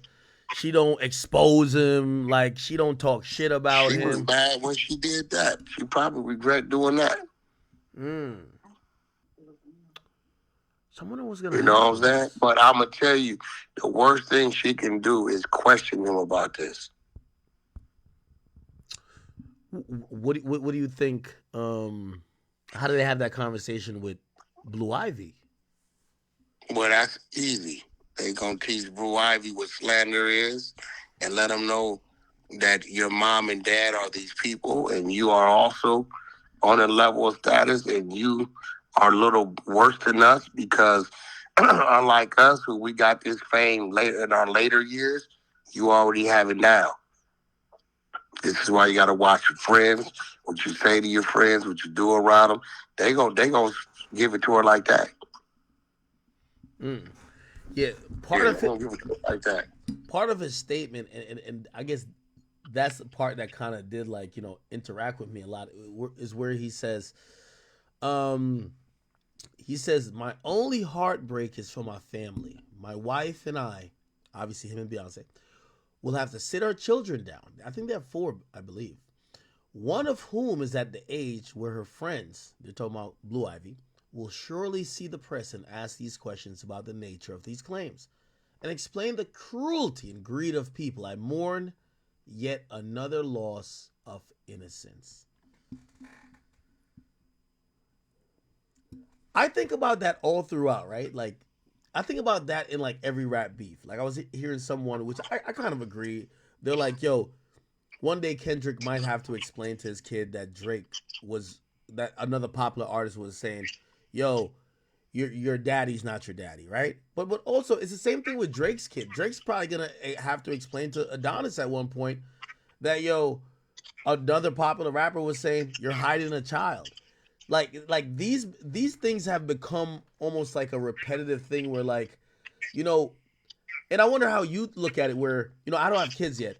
Do you ever feel like, and you have grown kids at this point, do you ever feel like, damn, I have to explain to my daughter or my son about some shit they seen about me or whatever the internet's saying about me? Nah, I taught my kids, right?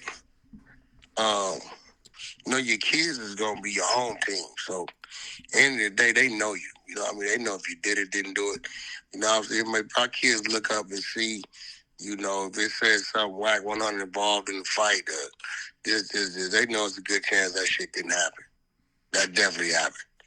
If they look up and see some wild shit, bunch of goofy shit, they don't even pay it no attention because they know that their dad is in the eye of the media. They know that. You know what I'm saying? So it's never going to be a panic. I think the only time I thought my daughter would have panicked is when that bozo Spotalo went on Instagram and said, Whack 100 shot dead, his white Porsche is taped off in the city of Pacoima, right? Oh, wow. So when I get the phone call from my daughter, she says, Dad, why are they lying? I said, what? Well, you just dropped me off to get my hair done. You're in the Range Rover. That Porsche been parked in the garage in the backyard for 8 months. You haven't even driven that thing, right? So it was like I was just relieved that she didn't see that and go into a panic, because I'd have been like, I just dropped you off, not even in that car. You know what I'm saying? So It's like my kids kind of know, and it comes from communicating with them and let them know what's going on. Like they know. Like, I'll tell them, hey, such and such, such and such, you know what I mean? They don't pay attention to trolls. They don't pay attention to none of that. But if you got your kids, like, locked away in some secretive shit, and then it starts to come out, and they get to school around their peers, that's when it's a problem. Yeah. My kids aren't blind to the fact. They understand the world. They understand social media, what comes along with this shit.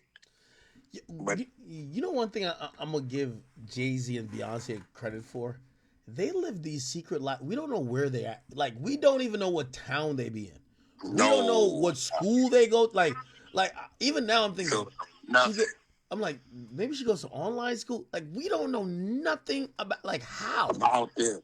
For one, they're not on social media.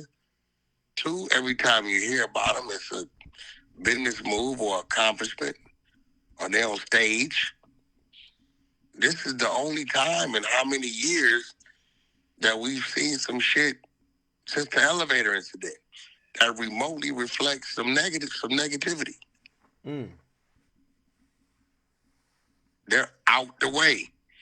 They bought a $200 million house, or Blue Ivy got paid to go on Mom's tour, generated $10 million, or Jay-Z to acquire a new company, or that's all you usually see.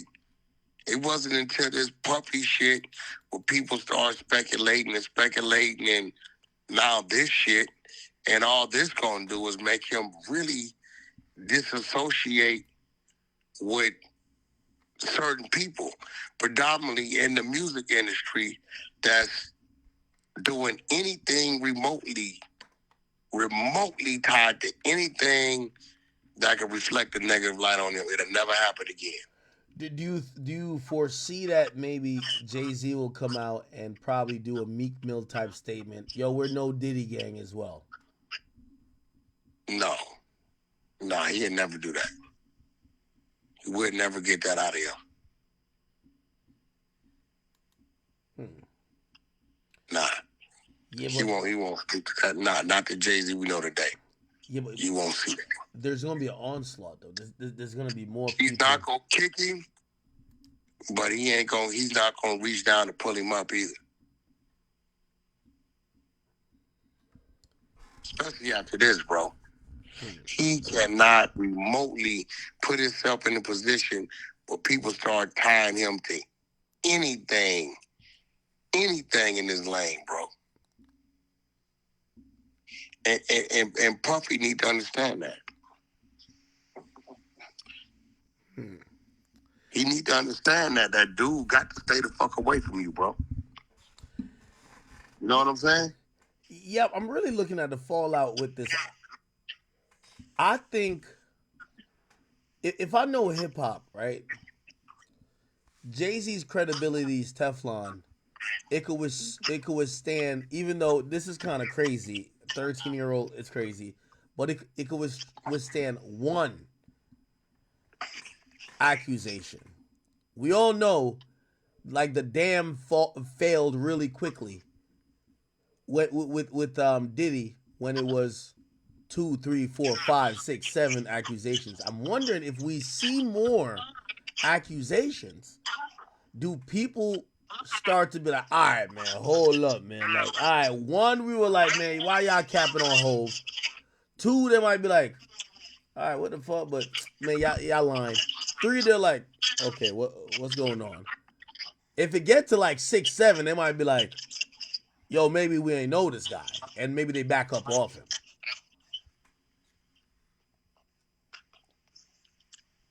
Bro, everybody has backed up off your mans. You see that?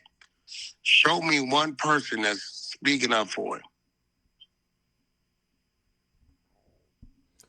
Wait, are we talking about who? There's only one person we can be talking about. Did he? Jay-Z don't need nobody to speak up for him right now. He don't need nobody to speak up for him. He's in a position where he's innocent and they got to prove it.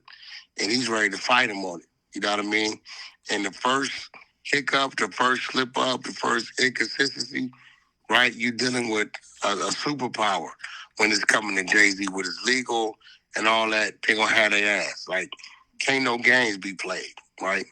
But when it comes to your other guy, ain't nobody fucking with that, bro. Nobody. You know what? 6ix9ine might even be in there with him. Didn't they ship 6ix9ine back to New York? Yeah. 6ix9ine. You know they're gonna put 6ix9ine on the PC side. You know that.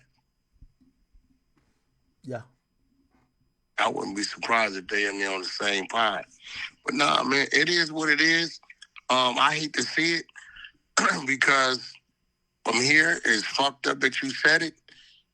I can see a Drake being next. Wait, what you mean? Because, bro, they're going at all our people that's on top. But that's what I was saying about, like, damage control. If I'm Drake if I'm someone like Drake, right? And again, I want to say someone like Drake, not necessarily Drake, but someone in that position, even like a Future.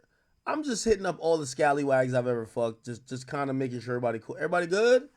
Yo, you know what I mean? Yo, I'm sending y'all a purse this Christmas.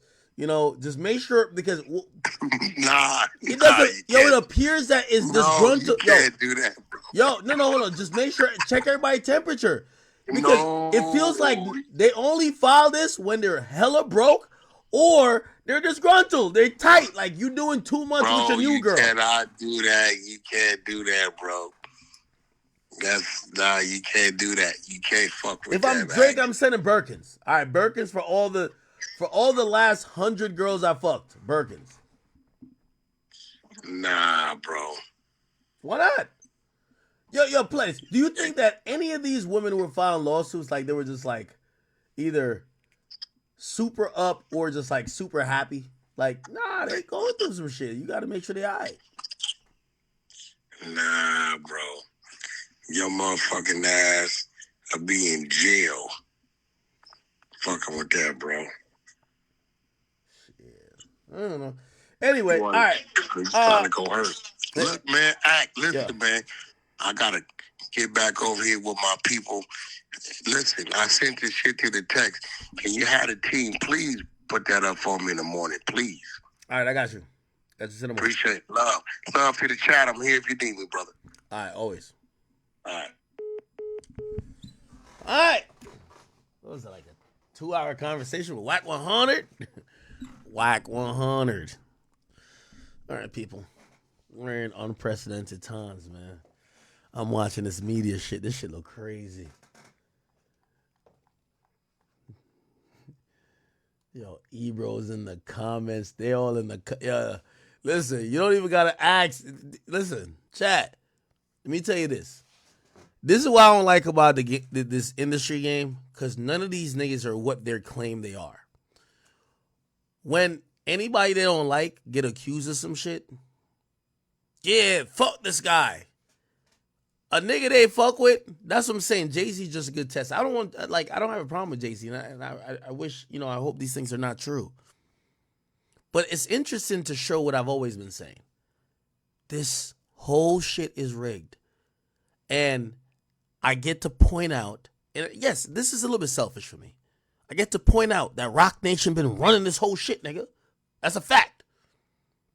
So now I get to show you all the Rock Nation pawns, all the quiet niggas. And I could call them out all one by name. Actually, I don't got to call them out. Let's just look at their page. Because if it was somebody else, they'll be happily posting it. Let's just see what's popping with them. Let's see what's going on today. And again, not a problem with it, but it's important for y'all to know when y'all see things and y'all see headlines and propaganda, because the thing that people have realized with how important media is that people start pushing propaganda through it is who owns what. And I'm telling you, Rock Nation, you'll see their interests being represented on a high level. And you don't got to ask why. Is Zero commenting no games on TMZ's post talking about the accusations? Nah. Just look at these people. It's all good. Yeah, we see everybody not posting shit. I remember, nigga, I seen Complex front and center posting shit about me. Nigga, they over here talking about sneaker of the year. Look at these niggas. Let's talk about Drake. Let's talk about Drake, Snoop, and Diddy. Look. Diddy accused of dangling woman over balcony facing $10 million lawsuit. We're scrolling down. Look. Elliot Wilson names Kendrick over Drake. What the fuck? How is this news? Where is the Jay-Z fuck the 13-year-old news? Look. 26 minutes. This is Complex. 26 minutes ago. 27 minutes ago. Oh, what's the biggest news 27 minutes ago? Well, Elliot Wilson has Drake over, or has Kendrick over Drake in his top 3. 3 hours ago, Azalea Banks. Then we get Jay-Z. One post. He slams the lawsuit. That's it. Nothing more. Jay-Z responds, nothing more. I want to thank you, motherfuckers. Complex, Hip Hop DX, BT, all you biased motherfuckers. Because put it like this. Thank God y'all can't buy everybody out. Because until we get some rectification and we get some evenness on how you treat all these situations, I'm live every day. So just send all the viewers over here. I appreciate y'all. All right. Let's see what other angle we could kind of look at this. Yo, oh, this is what I was trying to watch before we got into it. Beyonce have been one of. Oh, so this is like a joint about the conspiracy theories. I didn't want to watch that. I wanted to watch. What was the shit I was trying to watch? There was some shit. It was just like, oh. Oh, no. I was watching this. We stopped watching it, though. Claims she met Jay back in 1999 when she was 18 or 19. In this interview, Jay-Z tells us otherwise, as in 2007 he did an interview with Charlie Rose where he told Charlie he met Beyonce 10 years prior to that day. 10 years before 2007 would have been 1997, which would have made Beyonce only 16 when they met. If we look at Jay when Charlie asked him this question, he starts to act a bit suspicious. When he's asked how long ago he met Beyonce, he didn't give a straight answer, only that he's known her since she's been recording music, then stating that it was 10 years prior. Because Beyonce has a deal and they know I know her. So, but how long have you known her? Wow, a long time. How long? 10 years? However long she's been recording. That's when I met her. Don't you remember how long it was? Yeah, when I met her. I mean, was it 5 years? Was it? I met her 10 years ago. I met her 10 years ago. But did you say to yourself at that time, wow?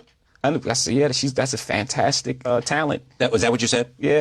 Yeah, because as you heard for yourself, you can see Jay-Z didn't want to answer that question. He appeared a bit nervous and was caught off guard by that question. The look on his face alone shows guilt and that he didn't want to answer. What this interview proves is that Jay-Z, who was 28 years old in 1997, was already around Beyonce when she was only 16 years old. We all know he was attracted to her since he met her, as just a couple years later, they would start their public relationship. Jay would go on to eventually marry Beyonce, and they ended up becoming hip-hop's most loved couple. In my opinion, it's obvious Jay-Z was pursuing Beyonce romantically since he met her at 16 years old. I'm confident that they had already been together since then. All Jay did was wait until she was of legal age to make it public. This alone suggests that Jay-Z is a certified pedophile. While people might say that they are at least together to this day, that's not the problem. The problem is Jay, who was a big star at the time, on top of the music industry, took advantage of a young Beyonce who was 16 trying to make it in the music industry. At that moment, Beyonce was willing to do anything to make it.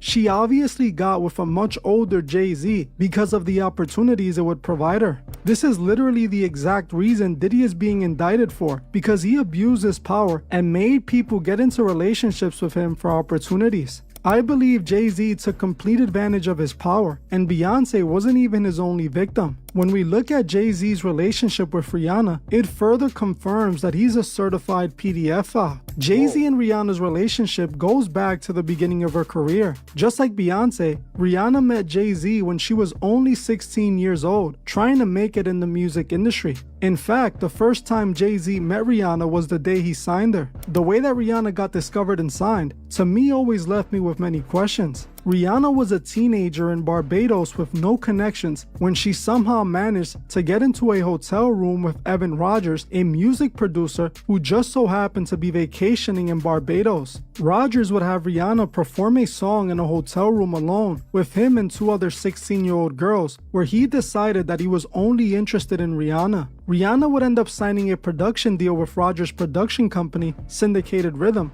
and then put out a demo. Two A&Rs working at Def Jam heard the demo and quickly showed it to no other than Jay-Z himself. Rihanna was then flown to New York City, where she would meet with Jay-Z. This is when she performed for the label, with them being blown away by her performance. L.A. Reid, the head of the label, told Jay-Z not to let Rihanna leave the building without making her sign the dotted line. This is when Jay-Z locked Rihanna into his office, and according to Rihanna, Jay-Z told her that there was only 2 ways to get out of this office. You either sign this record deal and walk out the front door, or you can go out through the window from the 29th floor. Rihanna would sign her first. Yeah, I think I remember seeing that. Rihanna on signing to Jay-Z. Yes, he said, we don't sing songs here, we sing artists. And there was this little pause, and I was nervous. But then he said, and we're interested. And there was this sudden feel of relief. But then he said something about a window and a door or something. Oh, then he said, you did your homework. I did a lot of homework on you, this lady. He said, there are 2 ways to leave here, either through the door with the deal sign or through this window, and we're on the 29th floor. So you... Yes, he said, there are 2 ways to leave here, either through the door with the deal sign or through this window, and we're on the 29th floor. Sounds normal. First major record deal at exactly 3 a.m. and it just so happened to be a 6-album deal. The diva Rihanna. She's from Barbados? Yeah. Okay. Okay, she's Bayesian. How did you come in contact with her? I mean, did you fly over there?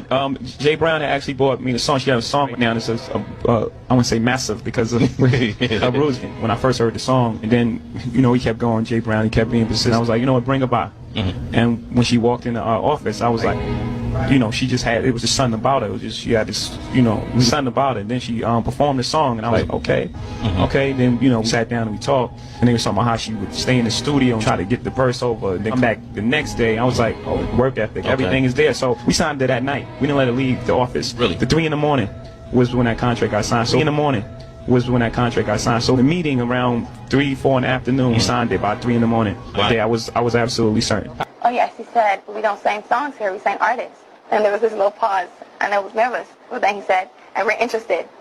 And there was this sudden feel of relief. But then he said about a window and a door or something. Oh, and he said, you did your homework. I did a lot of homework on you, this lady. He said, there are 2 ways to leave here, either through the door with the deal sign or through this window, and we're on the 29th floor. With the deal sign or through this window, and we're on the 29th floor. What makes this so disturbing is that it was rumored that Why she didn't pick through the window? She ain't had to sign. Jay-Z had hooked up with Rihanna in 2005, around the time she was 16 or 17 when he signed her. Apparently, this led to Beyonce leaving Jay-Z for 2 years and starting to hate Rihanna, and it's also the reason Beyonce and Rihanna never made music together. It's even believed the song Bow Down by Beyonce was created as a diss song to Rihanna. This was a rumor all over the media at the time that was eventually put to rest when Jonathan Hay came out and declared he started the rumor. For those who don't know Jonathan Hay, he was a music industry publicist for many years. He was actually Rihanna's publicist when this all happened. When things were getting bad for Jay-Z because of this so-called rumor, Jonathan came out and claimed he started the rumor to build up hype for Rihanna's song. The only thing is, this was a lie, and Jonathan Hay didn't start the rumor, he was just covering it all up. I recently did an interview with Jonathan Hay where he told me all about this. When I asked him about the Rihanna and Jay-Z incident, he confessed the truth to me. He told me that it wasn't a rumor at all, and Jay-Z and Rihanna really did hook up when she was only 16. What the fuck? What's the truth on this shit?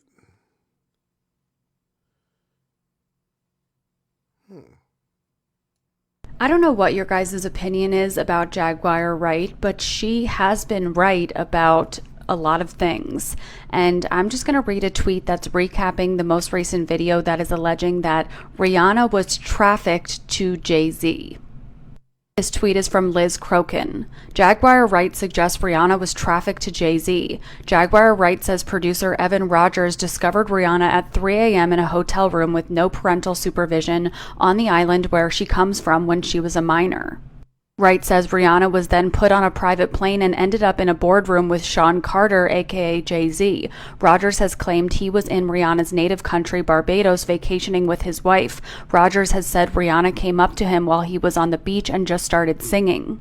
In the book The Sound Machine, author John Seabrook wrote of Jay-Z's meeting with the then 16-year-old Rihanna and claimed he would not let her leave the building until she signed with his label. Seabrook wrote that they were there until 3 in the morning while the lawyers worked out the details. Rihanna later recalled Jay-Z saying, "There's only two ways out." Let's just recap what we heard. According to Jonathan, he was paid off by someone on Jay-Z's team in order to declare to the media that he started the rumor. They did this to cover up the fact that Jay-Z was in a relationship with Rihanna when she was 16. The fact that you mentioned Jay-Z, I want to actually ask you a question about Jay-Z. You said in that interview with Jaguar Wright and Real Life Productions, you stated that you were actually the one responsible for spreading the rumor that Jay-Z and Rihanna had hooked up.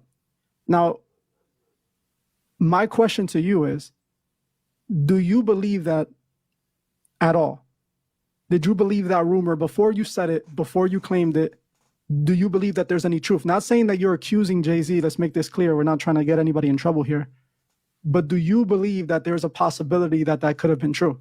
So as far as the rumor, I came out and said that I started the rumor a long time ago because I was told that I would be rewarded significantly. Okay. You know, for coming out and saying that I started the rumor, and it stuck. I was to be the one that was to fall on the sword, so to speak. Now, you didn't answer the question. You don't have to if you don't want to. Yo, chat, I ain't gonna lie. I'm with y'all. After this live, I'm finna go check on my doors, get my dogs ready for some. I ain't gonna lie. This is some Illuminati shit. All these, there's not one. Let me tell you this. Remember when nobody would mention Diddy? Everybody was like, what story? What are we talking about? Who house got raided? What y'all talking about? We don't know what's going on. Everybody act like they know what to talk. Like nobody want to talk about Diddy. This is 20 times worse. I can't wait to listen to the Breakfast Club in the morning. Y'all need to talk about Jay-Z all morning. Hey, all news platforms in hip hop, since y'all love to quote and be on my dick, let me give something for y'all to be on this dick tomorrow. Was niggas in the 90s and early 2000s fucking kids? Was Jay-Z doing it? I'm naming all these niggas. Was anybody? I mean, Jay-Z, I don't name anybody who died. But was Jay-Z, Diddy, actually maybe not. See, I like some of these guys, so I don't want to name them. But y'all niggas should go explore that. Are we gonna talk about this or not? We won't hear a peep tomorrow. Y'all don't even got to talk about the Jay-Z shit. Because I do know certain people who say, hey, listen, our style is not to jump in on topics like this. We wait till whatever. That's why I say let's talk about the culture. Was it a cultural thing that people cognizantly knew that rappers were fucking kids? Because I hear that there was a time that people knew that R. Kelly was fucking a child. And people ignored it. A lot of his peers still shot videos with him. And he was fucking a child. I'm asking is this something that was pervasive among other people that ended up being moguls and legends? Was Diddy fucking children? Was Jay-Z fucking kids? This is important to see. You will never get these conversations. I would love for the Breakfast Club print this shade rumor. Y'all post me all the time. Could y'all post this? Elliot, you post me all the time. Could you post this too? Who else? Who else posts me all the time? Neighborhood Talk. Could y'all post this? None of y'all will post this shit. And I wonder why y'all don't post it. Because when I be talking some shit about Drake and I just say some random shit, I look up on the blog and everybody posted it. What? Yo, Akademiks #1 is not like us. Ha ha ha. Fuck that.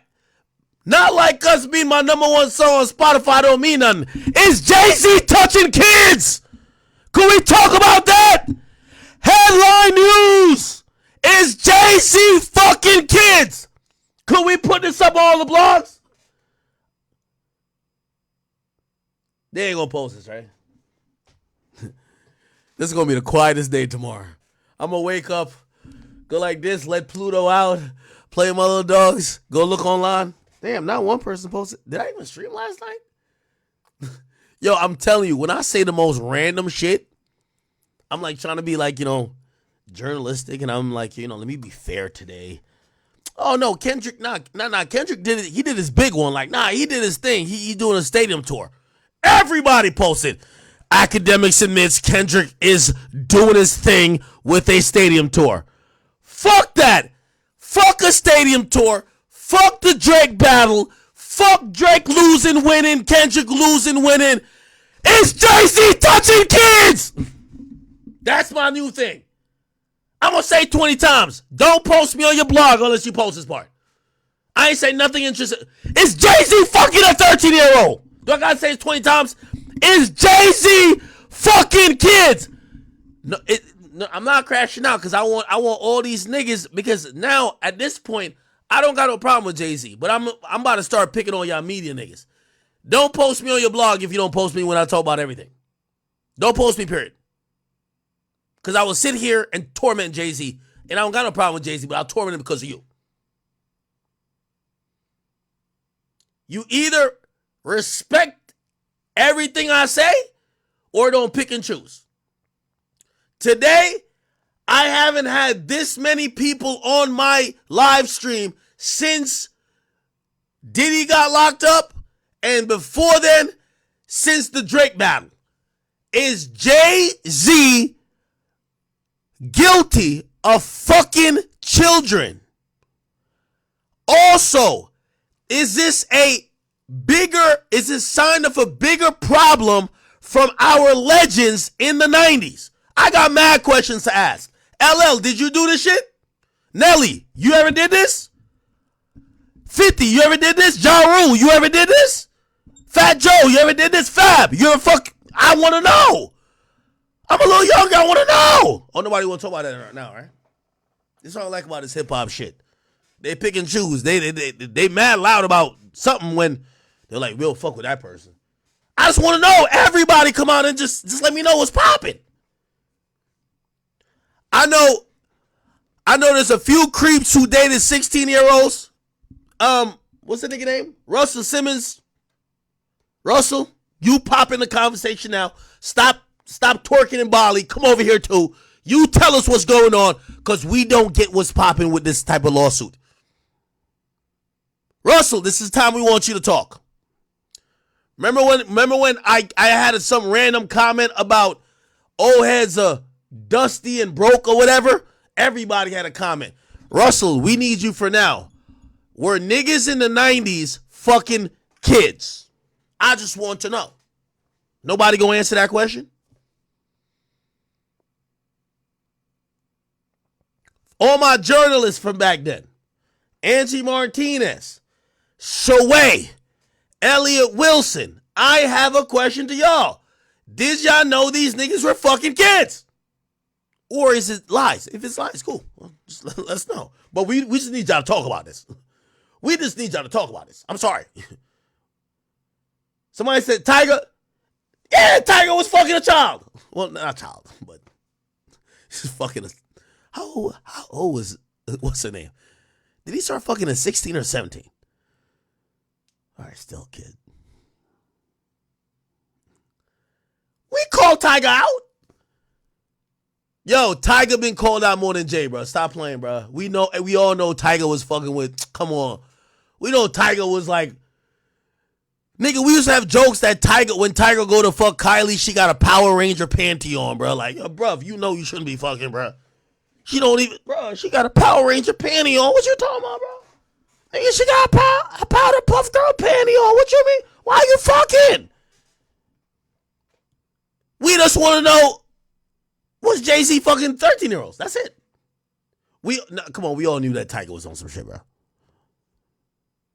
That's a fact. We asked him, we grilled him, we clowned him. That's where all that shit came from. Until, like, she got older and we realized, oh, wait, he's actually staying with her. No, he's actually wifing her. Okay, oh, shit. Maybe, and then we just try to, like, yo, maybe he was red shirting her. Bro, that was happening. Yo, I need all the hip hop historians. I talk shit about the current rappers, but I wasn't around then. I was in Jamaica. I just want to know all y'all rappers who was fucking Aaliyah under 18. I need to put y'all on some type of list. I need to send it over to Kendrick that he could add it to the certified pedophile list. Every rapper who done fucked Aaliyah before she turned 18, God rest her soul, she probably over there is casting a spell up in heaven to send y'all niggas to Satan. Who fucked Aaliyah before she turned 18? Who? Could y'all give me some names? Oh, y'all won't talk about that anymore, right?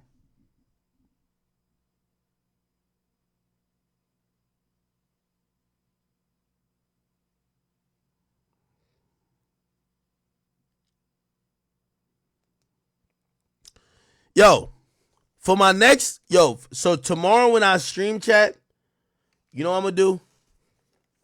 Because I was about to hit the booth and go respond to Rhapsody. But nah. Yo, I want to bring Rhapsody on here, and I want to have a powwow. We gonna talk about, it's going to be called Weird Case Chronicles. We're going to talk about everybody weird case. Because somebody sent this invitation to Rhapsody. She signed to Rock Nation. Rhapsody, if I came to you and confronted you that maybe your label was built on the back of niggas fucking 13-year-olds, how would you feel? I just want to know. These are questions I want to know. See, this is why none of y'all can fuck with me. This is why I tell all y'all labels, all y'all rappers, all y'all media person, just pipe down. Because a nigga like me, I will crash the fuck out. I'm the nigga, I'll jump off the bridge and kill myself to kill you. Like, don't fuck with a nigga like me. I ain't got no allegiance to y'all. I just been getting from the mud.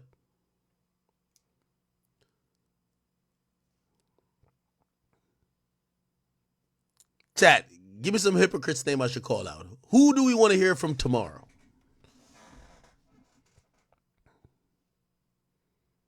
Who we want to hear from tomorrow? I already pointed out all the hypocrites. They ain't saying a motherfucking thing. Yo, they're like, you know what they're texting, Jay? Yo, we're not going to talk about this in the morning. Everything's going to blow over.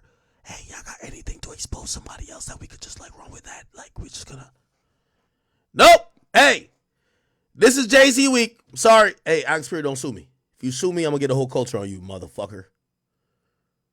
This is Jay-Z week. I got nothing against Jay-Z. We just got to keep the same energy.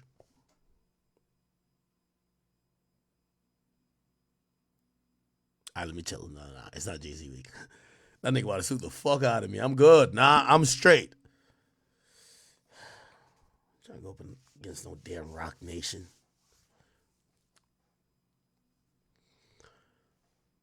Nah, Joe doesn't really like hammer down on those stuff. Like, Joe's MO is to act like he ain't see it until you get locked up. Jay ain't getting locked up. This is like, it's not. He's not getting locked up. In reality, here's the thing. I think that Diddy would have just got like bad couple days or weeks in press and moved on. This fucking creep Diddy just didn't know when to stop. Nigga, put down the fucking pink cocaine, put down the baby oil, and stop having freak offs, my nigga. How you have a hard drive worth of jerk off material? My nigga, I watched porn earlier today. I whacked off. I'm sorry. It was a porn that I seen like about 3 months ago, but it was kind of like old in my memory, so I like refreshed it. It's all good. I'm good. I'm back. I'm straight. How the fuck you had like the nigga had like 3,000 terabytes of porn of actual people just fucking his girl. Bro, you can't have Cassie get fucked by like 1,500 dicks. Like, nigga, what the fuck did you think was gonna happen? The nigga had 1,500 random niggas fucking his girl. Like, yo, bruv, like, you know you're excessive, right? Yo, chat, I can't keep it real. I'm a little lit. I can't keep it real with y'all. What? What I'm trying to say is that Diddy did too much. The nigga had 3,000 sex tapes and still was filming more. What I'm saying is that, nigga, I watch regular porn. And I get it, because this is how niggas are. Like, we don't like watching the same porn. But shit, after 3 months, maybe I could watch the same joint. It's cool. This nigga Diddy had, yo, if put it like this, if you have so much porn in your collection, it goes from VHS to 4K, nigga, you're doing too much, bro. You have 480p, 240p, 720. Nigga, if you got all type of resolutions of your porn, you're doing too much. Let's be honest. Diddy should have cut it out.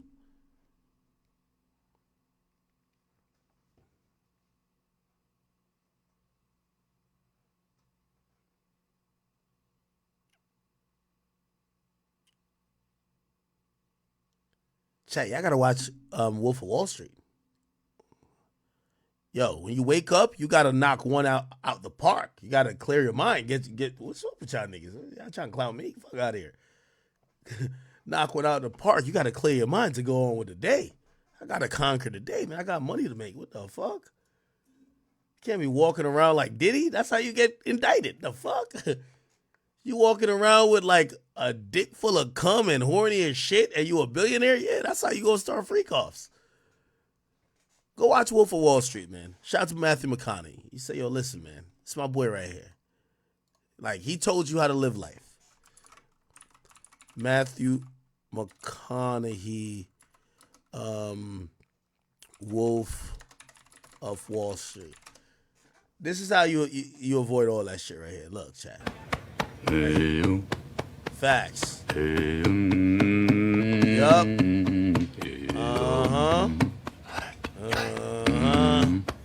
Let's go. Yeah. Right here. Now, we don't co-sign the cocaine part. Oh, this thing is wild. Tweaking.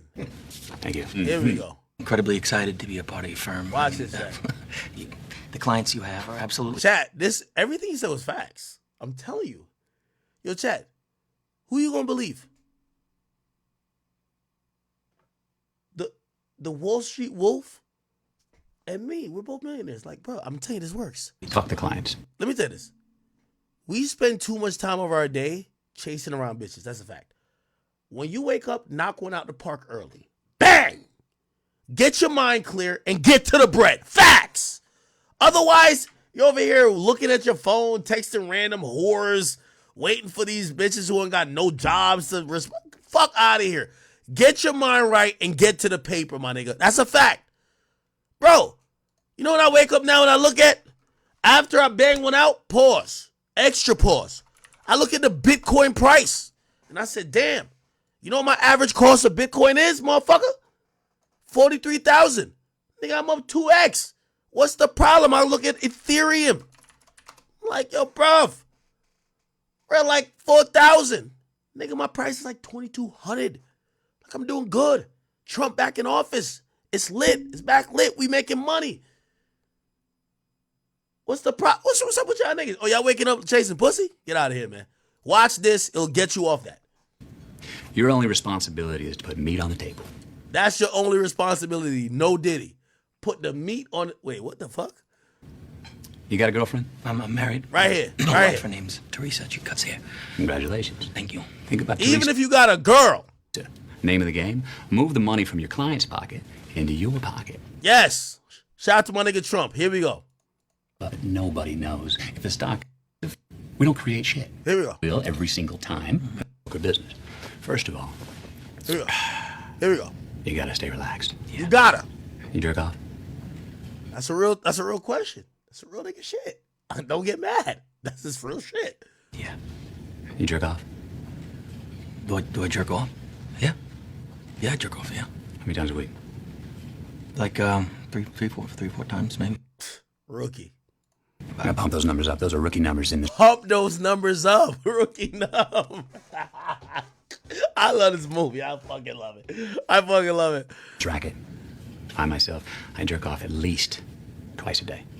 Wow. Once in the morning, right after I work out, and then once right after lunch. Really? Mm-hmm. Okay? I want to. Yeah. That's not why I do it. It's not because he wants to. Do it because I fucking need to. Yes.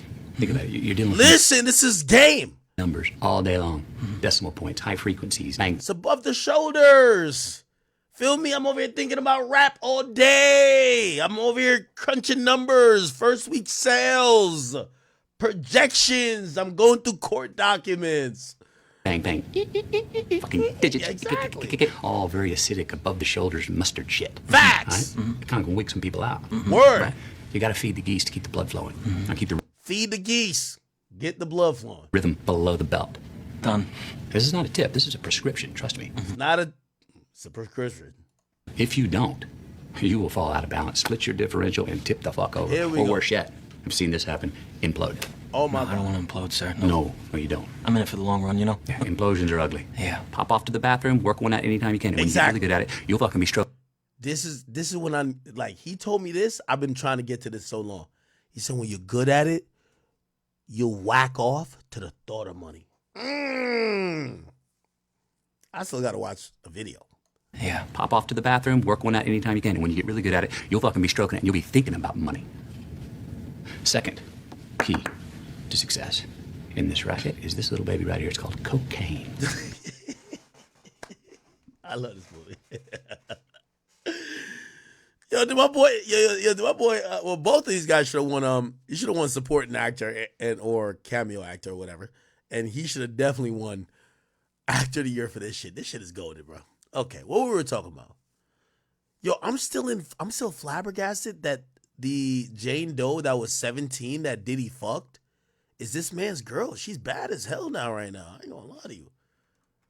She didn't even look white. Like, remember the pictures that she was? I thought she was black. Real talk. Look, the pictures was this. I thought she was black, but she was white. Hold on. Look, Anna Kane. Let's go to her Instagram. Is this her? Oh, she made her shit private. Yeah, shorty a little baddie. She kind of bad. I ain't gonna lie to you. Anna Kane. No, this is another person's page. No, what the fuck? No, it's someone else. Someone else. Chat, what do you rate her? We're just gonna go off of this picture. Let's go to his page. He probably posts her a lot. Evander Kane Instagram. I know he posts his wife a lot. He love her. Is this her? No. What the fuck? Is he still with her? Might not be with her no more. Okay, that would make sense why she's suing Diddy. Is this her? Wait, where the fuck? Anna Kane. Oh, he must have. Oh, this makes sense. Oh, hell nah. Pause. I see why she sued Diddy. This nigga crazy. What the fuck? That's her man? She probably love them niggas who go both ways type shit. Pause. Oh, they were together in 2019. Is any of these pictures in 2019? Oh, this is 2018. Oh, he must have divorced her ass. Anna Kane divorce. Yeah, she must have divorced him. Let's see. One of Diddy's earliest underage accusers. Just last year, she filed an anonymous case. She was known for her high-profile marriage to him. They tied the knot in 2018, but parted ways in 2021. Yo, chat, I'm going to be honest with you. I've never seen a rich girl in a happy relationship sue a nigga for some shit like this. As soon as Cassie sued, I knew Cassie was broke as shit. Like, not saying that she not telling the truth. I just want to point it out. Like, Cassie was fucking on this nigga for mad long. And now she remembered, like, last year that Diddy did all that shit for 10 years.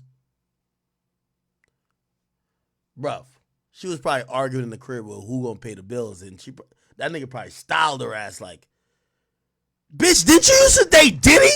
You sucked all that dick and got 15,000 trains ran on you and you ain't got nothing to your name? I'm suing that nigga. Fuck that. Hey, come on. Think about it. Now this chick, she was married to an NFL player, NHL player. I mean, he's a hockey player. He's making 700 racks a year, right? She cooling with him. He divorces her in 2021. Brokeness occurs.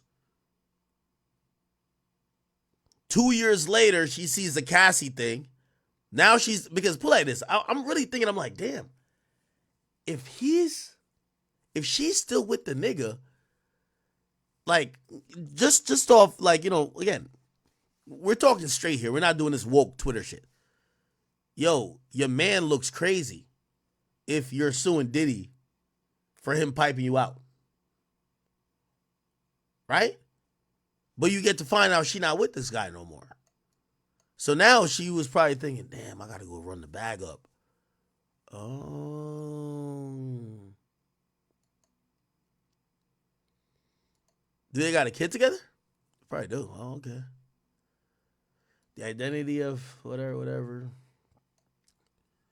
Yeah. It says it date back to when she was in high school. She was taken to her. Yeah. I guess she do got a kid with this nigga. Motherfucking Diddy, man. This is her? She look different here. She don't got blonde hair. Okay. All right.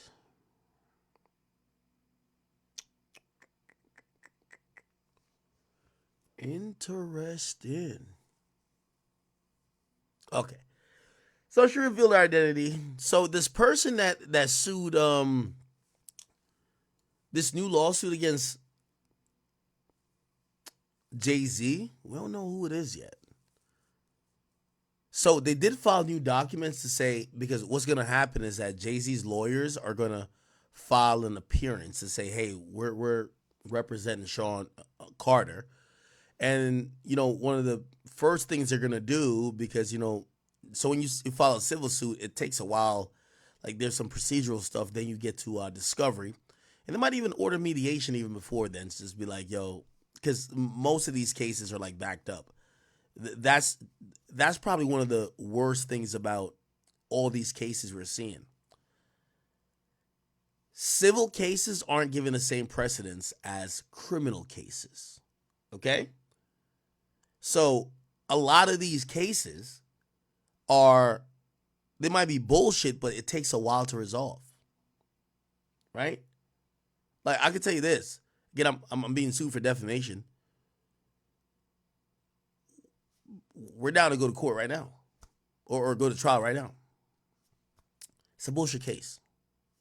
Like, I have protected speech. I didn't say nothing crazy. The person don't want to go to trial. The person filed an appeal after the judge struck them down and say, oh, well, Akademiks didn't respond in time, so we just want a default judgment. That's not, what? So you just want a judgment without us? I thought you want to go to trial. They don't go to trial. So now we're in appeal court. My lawyers tell me, like, yo, New York appeal system takes so long. We're probably going to go through this for another 2 years. This shit's been going on for 2 years already. So essentially, we're just going to go for 4 fucking years for some bullshit thing that's not going nowhere. Like, do you understand? Like, so, like, something like this, it's probably going to go on for 5-6 years. So, like, and so I say that to say this is a problem. Well, Diddy's in jail, so that's different. But Sean Carter, aka Jay-Z, bro, there's no quick way for you to just get your reputation back, right? Bro, she's suing you. So you want the dismissal if you're really innocent, like, yo, bitch, I didn't do nothing, or I wasn't there, or whatever. But if, you know, there's like, something that, unless there's like some major error in the filing, this won't be dismissed anytime soon. People are going to eat this up for the next couple weeks or a month. And then this lawsuit's going to take 2 years at least. It might get dismissed then, but nobody gives a fuck. They thought for the last 2 years that you did it. So, I mean, I asked Wack about, like, what he thought about this whole situation. Like, how do you prevent it? But there's no way to prevent it, right? Because it's like, how do you, like, realistically, how do you do it? And no matter what Jay-Z says now, there's no court. And if they did, I'd be like, yo, Jay-Z's definitely Illuminati. He definitely sold his soul. There's no court that's going to dismiss this in even a year or a year and a half. This is done in the United States District Court. They did assign it to a district judge. They just got Sean Carter in there. Diddy, which is Sean Combs, he's bogged down with criminal stuff. So he's not fighting these that much. They're just doing basic procedural stuff to keep it going. But he's not fully fighting these civil charges. He's worried about his criminal one. But Diddy, but again, his reputation is toast. He's in jail. Sean Carter, which is Jay-Z, bro, if he had deals on the table, like, you're fucking his shit up right now. So of course he wants to get this shit dismissed. But here's the thing. They lump him in with Diddy. So here's the thing. He can't defend Diddy. He got to defend himself, but they're putting both of them in a situation. So now it's like, it won't get dismissed. So this shit's going to sit there. He can't fully clear his name. And put like this, no matter what statement he did. And here's where I try to extend some, grace. Because again, my nigga Chad, like, I could tell some chick was trying to sue me. That's why I just like explained it before there was a lawsuit. And then when there was a lawsuit filed, I came on and explained it afterwards. Bro, nobody gives a fuck about my explanations or Jay-Z's like statement because there's a lawsuit. They don't care. And yes, it might just take a while for it to get dismissed. If it does get dismissed, we don't know if it will. But now it slows up all your shit. And the only thing, only thing I say to like Jay-Z and his team is because their lawyers were doing that to people too, though. Like, not suing them for sexual assault and shit like that, but they were playing legal games with people to tie them up in litigations, hoping they would stop talking about people. Or, even with the thing with Milagros, you're trying to tie her up in litigation that she doesn't speak anymore about Meg Thee Stallion and Tory Lanez. Well, this is going to tie you up in litigation that you can't make no more deals. I personally, this is an opinion of mine, we all got to stop playing these legal games, man. These lawyer games got to stop. And again, I'm going to wrap this up and chat. We're going to come back tomorrow. Like, I don't want to mix this in with other topics. My stance on all of this, everyone's going to have to pick what they want. If you're on that Kendrick Lamar soapbox thing, every rapper you like is going to have a lawsuit. Doesn't mean it's true. But every bitch has, and let me not say bitch, every woman who feels disgruntled or whatever the case got a fucking accusation. And they know these niggas are loaded with money. There's not one nigga that's clear. All that talking that bitches just think Meek Mill's broke. They would have been sued that nigga too. I'm telling you this. I told you some shit about Future. They kind of go ask Future's people. Everybody. Everybody's is getting, again, we're in a different era where these accusations hit your career, and it's not about if you did it or not. And this is why, like, I'm not sitting here saying, like, obviously, me saying did Jay-Z fuck kids or not is just to push the line on, I hate the fact that media has picked sides and that media is really controlled by Rock Nation. I don't like it. I don't like it. Number one, I'm not cool with Rock Nation. But I don't like the fact that Jay-Z gets to wield this invisible hand that controls all media. I don't like this shit. I'm sorry, I don't like it. Because I watch the propaganda happen on behalf of Rock Nation all the time. I don't like it. So that's why I'm pushing the line to say, yeah, your man's is now accused of whatever weird case y'all keep talking about.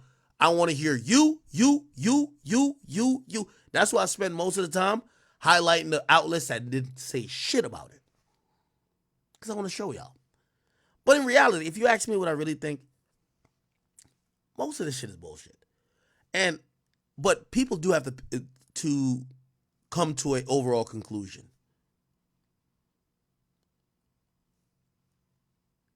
If you're on the Kendrick side, because Kendrick's soapboxing, like that's even another thing with the whole Kendrick shit.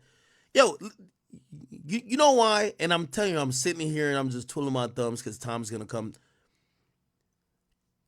Kendrick must have forgot that all his friends are rappers, and Kendrick must have forgot that he's made a lot of money for people on his side. There's people right now who are, nigga, again, don't wait till it comes out. They're all trying to shake people down. So that's why I look at niggas like Kendrick and I'm like, you wouldn't say your man has a weird case or your man is whatever, but it's easy to gaslight for some other people you don't like. But they're trying to shake down your mans in them now, right? You know that people you stood next to, because you said that, they're trying to get at, right? So let's see if your man's gonna pay. If it don't pay, we're gonna have a day just like this. I'm gonna be back on stream saying, hey, I guess we have another weird case. But you caused that because you're acting like you're Jesus. And everybody's profiting off of it because whether it's true or not, and I keep saying that, whether it's true or not, you've created, and it's not only you, there's other people, you've created an environment where allegations should flourish. For all we know, as of today, Jay-Z fucked a 13-year-old. We don't know if that's true. Could be fucking false. It could be completely made up. I literally sat here and showed y'all a prisoner who wrote up a lawsuit on lined paper saying Diddy fucked him. Like, do y'all believe that? But again, we're in the era, and some of the rappers, again, and I'll call Drake out too because sometimes I think I'm like partisan with this. No. Drake, don't be calling no niggas out for beating a bitch. Kendrick, don't be calling out no nigga for no weird case. Both y'all niggas is stupid because both y'all got homies that beat they bitch and both y'all niggas got homies with weird cases. Y'all both are just fucking up the game, and we see it manifest here because now they got the Kingfish. They got his head in the beam. So let's watch how this plays out because now Roc Nation, who silently powered a lot of the stuff with Kendrick, because Roc Nation don't fuck with Drake.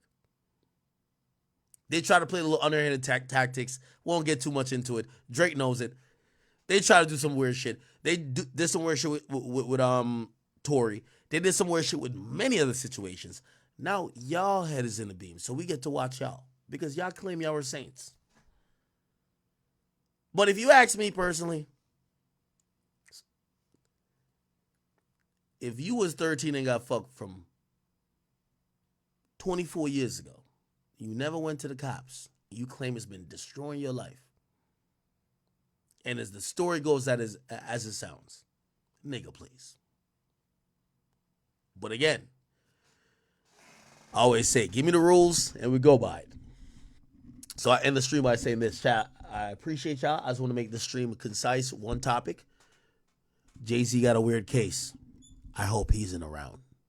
Right, Kendrick?